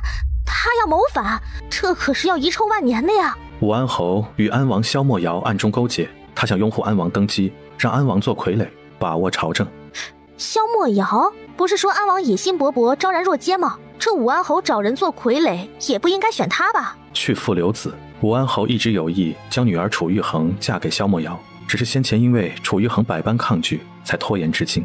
王爷，楚玉衡不愿意嫁给安王，是因为你吧？上次宫宴，他看你的眼神可是装着浓浓的敬仰和爱意哦。本王不喜欢他。那你喜欢？苏月清意识到自己多嘴了，话到一半立马止住了，回到正题道：那瘟疫呢？源头如果不是江都河水，那是什么？是衣服。有人在江都城各处的衣铺中散播病毒，百姓买新衣穿上时就会感染。好卑鄙的手段，将病毒撒在衣服上，隐蔽不易被发现，悄无声息的。这武安侯可真是用心良苦啊！本王已经派人把那些染上病毒的衣物尽数烧毁了，只是那些感染瘟疫的人暂时无药可医，只能将他们集中安置在难民窟里，阻止瘟疫的蔓延。王爷做得好，必须要先隔离，否则瘟疫蔓延情况将更加棘手。你当真能救他们？我可以。王爷，我下午去过难民窟，已经用汤药暂且稳住了他们的病情，只是当务之急是粮食的事情吧？没错，江都城的粮食至多再撑1-2日，我已经写信给皇上，京城粮食还有2日才到，只能等。王爷，我有粮食，明日便可让百姓吃上饱饭。陈青，算算时间，咱们的粮食最快也得3日时间，比赈灾粮还晚1天呢。师父，你不好奇我为什么会凭空掏出来许多东西吗？说着，苏月清已经进入空间，扛了一袋粮食出来。这，我没看错吧？你这是凭空出现的粮食啊？是的。萧墨尘也不觉瞪大了瞳孔，不过很快便接受了。苏月清身上有太多秘密了，他已经逐渐习惯了。其实吧，我脑子里有一个空间可以储存东西，需要时可以取出来，也就是你们现在看见的凭空取物。虽然说出空间的事情很冒险，但这段时间相处下来，苏月清信任他们。如果他们能接受，告诉他们空间的事情也无妨。毕竟空间在自己脑子里，旁人取不走，就算觊觎也无计可施。王爷、师兄、师父，匹夫无罪，怀璧其罪，希望我有空间的一事不要告诉旁人。叶行舟和贺千燕像小鸡啄米一样点头。本王不会说。随后冷冷扫了叶行舟2人一眼。看我干什么？苏月清一边跟众人说话，一边像提款机一样不停地从空间里扛粮食出来。不到1炷香时间，房间里已经堆满了粮食。王爷，明日你负责发粮，我负责治病，分工合作。好。萧墨尘柔声道，连他自己都没有察觉，语气里有几分宠溺。天黑了，赶紧睡觉，明天还有一场硬仗要打。对了，我今天睡哪儿啊？本王的房间。王爷，这不好吧？咱俩还没成婚呢。王妃想多了，房间紧缺，本王把房间留给你，同其他人挤一挤。说着上前2步，靠近苏月清，蛊惑道：莫非王妃想同本王一起睡？合着是我自作多情了呗？王妃莫要着急，等我们大婚那日再同房。苏月清原本只是稍微有点红的脸，瞬间爆红，整个脸像染上了红颜料一样。王妃可是不舒服？怎么脸突然这样红？你聊得我头疼。头疼？萧墨尘眼底划过担忧，弯下腰，用额头抵住他的额头，有些不解。没有发烧啊。哎呀，你这样我头更疼了，我不禁撩喂。王妃头疼，想必是忙了一天太过辛苦了，本王抱你回去休息吧。说完，萧墨尘弓下身子，一个公主抱，直接将苏月清抱起，当众秀恩爱，你俩礼貌吗？苏月清确实累坏了，被萧墨尘抱到床上之后，来不及害羞，就传来轻微的鼾声。萧墨尘不禁弯下腰，用食指点了点苏月清的鼻尖，柔软光滑，她好像要动心了。次日一早，苏月清就赶去了难民窟。苏月清将昨晚研制出的解药分发给官兵，让他们熬制成汤药分给病人。多谢神医，若是没有神医，我们怕是要死在这里了。爷爷，这都是我该做的。她不仅是神医，还是本王未来的王妃，相府嫡女苏月清。看见苏月清并未表明自己身份，索性替她说了出来，这是天大的功劳，她受得起。众人闻言皆是一脸吃惊，传说中的相府嫡女苏月清粗鄙丑陋，根本配不上摄政王。谁说相府嫡女苏月清丑陋粗鄙，是个草包？苏神医明明就是下凡的仙女，善良美丽，是我们的救命恩人。各位说笑了，我苏月清此刻就是一位医者，济世救人是我的职责，这些都是我应该做的。既然各位的瘟疫已经好了，江都城赈灾之事妥善解决，过几日我们便要回京。江都城的事情，王爷已经安置妥当，各位不必担心，会有大夫专门来照料你们的。苏月清和萧墨尘商量过，江都城的事情解决之后，他们得尽快赶回京城，毕竟真正的罪魁祸首还在京城作威作福呢。恭喜主人完成拯救江都城百姓任务，共拯救12000条人命，1条人命奖励500积分，共奖励600万积分，同时额外奖励主人好运体质。600万，还有好运体质。哎呀，赚够这一下，我不是可以躺平了吗？其中599万将用于空间升级，5000积分作为空间升级费，剩下5000积分将会发放到主人的积分账户上。啊，完蛋，躺平不了了。空间第2层将升级为现代医院，并配备全套医疗设施哦。有了空间医院，不就意味着可以给萧莫尘解毒了，还能治好外公和舅舅的残疾。这次出京收获巨大。把江都城的事情善后之后，萧莫尘和苏月清一帮人就开始启程回京了。本来他是同萧莫尘一起回去的，但是半路上萧莫尘突然接到急报，快马加鞭赶回了京城。他不着急，就坐马车慢慢悠悠往回赶。路过幽泉谷时，叶行舟和贺千燕正好借这个机会回幽隐门一趟，就先行和苏月清分开，约定几日后在京城会合。只是他们前脚刚走，后脚就来了一个找事的。谁是苏月清？小爷要见你。我的名字很大众吗？怎么感觉经常被人叫啊？苏月清掀开车帘，抬起头懒懒道：你哪位？有事？可奇怪的是，抬头居然没看见人影，只看见一匹孤零零的马在前面吃草。人呢？小爷在这儿呢。男人默默举起手，揉了揉屁股，一脸黑线，幽怨地看着正在吃草的马。马哥，这都第几次了？你吃草就吃草，你摔我干什么？好家伙，原来是从马背上摔下来，怪不得没看到他的人呢。哼，笑什么？小心你也掉下来。他刚说完，上空上一只鸟飞过，不偏不倚在他头顶上拉了一泡屎，正中靶心。苏月清笑弯了腰，捂住肚子，这人是逗逼吧？咋那么倒霉啊？笑够了吗？男人清理完头上的鸟屎，上下打量了一下苏月清，跟画像上如出一辙。你就是苏月清？嗯哼，你有事？有人出3万两买你的性命，所以你接单了？接了，我这运气还挺好，这刚刚离开幽影门就遇上了。是他刚说完这句，吃草的马突然受惊了，前蹄腾空朝空中飞去，后蹄支撑着，不偏不倚踹向了他的屁股。男人毫不意外地摔了一个狗啃泥，脸庞直直贴在了大地上。苏月清正在思索自己在哪里听过幽影门这个名字，被眼前男人的动作吸引，抬头看去，不禁唏嘘2声。这个男人怕不是个扫把星吧？短短1刻钟倒霉了3次了。呸！该死，这梅玉啥时候能从我身上消失？这小爷我受够了。哎，小哥，你这倒霉体质出来做杀手，说不定哪天没杀死敌人，反倒把自己给倒霉死了。你在这里挡着路，怎么专门来杀我的？拿人钱财，替人消灾，得罪了。说完，拔出腰间的流光剑，直直朝苏月清冲去。苏月清见状也没有犹豫，随手抓起车上的一柄剑，与男人厮打在一起。空气中充满着尖锐的摩擦声，速度越来越紧张，双方动作熟练迅速，你来我往，不分高低，凌厉的剑气流转在四周。为什么眼前这个女人所用的招式与师傅的招式极为相像？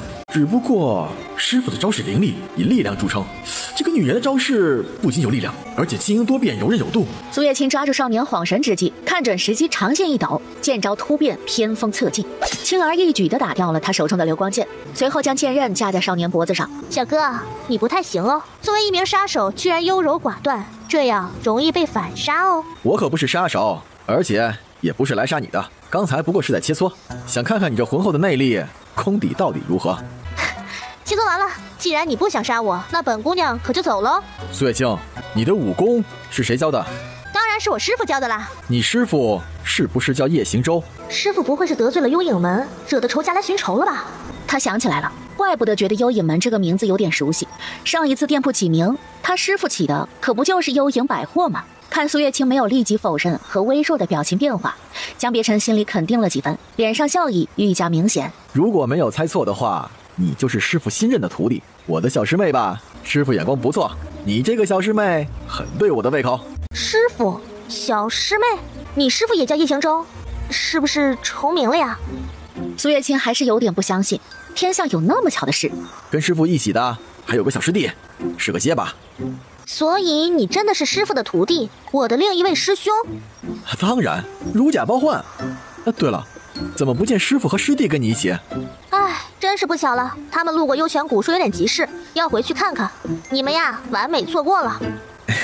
错过就错过吧，见着小师妹了，谁还想找他们呀？江别尘一边说一边上前走，最后坐在马车前面，自觉地拿起缰绳。真是抱歉，刚才把你的马夫吓跑了，不过为了表示补偿，师兄我亲自送你回京。苏月清下意识地后退几步，方才见他一会儿功夫倒霉3次，有点怵得慌。小师妹，还愣着干什么？快上马车！话音刚落，马车砰的一声散架了，木板散落一地，好好的峰顶马车成了露天敞篷。我的马车呀！这个师兄也太倒霉了吧！我要是跟他在一起，我的马不会累死在半路吧？那个师兄啊，我有手有脚，武功也不差，还是自己回京吧，就不劳烦你送我了。师兄，人不会一直倒霉的，相信你会有时来运转的一天。江别尘一脸悲伤，他太失败了。之前师父、师姐和师弟不愿意跟他待在一起，现在连可爱漂亮的小师妹也不愿意和他一起。于是他捡起一根木棍，蹲在地上画起了圈圈，显得可怜极了。苏月清看他一脸可怜相，有些不忍心，松口道：“一个人还是有点小怕的，要不还是师兄送我回京吧。”真的吗？自从上次跟师傅他们一起出行，不小心带他们栽进湖里，被鳄鱼追着咬了一路后，他们再也不愿意跟我一起出去了。啊，我现在改口还来得及吗？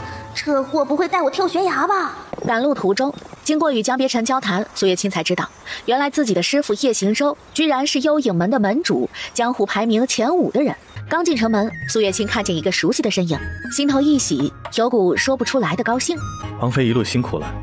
萧墨尘伸出手臂，示意苏月清扶着他下马。算好苏月清回来的日期后，萧墨尘处理完朝堂上的事，就赶来等他了。这就是你男人？这就是我在路上同你说过的摄政王萧墨尘。哦，看来这2个人还没捅破关系，略显尴尬。需要我来助攻一下。萧墨尘看着苏月清同眼前男子亲密的举动，眉梢紧皱，心底一股烦躁郁闷，恨不得一脚把江别尘从苏月清身边踢飞。王妃，这位是？王爷，这位是我师……啊，这位就是青青常说的摄政王殿下吧？久仰久仰，久仰大名。我是青青的爱慕者，此番进京是想请摄政王高抬贵手，放过青青。王爷日后免不了3妻4妾，与我家青青不是良配。再说我家青青也是被一纸婚书束缚，被皇权压迫，婚姻大事由不得自己而已。也许青青不愿意嫁给你，只是你用一道赐婚圣旨强迫来的。摄政王殿下，你不能占着茅坑不拉屎吧？这话怎么听着怪怪的？你找死！说完，萧墨尘掌心巨力，朝着江别尘打过去。江别尘眼疾手快，侧身躲过。堂堂摄政王就只会以势压人吗？日后我家青青要是嫁给你，那不会是要整日挨打吧？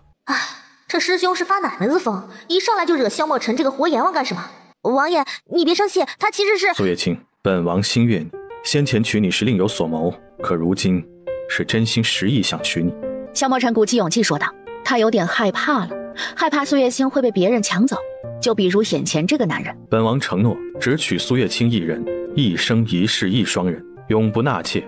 若是违背誓言，不得好死，永世不得超生。我这是光天化日之下被人表白了，而且对方还是率钱多金的王爷。你若另有心仪之人，本王不会强人所难，我会奏请皇上退婚，还你自由。待你我之间协议完成的时候，本王不会再缠着你，所以你愿意把自己交给我吗？我会护你周全，尽我所能，护你顺遂无虞。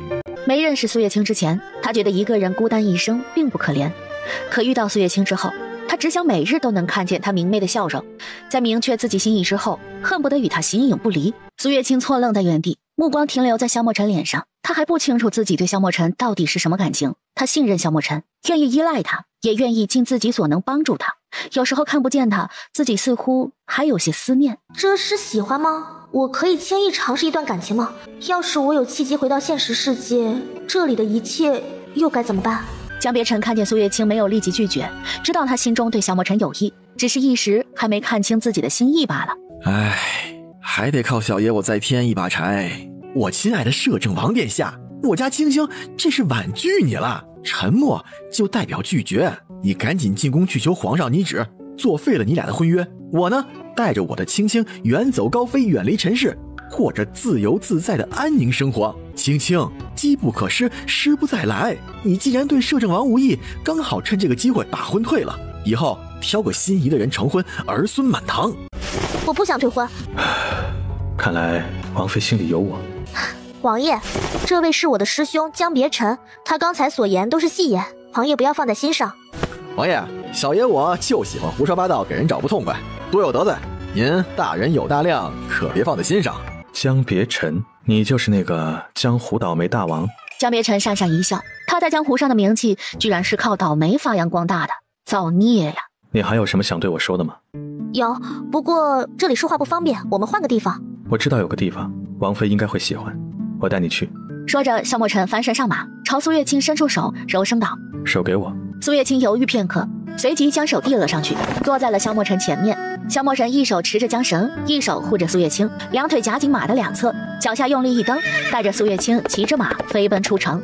这就策马奔腾了？你俩好歹给我安排个住处啊！话说完，江别尘脚下一滑，整个身子向前倾斜，扑腾一声摔到了地上，骨架子都快散架了。他有一种不祥的预感，他接下来又要倒霉了。萧墨尘带着苏月清到了一处偏僻的小山庄。王妃，我们到了。萧墨尘一跃下马，随后扶苏月清下来。你想好了吗？王爷，在选择之前，我可以抱抱你吗？可以。苏月清莞尔一笑，张开双臂，慢慢上前2步，抱住萧墨尘的腰肢，把脑袋贴在了他的胸膛上，随后闭上眼，面色宁静。萧墨尘胸前一阵柔软，鼻尖拂过一缕幽香，不禁心头一片滚烫，心跳砰砰加速，两只手抬起来又放下，眼神纠结，小心翼翼地想要揽住苏月清的后背。犹豫了好久，萧墨尘终于鼓起勇气，想要回抱住苏月清时，苏月清已经从他身上离开。王爷，我们试一试吧。王妃，这是心甘情愿嫁给本王，不是被赐婚圣旨逼迫。心甘情愿不是逼迫，而且我现在也有点喜欢王爷哦。好，本王会继续努力，让你更加喜欢。看你表现喽，满分10分，现在是7分哦。哦，对了，王爷，你为什么非要带我来这里啊？本王想带你看花。啊？看花？王爷，你也太厉害了吧！居然能找到这样一个美如仙境的地方，我最喜欢花花草草了。本王也喜欢，每当本王不开心的时候，就会一个人来到这里，躺在花草之中放空，可以有效的释放烦恼。苏月清和萧墨尘手牵着手走在花梗路上，构成了一幅和谐唯美的画卷。王爷，好看吗？好看，王妃是世界上最好看的人。萧墨尘幽深的眸中欲念逐渐加重，抬手摸了摸苏月清头上的牡丹，随后轻轻把她揽在怀里，低下头。我可以吻你吗？苏月清抬头看向他，眸中也夹杂着些许情愫，点点头。我自风流，路过人间一壶酒，走过春风，白衣遮衫，是一缸浓。笑看他人折流，又是为谁？本王第一次接吻，不太会，会慢慢学。月清被他直白的话呛了一下，脸庞更红了。都行都行，系统发布任务，给萧墨尘解毒，奖励800积分。王爷，我现在帮你解毒吧，解完毒你就可以长命百岁，然后跟我白头到老啦。萧墨尘抱着苏月清，下颚抵在他肩膀上，声音嘶哑。谢谢王妃，能遇见王妃是本王一生最大的幸运。那可不，我可是幸运小天使，你呀赚大发了。两个人盘腿坐在花海正中央，苏月清先帮萧墨尘诊了脉，目前脉搏稳定，体质强硬，很适合动手术。王爷，接下来我要同你说2件事，可能会让你很震惊。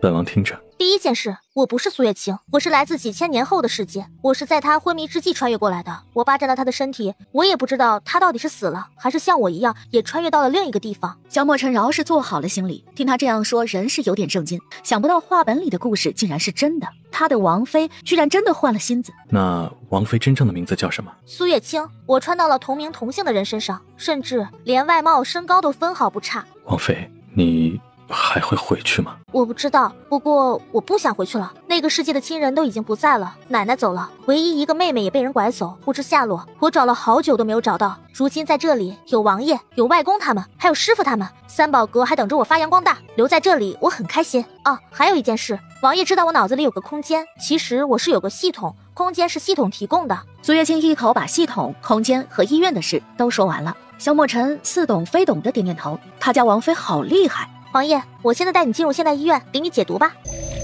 空间2层，萧墨尘进来之后，好奇地打量着现代医院，这里的建筑同北冥天差地别。王爷，这是手术室，就是一会儿我要给你做手术的地方。王爷，我们开始吧。好。王爷，我现在给你打麻醉剂，打完之后你会浑身没有知觉，只需要好好的睡一觉就好，剩下的交给我吧。有劳王妃了。萧墨尘闭上眼睛，感受到一股凉凉的液体进入体内后，昏昏欲睡，渐渐没了意识。苏月清先用血包给萧墨尘补了一会儿血，随后慢慢划开他的肌肤，让身体里含有毒素的血慢慢流出来，将身体内的蛊毒尽数排出。持续了2个时辰后，手术顺利结束，换血成功。苏月清又为萧墨尘诊了脉，发现毒彻底解了。苏月清做完一场大手术，实在是太累了，索性搬了个椅子坐，趴在病床旁小眯了一会儿。在苏月清微微的鼾声中，萧墨尘手指动了动，悠悠睁开了眼睛。他感受到手心一处的柔软，歪头看了看，正看见苏月清熟睡的侧颜。萧墨尘抬起另一只手，慢慢抚上了苏月清的脸颊，轻轻摩擦着。苏月清感受到脸庞处传来冰冰凉凉的触感。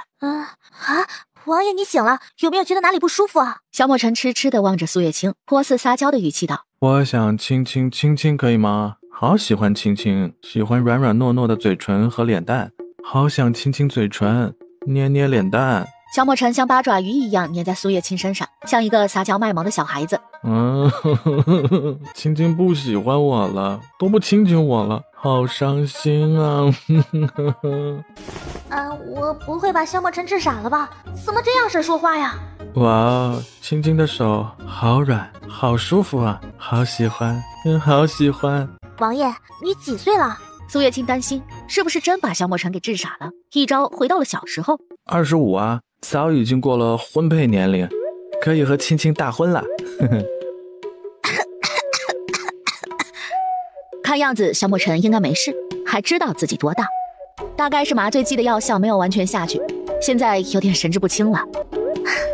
王爷乖，闭上眼睛再睡一会儿，等休息好了我就带你回家。我要青青陪我睡觉觉，一个人睡觉觉怕怕。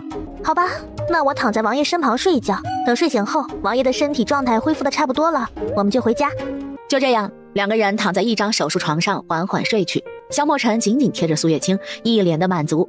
一炷香过后，萧墨尘慢慢睁开了眼睛，晃晃脑袋，懵懂迷离的眼睛逐渐恢复了清明。突然看到身旁睡得正香的苏月清，方才的一幕幕瞬间在记忆中炸开，朝他涌来。天哪，我刚刚都干了什么？我为什么会那样对王妃说话，还逼着人家陪睡？萧墨尘静静地看着眼前的苏月清，轻轻将她额前的碎发撩起，一股喜悦涌上心头。他这样纵容自己，应该不止一点喜欢吧？王爷，你在干嘛？苏月清悠悠睁开眼睛，正看着萧墨尘一脸傻相地凝视着自己。我在发呆。哦，王爷发呆在想什么呢？想要亲亲我吗？亲亲，我不是故意的。我开玩笑的啦，就是想看看王爷是不是忘了刚才的事。走吧，刚做完手术，快1天没吃饭了，我们吃点饭再回去。2个人安安静静吃完饭后，从空间里出去，已经是日薄西山，天色昏暗。哦，对了，王爷，3日内你不可动用内力，否则会遭到毒素的反噬。这几日你就留在山庄安心静养，等身子彻底稳定之后，功力不受影响再回京吧。恭喜宿主完成解毒任务，奖励600分。系统继续发布任务，治好宋老将军的眼睛，奖励600分；治好宋林的腿，奖励600分。好，都听青青的。那青青是留在这里还是回京呢？苏月清踮起脚尖，亲了一下萧墨尘的脸颊，像哄小孩一样安慰道：亲亲王爷，我还有很多事情要处理，恐怕不能陪你了。那等我忙完，等你回来，一定给你举办一个大大的欢迎仪式。本王会乖乖听话的。真乖。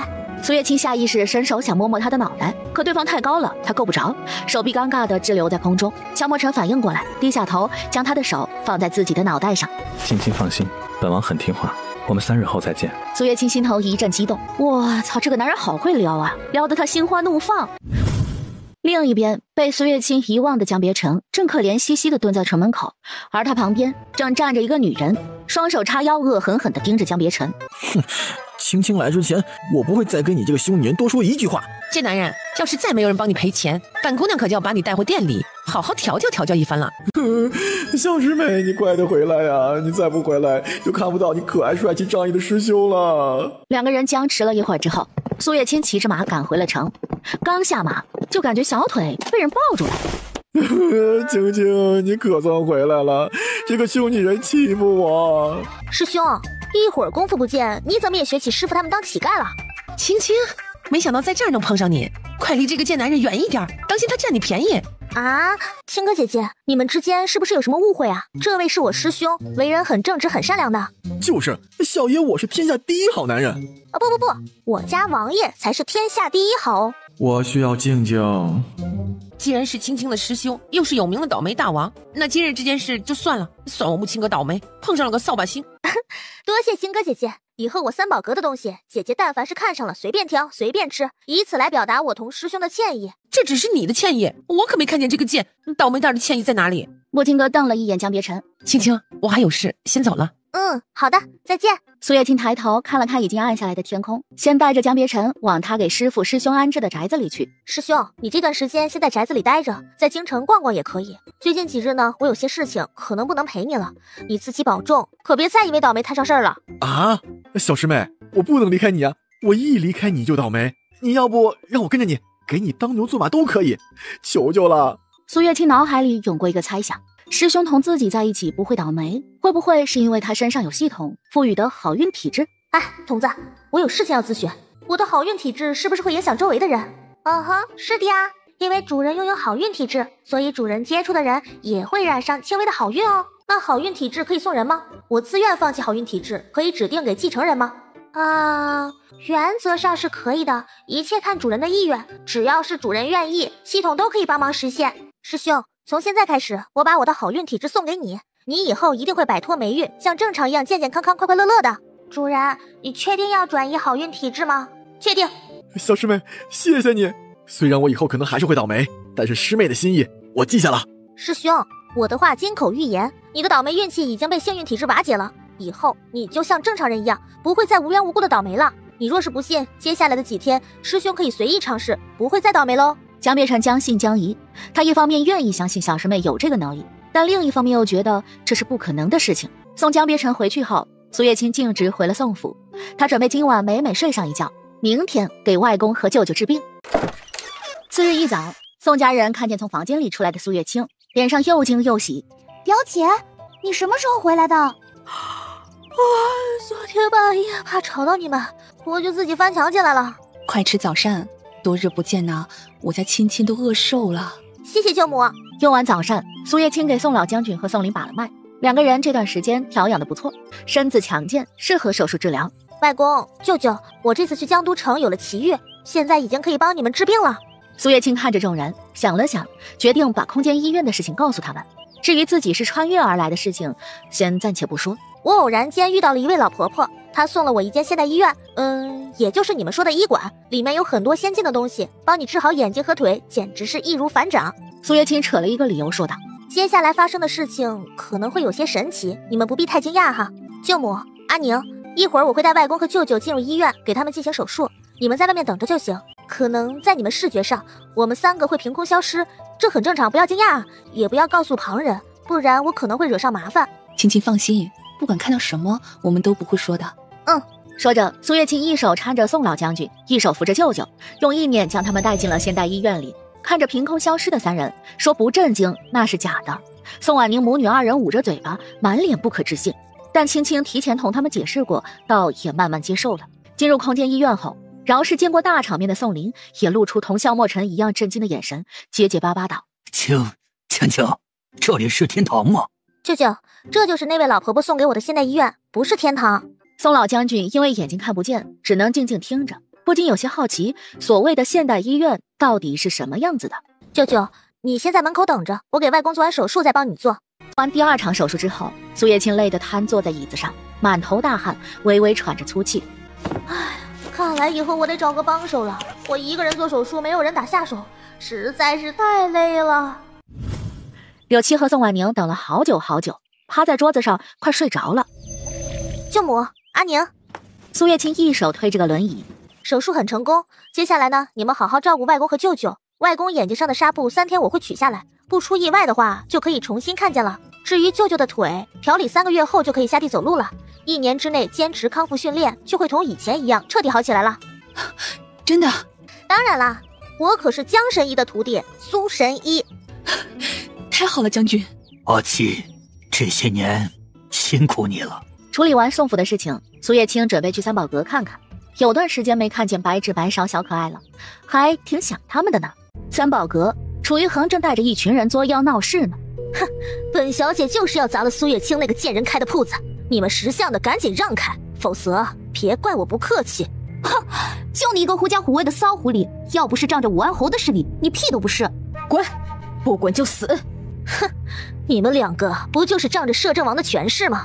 有什么可狂妄的？实话告诉你们，摄政王中毒的消息我都知道，我爹说他活不了多久了，等摄政王一死，你们就等着陪葬吧。王爷中毒的消息只有王府的人知道，楚玉衡为什么会知道？王爷中毒的消息瞒得很深，没有几个人会知道究竟是谁把消息放出去。还好我已经帮他解了毒，3天后即可痊愈。你胡说！王爷中毒的消息绝对不能传开，否则北冥要出大乱子。哼，本小姐不屑于说谎，我爹爹亲口告诉我的。我倒是要看看苏月清那个贱人没了摄政王撑腰，还能得意到几时啊！给我狠狠地砸！谁敢动本姑娘的三宝阁？苏月清抄起棍子，用轻功飞到三宝阁门口。楚小姐，跟人沾边的事儿你是样样不做呢。你也是癞蛤蟆装青蛙，长得丑玩的花，没事就喜欢发神经啊！你这一而再再而三的挑衅我，真当我是好欺负的？上次泼粪水的事儿，给你的教训怎么还不够吗？楚玉衡多少有点害怕苏月清，连连后退了几步，装着胆子说道：“你别太猖狂，摄政王就快死了，以后没人帮你撑腰了。”苏玉清眼神瞬间变得凌厉，伸手掐着楚玉衡的脖子，语气冷冽的像地狱里归来的恶鬼：“说，是谁告诉你王爷中毒的？”楚玉衡身旁的暗卫见了，想要上前，被白纸白芍二人拦住。楚玉衡被掐得满脸通红，眼泪都快要掉下来了，两只手拼命地挣扎着。说不说，再不说，我可就要用力了。我这稍微一用力，你这纤细的小脖子可就要断了。说，我说，山王殿下告诉我爹爹的。萧莫瑶。苏月清眼底闪过一抹杀意，这个人到底有何居心？就那么迫不及待的要谋反吗？可是萧莫瑶是怎么知道的？王府的人不可能出卖萧莫尘。楚玉衡从苏月清手里挣扎出来，立马躲到了安伟身后，只探出一个脑袋，眼里淬着恶毒：“把苏叶青给本小姐碎尸万段！”侍卫见自家小姐安全了，拔起刀剑朝苏月清砍去。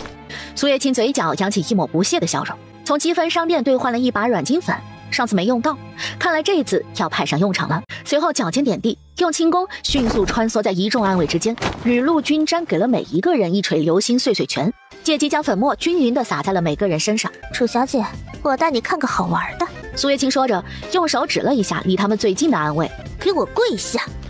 那侍卫只觉得身子瘫软，直接跪在了地上。楚玉衡不知道苏月清用了什么手段，居然能让他的暗卫这般，看着像是木偶一样。别急，还有更好玩的呢。哎呀，你看呐，你的暗卫怎么一个一个都倒下了？软金伞发作，那些暗卫身子瘫软，浑身无力，纷纷都倒了下去。你说这些暗卫都倒下了，那谁来保护你呢？苏月清一把推开楚玉衡，拍拍双手：“哎，真是晦气，本姑娘的三宝阁怎么染上你这个凡人精？苏月清，本小姐以后不找你麻烦了。哼，是吗？我上次警告完你，你也是这样说的哦。系统发布任务，当街暴揍楚玉衡，奖励500积分。哎呀，楚小姐，今天这顿打你是少不了喽。”说着，苏月清撸起袖子，朝着楚玉衡的肚子给了几拳，又对着他的屁股踹了几脚，随后又捡起刚才自己扔到一旁的棍子，浑身上下给他做了一个得劲儿的按摩。苏月清，你饶了我吧，我再也不敢了。本姑娘本着人道主义的要求，这次没有打脸。你要是再没事找茬，本姑娘下一步可就要划烂你的脸，到时候可不是卧床休养这么简单的事儿了。带上你的人，麻溜的滚吧！我去，这个女人连武安侯府的千金都敢打，不能惹，不能惹呀！有几个想要找三宝阁收保护费的混混，目睹了苏月清的手段之后，站在原地瑟瑟发抖。还好我们晚了一步啊，要不刚才被揍的就是我们了。武安侯府，楚玉衡被暗卫抬回去后，躺在床上呻吟不止，身边侍女小心地帮他擦着药。哎呀，该死的苏月清，我一定要你好看！你要让谁好看？江别尘溜进武安侯府，从窗子里翻了出来。谁居然敢擅闯本小姐的卧房？就这点本事，还想雇幽影阁杀人呢？你是谁？来人，快来人啊！有刺客！侍女看见有外男进来，条件反射大喊道。江别尘一个轻功移到他身旁，直接砍晕了他。楚小姐，你不要乱叫哦，否则下一个晕的就是你了。不过就算你叫了，也不会有人来救你的，他们都被我迷晕了。他想干嘛呀？不会是采花贼吧？小爷我可看不上你，这么丑这么凶还这么恶毒。说着，江别尘往外面走了2步，把一具尸体扔在楚于恒床上。这个侍卫你认识吧？3招之内被我搞死了。楚于恒看清侍卫的脸，吓得大叫，这不就是他派去联络幽影阁杀了苏月清的侍卫吗？你居然敢杀我的小师妹，这顿打你是少不了了。说着，江别尘挥动马鞭朝楚于恒身上抽去。虽然隔着被子，但他力度很大，足以让楚于恒隔着被子感受到疼痛。楚于恒，之后若是再让我发现你对苏月清不敬，我下次可就要划破你的脸蛋儿，在上边写字了。楚于恒被打得奄奄一息，眼底满是恐惧，不停地点头。这苏月清也太可怕了，他身边的人也太可怕了。这把匕首留给你，日后再想做坏事的时候，先想想结果。哦，对了，若是你敢告诉武安侯，我有10000种方法可以弄死你。江别尘临走时威胁道，不是他不怜香惜玉，而是现在涉及他家小师妹的事情，他必须要快准狠。从昨晚开始，他就不再倒霉了，偶尔运气好还会捡个小东西，一直持续到现在。小师妹说的是真的，他真的把自己的运气全部都给了他。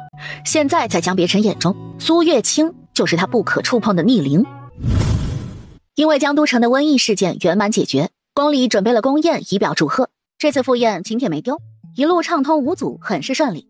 苏月清感觉到这次进宫，宫里的人对他都很热情，尤其是太后。他刚走进大殿里就被太后叫住了，连带着阿宁。太后不知道今日吃了什么口味的蜂蜜，对着他和阿宁就是哐哐一顿夸。看他们的表情，多少有点奇怪，或有点婆婆看儿媳妇的意思。青青啊，你和墨尘的婚事定下，打算什么时候成亲啊？太后娘娘，这得看王爷的意思。苏月清直接将这个问题抛给了萧墨尘，避开了这个话题。太后点点头，想想也是，改日墨尘进宫，我得问问他，成亲的事情可得抓紧，别到手的媳妇又跑了。尤其是像青青这样温柔能干又善良的媳妇。见苏月清这边问不出来什么，太后又将话题引到了宋婉宁这边。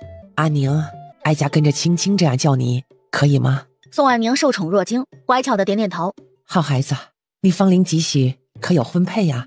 有没有心仪男子啊？太后娘娘，臣女1年前刚行过及笄礼，尚未婚配，也没有意中人。太后嘴角抑制不住的往上扬，年岁相仿，看来皇帝还有机会。坐在下面的苏月瑶看见苏月清同太后聊得那样欢，脸上满是嫉妒。该死的苏月清，凭什么刚一进来就得了太后的青睐？我不服！至于坐在另一旁的赵云烟，冷冷看着苏月清，眼底满是讥讽。哼，我倒要看看这苏月清到底能高兴到几时。听说苏月清单独同陌生男子回京，而且举止亲昵，若是这件事情被人大做文章……赵云烟收回眼神，瞥向萧莫饶的座位，看见他正饶有兴趣地盯着苏月清看，眼神里还带着几分欣赏，眼底的恶毒又多了几分。安王殿下只能是他的，苏月清这样的贱人不配染指。青青啊，宴会就要开始了，你坐在哀家身旁吧。太后，这不合礼数，我坐在王爷的位置更合适。苏月清和宋婉宁落座之后，萧锦战也一身黄袍走来。宴会正式开始，萧莫饶看了一眼萧墨尘的位置，发现是空的，来了几分兴趣。难道是蛊毒提前发作，萧墨尘快死了？这个女人有几分能耐，居然能以一人之力救治了江都城的瘟疫，还带了这么多粮食过去，有点意思。在歌姬表演时候，殿外突然冲进来一个陌生男子，直直冲向苏月清的座位。青青啊，你怎么能欺骗我的感情？在江都城那几日的情爱与时光，你都忘了吗？你躺在我怀里看星星看月亮的场景，你都忘了吗？这个狗男人哪里来的？平白无故污蔑我的清白，你是谁？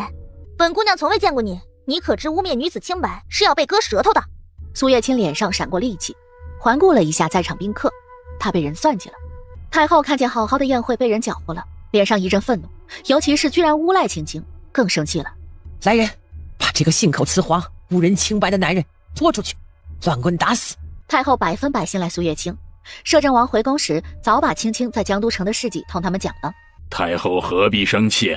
本侯看他所言非虚，况且苏月清离京数日，来去都是和男子一道，难保不会暗生情愫，做了什么越界的事情。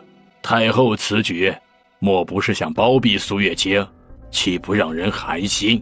武安侯其实并不知道今天会有这样一幕，他站起来阻拦，也只是想让苏月清难堪，最好还能证实他私通男人，让他沦为京城笑柄，以解自己心头之气，为女儿出气。但武安侯想如何？大殿之上还轮不到你说了算。武安侯若是执意维护他，那便一同受罚。母后说的是，朕相信苏小姐。侯爷，若是本姑娘证明了自己的清白，你必须跪下来给我道歉，再学3声狗叫，你敢吗？若是不敢，就不要在这里狗叫，丢人现眼。武安侯如今被苏月清架在台子上，若是不答应，说明他心虚，气势上就短了一截；若是答应，他根本就不知道跪着的男人所言是真是假，平白给人当枪使。哼，怎么，武安侯这是做贼心虚了？莫非这狗男人是你派来诬陷本姑娘的？哼，苏月清，本侯答应你的要求，不过若是你当真与这个男人私通有染，你要脱光衣服绕着京城爬一圈。随便，反正这不要脸的事儿我又没干。赵云嫣懒懒坐在坐垫上，眼底闪过得逞的笑意。狗男人，你说你我之间有私情，可有证据？青青，你我虽未行周公之礼，但也有了肌肤之亲啊。你耳畔后有一处蝴蝶胎记，你还将贴身肚兜送了我。原主耳畔确实有一处蝴蝶胎记，但我嫌它不好看，早就用激光剔除了，如今已经看不出痕迹。看来今天这个局参与的人不少啊。知道我耳畔有胎记的，应该只有身边的人，而巴不得我遭殃的，也只有相府那几位了。贴身肚兜，你可真敢说啊你！我是摄政王未来的王妃，殿下有颜有钱，不知道比你好看多少倍。你一个癞蛤蟆，究竟受了谁的指使来陷害我？青青啊，这肚兜是你亲手给我的，上面还绣着你的名字啊！这确实是大小姐的肚兜。大小姐，你素来行事荒唐，不懂礼数。姐姐去世早，我身为相爷的续弦，对你千般教诲，万般叮嘱，可你就是不肯听啊！如今居然闹出了这样大的丑闻，相爷都是妾身管教不严，没有教育好大小姐，才让她惹下这般祸事啊！你胡说，表姐才不会做这样的事。宋婉宁大声吼道，已经顾不得什么仪态规矩了。都是你这个坏女人，先害死我姑姑，还想要害表姐。宋府真是上不了台面，宫宴之上，岂容你一介女子胡言乱语，编排丞相府？宋宁还想说什么，被苏月清拦住了。对人这事交给他来干。爹爹长得人模狗样的，想必呀是把墨水喝到肚子里，这五脏六腑都黑透了。现在居然伙同外人诬陷自己的亲生女儿。苏月清早不把苏和安当爹看，已经免疫他对自己的恶毒了。哼，你俩是那不出鸡的鸡崽吧？蛋都坏里面了，俗称坏蛋。人要对自己说过的话负责哦。今日诬陷我，来日我可要报复回去哦。苏月清一口气回怼回去，把苏和安气得脸红脖子粗，碍于众人都在，不好发作。苏月清真是恶人有恶报，就连自己家人都不站在自己身旁。皇上冷冷扫了一眼苏和安夫妇，丞相之位该换人了。苏月清静静看着众人的姿态，不慌不忙从积分商城里兑换了1粒真话丸。真话丸药如其名，吃了口吐真言，若有半句假话，心如刀绞。男人感到眉心一痛，忍不住叫喊出声。苏月清则趁机将真话丸扔进了他的嘴巴里。你们既然胡说八道完了，那轮到我陈述事实了。侯爷，一会儿输了可要记得下跪学狗叫哦。武安侯冷嗤一声，如今事实俱在，不管苏月清接下来说什么都无济于事。这条鸳鸯肚兜是谁拿给你的？男人张口要说苏月清的名字，可嘴巴张开，体内剧痛不止，五脏六腑像被刀绞一样，无论如何也说不出苏月清这3个字来。你怎么不说了？男人实在是忍受不了剧痛，听着大脑指挥，改口道：是相府的一个丫鬟给我的。怪不得方才一口咬定是苏月清的肚兜呢，合着就是他们给出去的。李雪柔强装镇静，实则手心已经满是虚汗，浸湿了衣袖。是谁指使你陷害本姑娘的？是楚玉衡，楚小姐。正在紧张的赵云嫣听到男人说出的是楚玉衡的名字，默默松了一口气。还好他够机灵，是打着楚玉衡的名义派人跟男人对接的，就算是事情败露，也有楚玉衡背锅，跟他没关系。你胡说！玉衡正在家中卧床休养，一连几日都没有出门。可街头之人说的就是楚小姐的名讳，莫不是真的是玉衡指使手下做的？苏月清听到幕后之人是楚玉衡，半信半疑。楚玉衡虽然有可能做出这样的事，但也不至于这么频繁吧？这伤还没养好，又要作妖了。我耳朵后面确实有蝴蝶胎记，是谁告诉你的？这也是相府那个丫鬟，不过那丫鬟戴着面纱，我认不清她的脸，只记得她眼角有一个黑痣。苏月清一只手拎起男人，朝着李雪柔的方向走去，众人不禁啧舌。苏月清竟然能单手拎起一个成年男人！李雪柔脸上浮现出惊恐，如今的苏月清像一个疯子，见谁都打。仔细看看这几个相府丫鬟有没有与你碰头的那个？就是他，是他给了我鸳鸯肚兜，还告诉我你耳畔处有蝴蝶胎记。你撒谎，我从未见过你。那日我们见面，你手掌不小心被划破了，现在应该还有疤痕。听他说完，苏月清几个大步上前，拽住那个丫鬟的手一看，果然还有划痕，随后朝众人展示了一下。这下众人还有什么不明白的？想不到相府夫人表面对着苏月清笑意盈盈的，背后却在想着如何害他。好你个吃里扒外的狗东西，居然在我眼皮子底下陷害大小姐，连累本夫人，你是何居心？丫鬟被一掌打懵了，这些分明是夫人指使他做的呀。抬头刚要喊冤，可对上夫人那恐吓的眼神，立马就放弃了狡辩的心思。他如今父母都在夫人手里，一旦供出夫人，他们性命堪忧。都是奴婢的错，奴婢对大小姐不满，才生出了荒唐的想法，夫人恕罪啊！柔儿善良贤淑，被下人蒙骗，并无过错。但凡有个脑子的人都知道，这丫鬟是替李雪柔背锅，这个渣渣爹还在那里恋爱呢，傻了吧唧的信任他的好夫人。既然如此，那就请皇上把丫鬟关进慎刑司里，看看他说的到底是不是真话吧。万一受人胁迫呢？丫鬟一听要进慎刑司，进去后不死也得丢半条命啊！心一横，起身跑向柱子，一头撞了上去。霎时，丫鬟额头鲜血直流，歪着脑袋死了。苏月清见丫鬟死了，知道今日是没办法落实李雪柔的罪名了，悠悠看了他一眼，这个仇他来日再报。大人饶命，都是他们指使我这样做的，他们说事成之后给我万两黄金呢。苏月清呵呵一笑，掏出匕首捏住男人的嘴，将匕首捅进他的嘴巴里，直接把他的舌头割掉了。本姑娘说过，说假话诬陷人是要掉舌头的。男人捂着鲜血直流的嘴巴呜呜大叫，在场众人不禁一惊，心里对苏月清产生了几分畏惧。侯爷，轮到你跪下学狗叫了。哼，苏月清，你受不起本侯的跪。这菜就多练，输不起就别玩。你若是不跪下磕头，我敢保证，明日京城就会传遍侯爷以势欺人、不守承诺的名声。到时候，恐怕侯爷在京城百姓中的声誉会一落千丈啊！苏月清威胁道：“今天晚上萧墨尘的毒应该就彻底解除了，有了靠山，他谁都敢对。”苏月清，你敢威胁本侯？武安侯拔起腰间的佩剑，直冲冲朝着苏月清砍去。哼，你先动手的，打不过可不要哭鼻子哦。在武安侯杀过来的瞬间，苏月清从空间里兑换了一条鞭子，躲过武安侯进攻的同时，同他厮打起来。这个武安侯真是活腻了，三番五次在大殿上挑衅，不知天高地厚。苏月清武功和武安侯不相上下，但因为天生力气大，逐渐占了上风，抽中武安侯好几鞭。武安侯气性不稳，没想到苏月清居然会武，而且武功不在他之下，招招致命，但凡有一丝差错，就会让他丧命。苏月清加快了攻势，步步紧逼。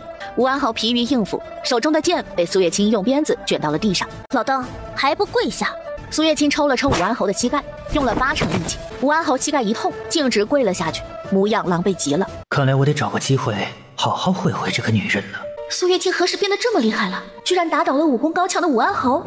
正坐在上面为苏月清担心的皇帝和太后，见苏月清有惊无险打败了武安侯，才喝退站在一旁随时准备加入战斗的羽林卫。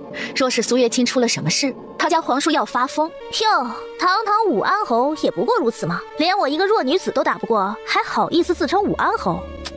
真是世界大了，什么傻波都有。你这样一个残害百姓、干啥不行的人，居然还能当上武安侯？老邓，到了学狗叫的环节了。呸！你做梦！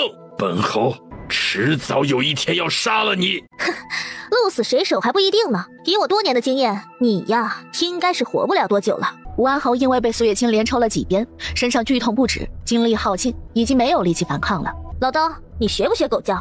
不学。学不学？不学。学不学？不学。武安侯誓死不改口。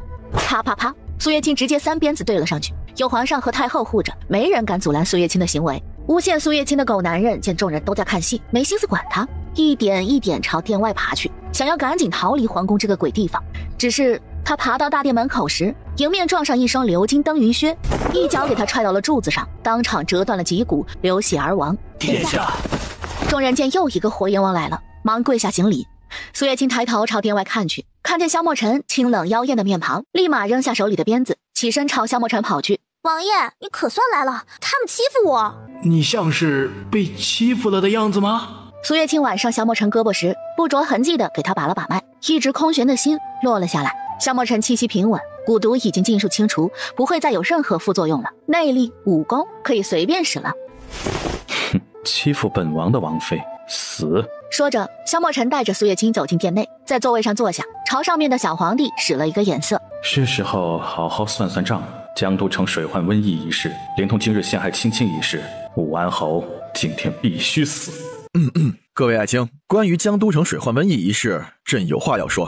小李子，把人带上来。是。一刻钟之后，一个身穿囚服、脚戴镣铐的犯人被2个侍卫押了上来。武安侯，你可认识他？武安侯不知道皇帝为何突然这样问，朝罪犯看了一眼，瞬间脸色惨白，脸上浮现出惊恐。这个囚犯正是他派去江都城开闸放水、传播瘟疫的侍卫。说吧，江都城的事情是不是武安侯指使你的？陛下，是武安侯指使我，为了造成混乱，派我去江都城炸断水闸，传播瘟疫，让江都城水患瘟疫四起，一片动乱。武安侯想逼江都城百姓造反，自己率兵救驾，而后趁机逼宫，把控朝政。在支走摄政王之后，侯爷暗中集结兵马，随时准备以救驾之名逼宫。男人补充道，将武安侯所有底细交代得一清二楚。胡说！你在诬陷本侯，本侯对你这般信任，你居然背叛本侯，不惜诬陷本侯。信任？侯爷，你杀我全家，以救命之恩让我替你卖命，这是信任。一想到自己为杀死全家的凶手死心塌地的卖命4年，男人就一阵心痛，觉得自己可笑。可如今摄政王居然告诉他，杀他全家的就是武安侯，甚至把当初的证据完完全全的呈现在了自己面前。当初武安侯垂涎自己妻子美貌，寻个机会到了自己家中，当着父母的面当众凌辱了妻子，妻子不堪受辱，自尽而亡。死前已有2个月的身孕，自己父母也被武安侯派人砍死，自己那时在外免遭劫难，回家路上碰巧被人追杀，是武安侯救了他。武安侯见他功夫非同一般，身手了得，就收在了身旁。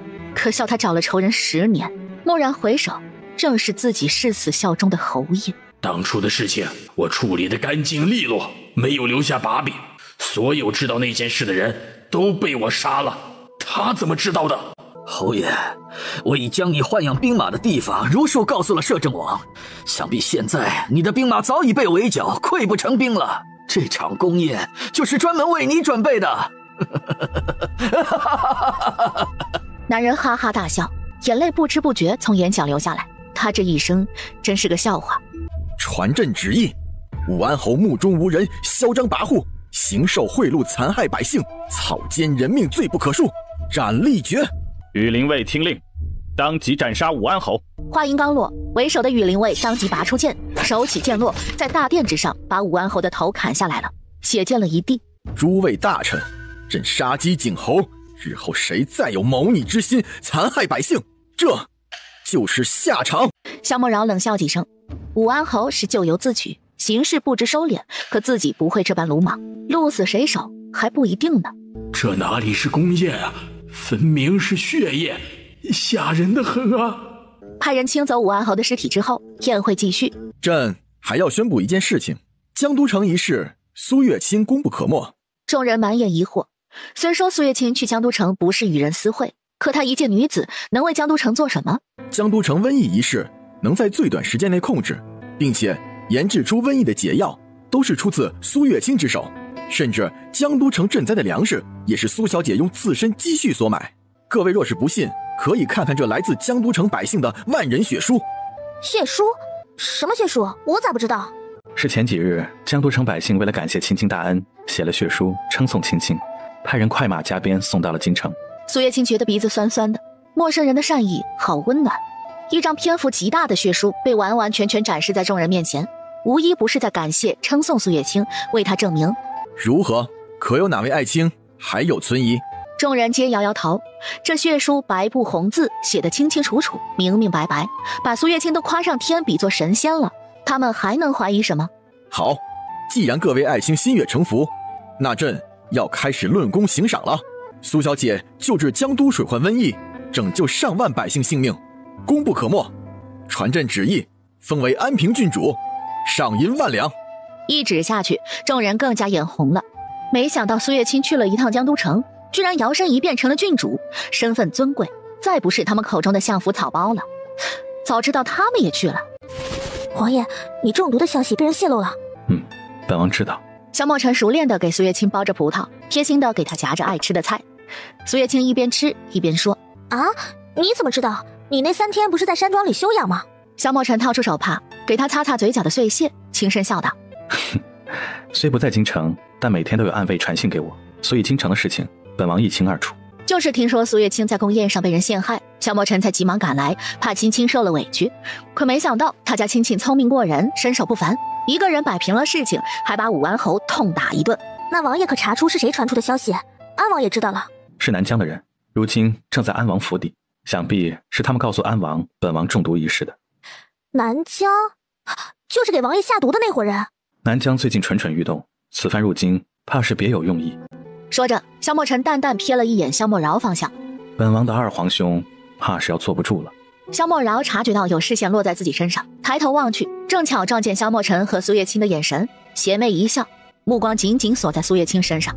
苏月清脸上划过一抹厌恶，他讨厌别人这样带着侵占性的眼神。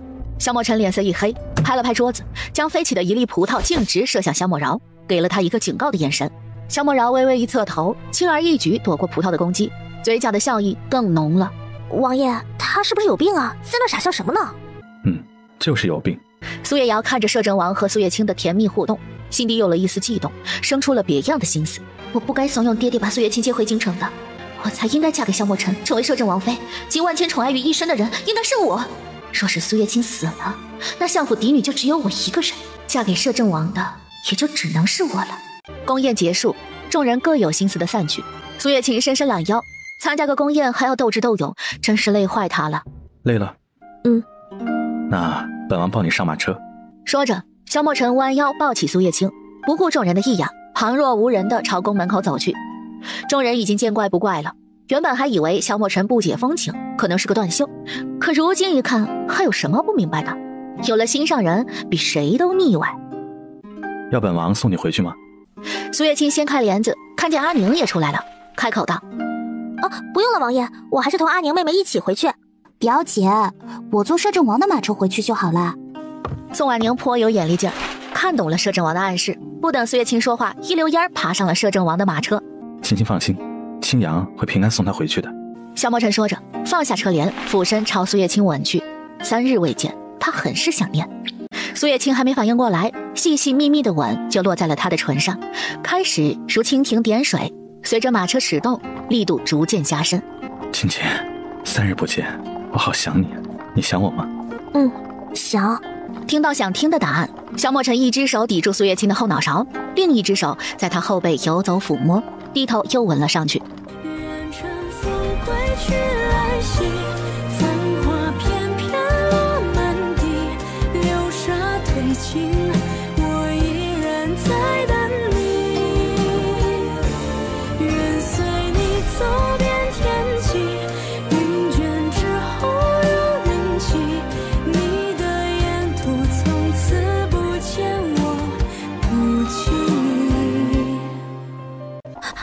王爷，你今日怎么有点发疯的样子啊？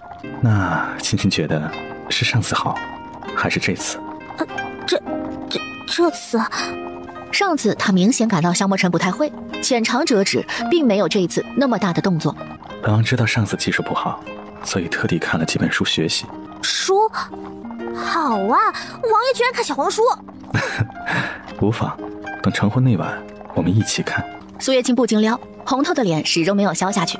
这调戏人方面，他确实比不上萧墨尘。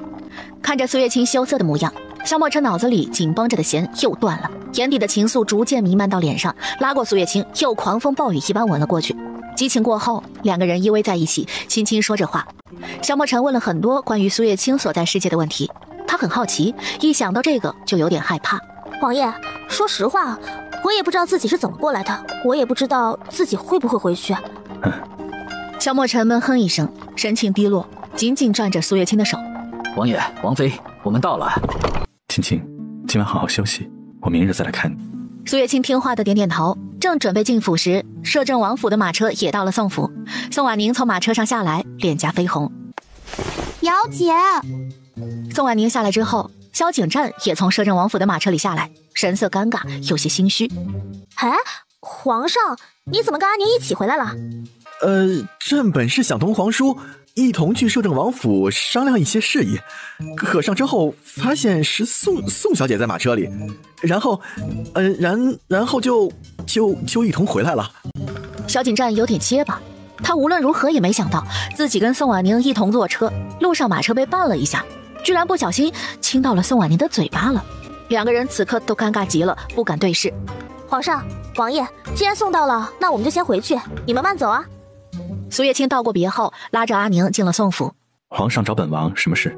皇叔，武安侯一死，无人镇守边境，东篱怕是会蠢蠢欲动。萧墨尘抬头看了一眼宋府的牌匾，不紧不慢地说道：不急，北冥陨落的2位将军快要回来了。哈？萧景战不明白皇叔什么意思，随着他的视线往上看，只看见泛黄的宋府2个大字，不明所以。萧墨尘淡淡道：没什么，以后皇上就知道了。萧景战哦了一声，心思飘飘。自从刚才路上不小心亲到宋婉宁之后，我怎么老是想起她？次日一早，因为外公眼睛上的纱布到中午才能拆开，苏月清准备先去三宝阁看看。只是他刚走到大门口，就看见了摄政王的马车。萧墨尘正在马车旁负手而立，看样子是在等他。王爷，你大清早怎么在这里啊？不用上朝吗？今日本王休沐，特地来等你。说话间，已经扶着苏月清上了马车。青青，本王有礼物要送给你。啊，礼物？又不是逢年过节的，送什么礼物啊？在本王心里，每天都是与青青在一起的节日。苏月清之前没发现，原来萧墨尘这么能花言巧语。不过别说，他还挺喜欢的。马车缓缓驶向摄政王府。王爷，你要送我什么呀？嘘，天机不可泄露。两人说说笑笑，马车很快到了摄政王府。萧墨尘扶着苏月清下了马车，带着苏月清来到了自己所在的海棠院。哇！苏月清看着满院的海棠树，伸手就接住了一朵花瓣。好漂亮的院子啊！青青，喜欢吗？喜欢啊，我最喜欢的就是海棠花了。喜欢就好。对了，王爷，你要送我什么呀？青青，等我一会儿，本王去拿东西。好的。萧墨尘转身走进屋里，打开暗格，从里面拿出了一个长长细细的盒子，掸了掸上面的灰尘。青青，这就是本王想送你的礼物。这是什么？青青，打开看看。打开盒子，掀开盒子里的绸缎，2柄金黄灿烂的宝剑映入眼帘，冷飕飕，明亮亮，如2痕秋水一般。王爷是要送我兵器啊？苏月清心里涌过一阵暖流，不禁感慨萧墨尘心思细腻，注意到自己没有恪守兵器，特地送了他一套。这是鸳鸯剑，双剑合一，威力无穷。王爷，鸳鸯剑给我了，那你用什么兵器啊？苏月清知道鸳鸯剑对萧墨尘来说意义重大，不然也不会如此珍爱，里3层外3层的包裹着。本王另有兵器，鸳鸯剑是师傅送给本王的。师傅说鸳鸯剑阴阳相合，若是运用妥当，剑力无穷，威力无边，让本王送给日后心仪的女子。萧墨尘盯着苏月清的脸庞，眉眼之间满是笑意。本王以为鸳鸯剑这辈子都送不出去了，只能陪着本王下地狱，可没想到遇到了青青，本王很开心。谢谢王爷，我也很开心。王爷，这2把剑有别名吧？总不能一个叫鸳剑，一个叫鸯剑吧？没有别名，青青给他们起个名字吧。这把鸳剑叫初一，这把鸯剑叫15。所谓躲得了初一，躲不了15。日后我拿出鸳鸯剑，就天下无敌了。王妃起的名字真好听。我也这么觉得。爹，恭喜宿主获得鸳鸯剑，最新任务学会鸳鸯剑20招式，奖励1000积分哦。苏月清听到脑子里的系统突发任务，立即来了兴致。他正想学学鸳鸯剑怎么用呢，他家系统真是贴心。王爷，这鸳鸯剑有剑谱吗？有，本王正准备给你呢。不过师傅说，鸳鸯剑双手同时使用，互不干扰，相互配合才能发挥出最大威力。师傅说过，能将鸳鸯剑功力发挥到极致的，只有师娘一人。哼，王爷，我也可以的哦。苏月清翻看第一招式，将动作铭记于心，腾空一跃到空地上，按照剑谱上的招式左右开弓。开始时候动作略显笨拙，可经过10几次的训练之后，已经可以熟练掌握第一个招式了。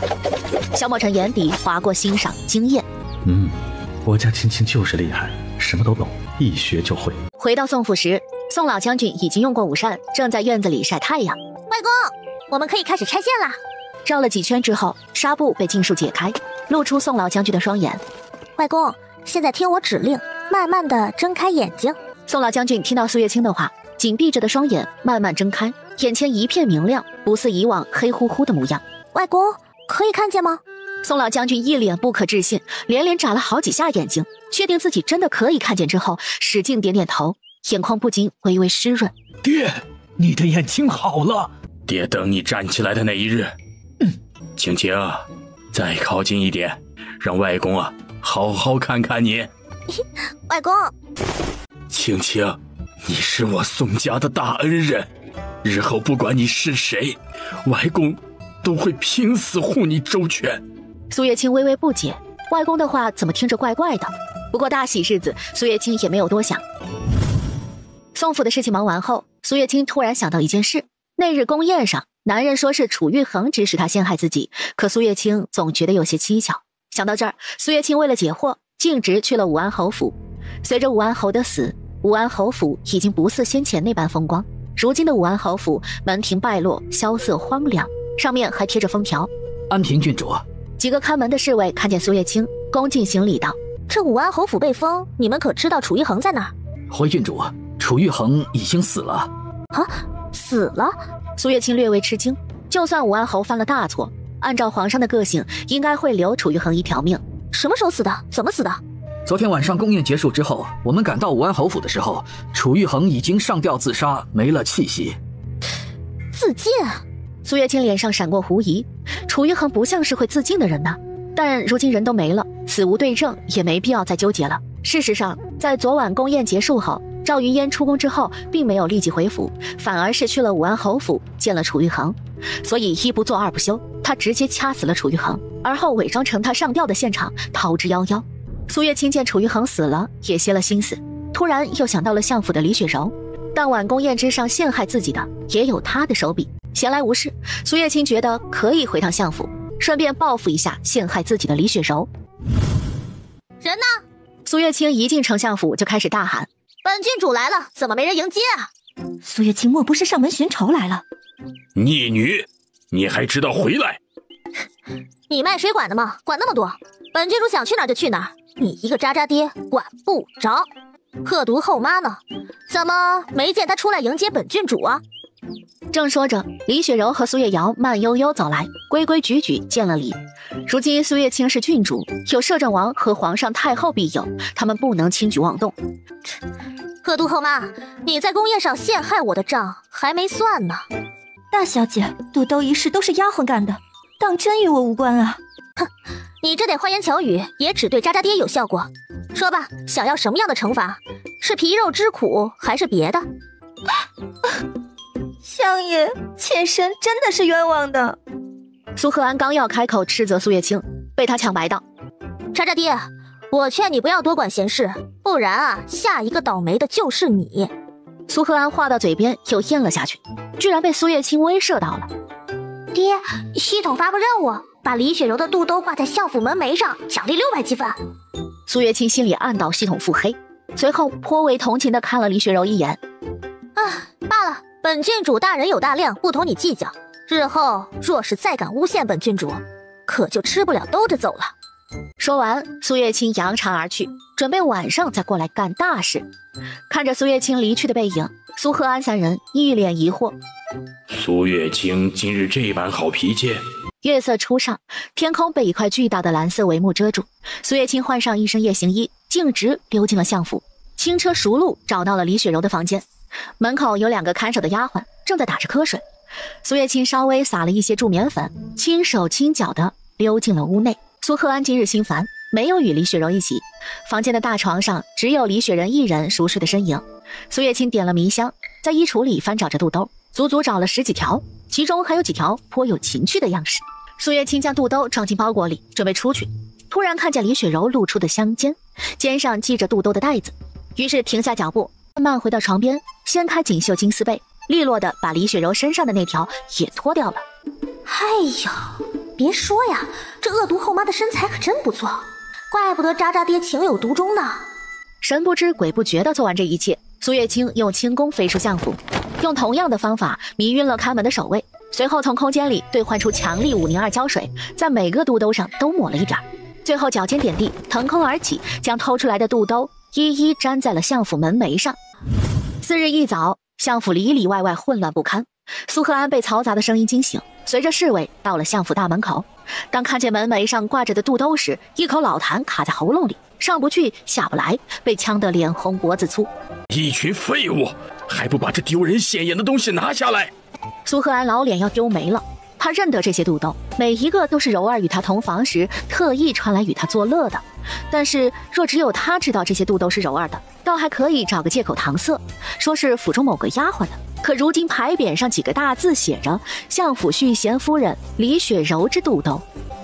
老爷，夫人的肚兜拿不下来，无论怎么用力都纹丝不动的。苏月清牌的超级502的威力可不容小觑，那就把牌匾一起卸下来。说完，甩甩袖子朝李雪柔的听雪院走去，他要去问问到底是怎么回事。苏赫安来到听雪院时候，眉头一皱：“夫人呢？”苏赫安踹醒还在昏睡的丫鬟，冷声质问道：“回老爷，夫人应该还在屋里。”走进里屋时，蓦然瞪大了眼睛，只见地上衣物散落一地，一片狼藉，屋内还弥漫着迷烟的气息，很显然是有贼人闯了进来。苏赫安走到床边，看到李雪柔昨日穿的里衣被扔在地上，眉头皱得更紧了。掀开被子，就看见自家夫人赤裸裸滑溜溜的身子一丝不挂，尤其看到她肩膀处还有一道红印，与他们往日亲密时留下的痕迹极为相似。瞬间怒火中烧，一巴掌扇醒了正在熟睡的人。那疤痕是苏月清昨晚脱李雪柔衣裳不小心用力过度弄上去的。李雪柔一脸懵逼地睁开眼睛，慢悠悠起身，看到自己纹丝不挂时惊慌失措，当即用被子遮盖住身体。老爷，昨日你来我房里了。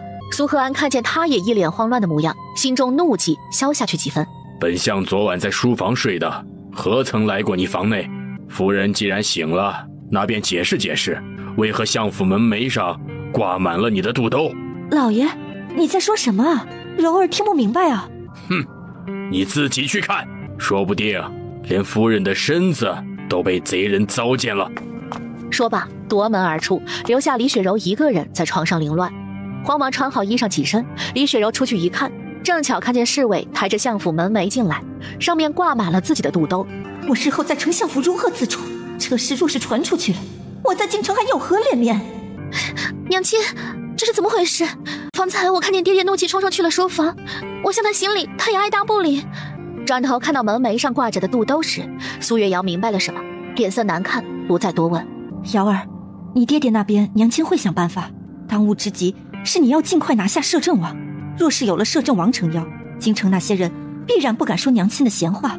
苏月清一大清早就拿着2个大包子蹲在相府门口看热闹，看见相府门匾又被卸下来后，心里一阵舒坦。苏小姐，可否赏脸同本王吃盏茶？萧莫瑶怎么突然找上我了？不好意思啊，本姑娘没空。苏小姐就不怕我告诉丞相和丞相夫人，这肚兜一事是出自你的手笔吗？汉王殿下在威胁我，不过你觉得我会怕吗？知道是我干的又如何？相府那群人啊，恨我入骨，也不差这一点半点的仇恨。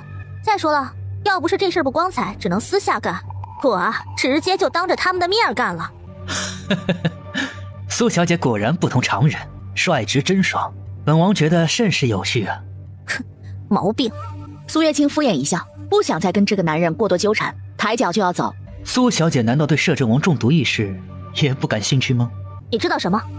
陪本王吃盏茶，我们边吃边聊。苏月清思忖片刻，跟着他去了醉仙楼。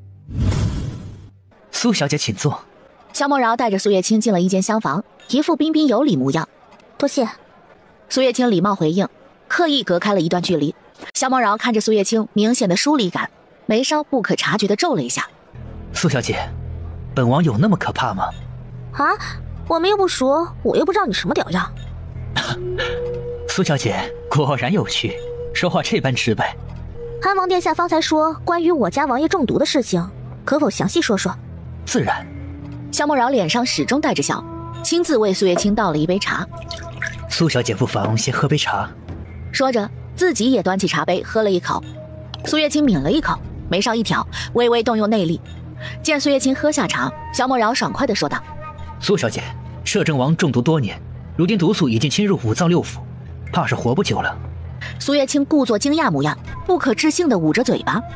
啊，真的吗？安王殿下是从哪里得到的消息？莫不是谣传吧？萧梦瑶很满意苏月清的反应，笑意加深。本王前段日子抓获了一个南疆细作，从他嘴里套出来的。如今南疆细作已死，没什么可隐瞒的，索性实话实说，说不定还能得到这个女人的信任。苏月清点点头，原来是这样啊。安王殿下告诉我这些是何用意啊？萧梦瑶眼眸一冷，看苏月清的样子，意识到他刚才似乎是在耍自己，忍着心底不快道：苏小姐，摄政王时日无多，若是嫁给他，日后怕是要是活寡。既然这样，苏小姐何不另谋出路？苏月清算是看清楚了，合着萧梦瑶是来挖墙脚的。多谢安王殿下的好意，不过我家王爷英俊帅气，善良大度，身体健康无虞，日后呢定会长命百岁的。再说本姑娘不在乎我家王爷中毒与否，无论如何我苏月清都不离不弃。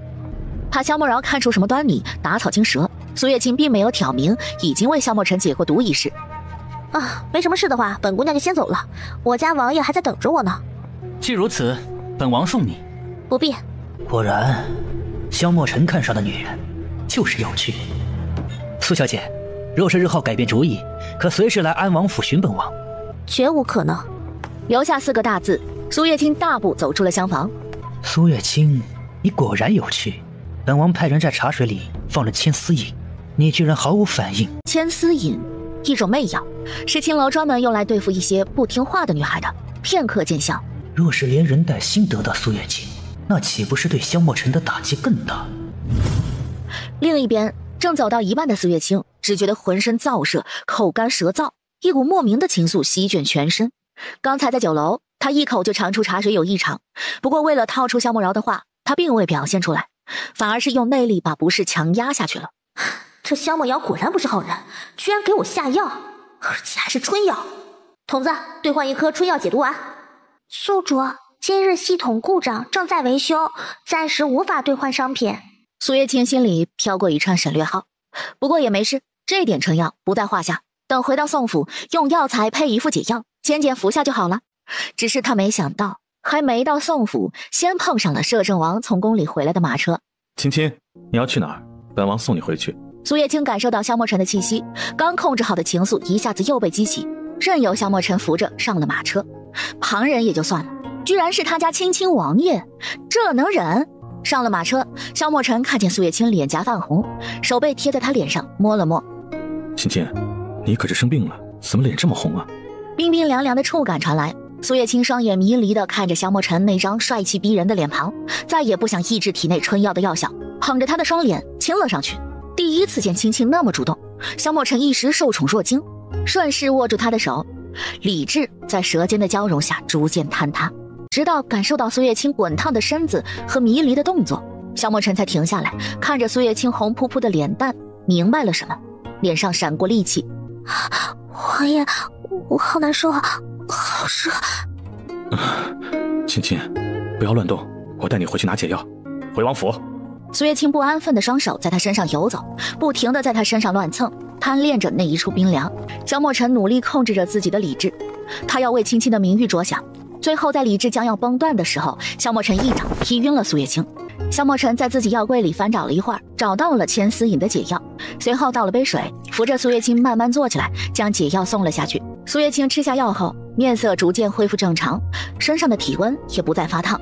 至于萧墨尘，正在书房里一边念着清心咒，一边抄写，以泄心中的欲火。日落西沉，天色渐黑，苏月清悠悠醒来，感觉脑袋还有点晕晕的，昏睡前的记忆逐渐浮现在脑海里，我这么没有意志力的吗？萧梦辰看见苏月清醒来，脸上一喜，只是看见他人红着脸，不禁上前摸了摸他的额头，疑惑道：咦，解药失效了吗？王爷，对不起，我被人下药了。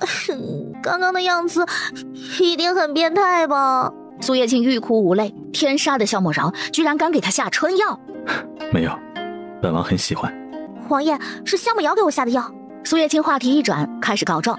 而且确实如王爷所说，萧莫瑶抓到了一个南郊细作，是他泄露了王爷中毒的消息。萧莫尘眼神瞬间犀利，狭长优美的黑眸闪上寒冷冰雾，像地狱里归来的厉鬼。清清乖，我先送你回宋府，你好好休息。送苏月清回府之后，萧莫尘并没有回摄政王府，而是调转方向去了安王府。安王府，萧莫饶正躺在贵妃椅上，看着眼前衣不蔽体、穿着一层薄纱若隐若现的舞女们，脑海里莫名浮现出了苏月清骄傲的脸庞，顿时兴趣全无。滚出去！萧莫饶将酒杯砸在地上，冷冷吼道。几位女子被吓了一跳，忙捡起掉在地上的衣裳，识趣地关门出去了。王爷，不好了，厨房走水了，火势太大，已经烧了半个安王府了。废物，快给本王救火！随后踹开房门，一眼看到了火光滔天的火势，周身散发出了强大的怒意。由于火势太大，蔓延极快，根本无法控制，足足持续了1个时辰，整个安王府烧为灰烬。萧莫饶站在树梢上，冷眼看着成为灰烬的安王府，无意中瞥见了一个熟悉的身影。萧莫尘。萧莫饶动用轻功飞了过去，眸中倒映着怒火。是你干的对不对？是本王。安王日后若是再对本王的王妃生出什么不好的念头，做了什么不好的事，可就不只是烧光王府这般简单了。想不到不近女色的摄政王，有朝一日也会为一个女人牵肠挂肚。不过，苏月清不是你一个人的，本王凭什么不能抢？你找死！萧莫尘一掌劈过去，用了10成的功力。萧莫饶感受到男人的杀招，迅速躲闪，心里划过疑惑。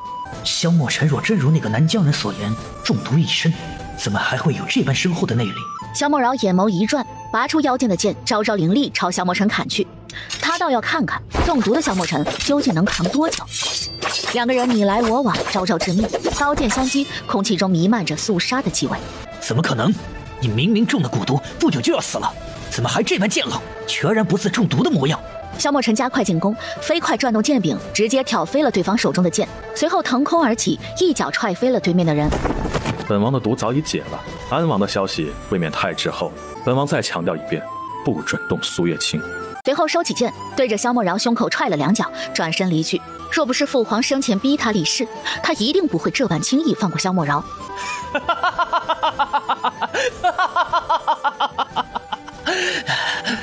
他终于找到了萧莫尘的软肋。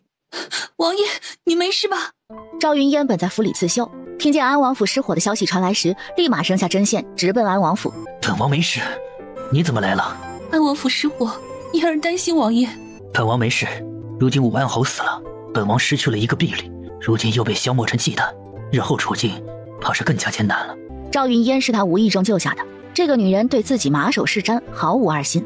是以萧莫饶并未在他面前设防，偶尔还会卖惨赢得同情。殿下不必担心，爹爹会一直支持殿下。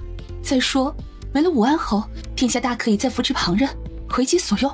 当初赵云烟接近楚玉衡，与他成为密友，也是为了赢得武安侯对萧莫饶的支持。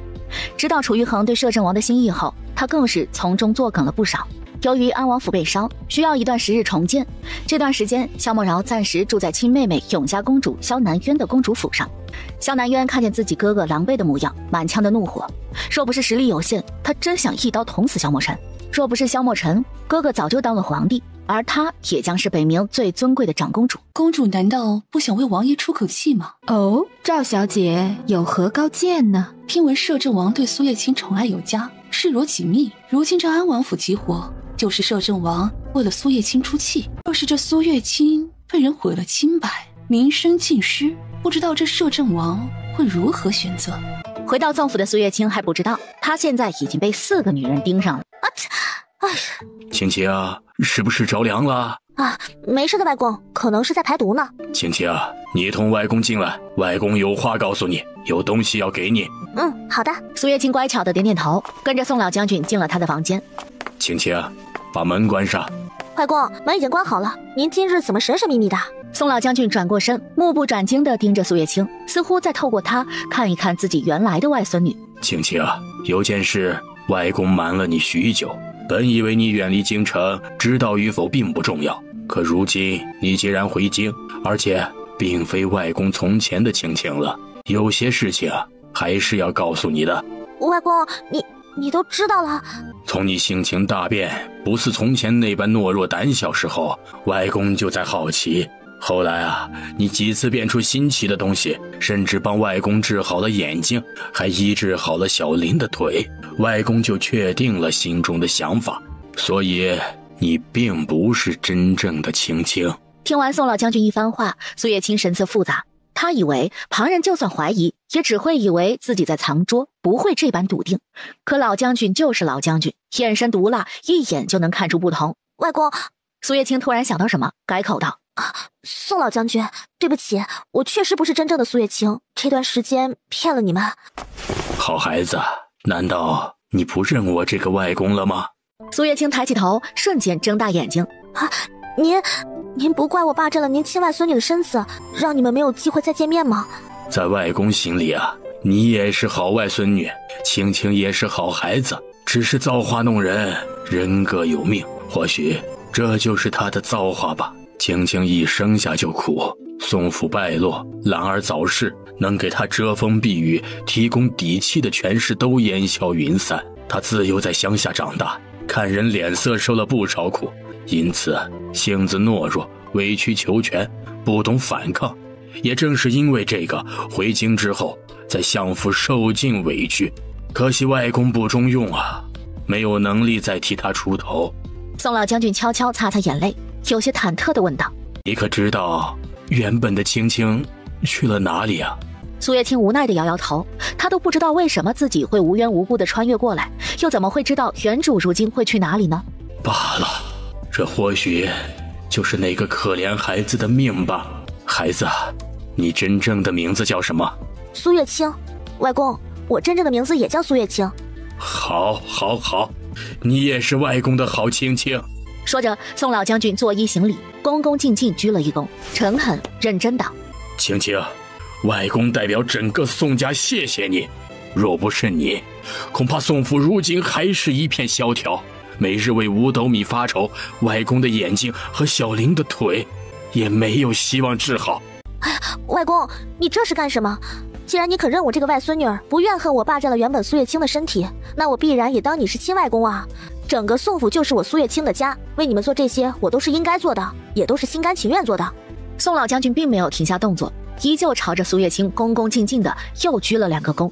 青青，你是我宋家的恩人。苏月清没有办法，只能默默往旁边撤步，等宋老将军行完礼，才把他扶了起来。外公，你方才有事瞒了我许久，是什么事啊？关于你的身世。身世？我的身世不是很简单吗？就是个不受宠的相府嫡女啊。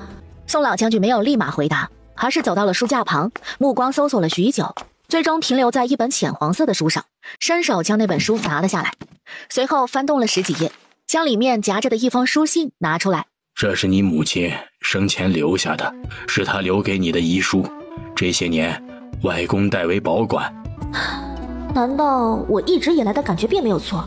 我真的不是苏荷安亲生的，所以才会被他百般厌弃。苏月清缓缓打开书信，白纸黑字映入眼前。看完信后，苏月清微微皱眉，觉得实在是太荒唐了。原来原主的娘亲宋兰在嫁给渣渣爹之前有心上人，而且2个人已经互诉心意，许了终身。可天有不测风云，大婚前几日，侍卫突然凭空消失，翻遍整个京城也没有找到他的下落，因此婚事取消。京城不少有心之人动了心思，渣渣爹那时正需要助力，自然也有了攀上将军府的心思。只是宋兰那时心灰意冷，决意终身不嫁。可京城传言不断，将军府名声一落千丈，宋兰不想连累父兄，最终还是机械地成了婚，最后选择了表面斯文谦卑的苏荷安。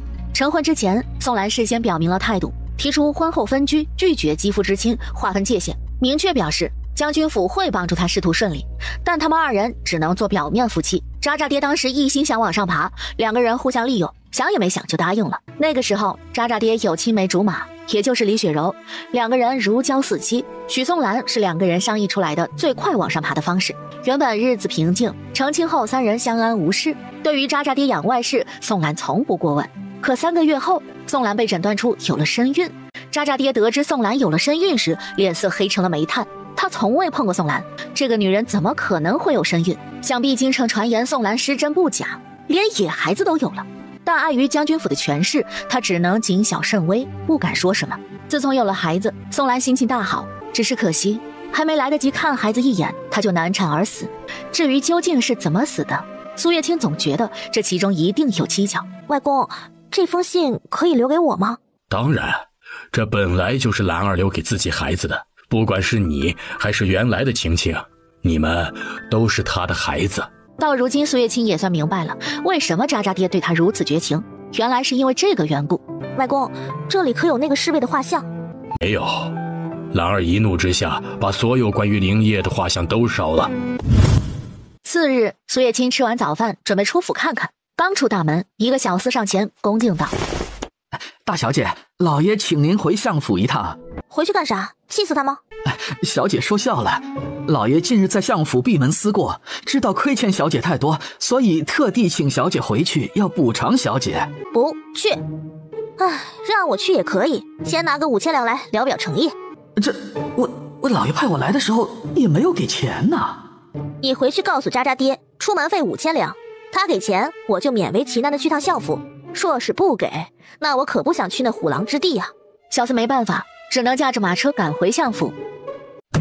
逆女，如今老夫请她来，倒还要花钱了。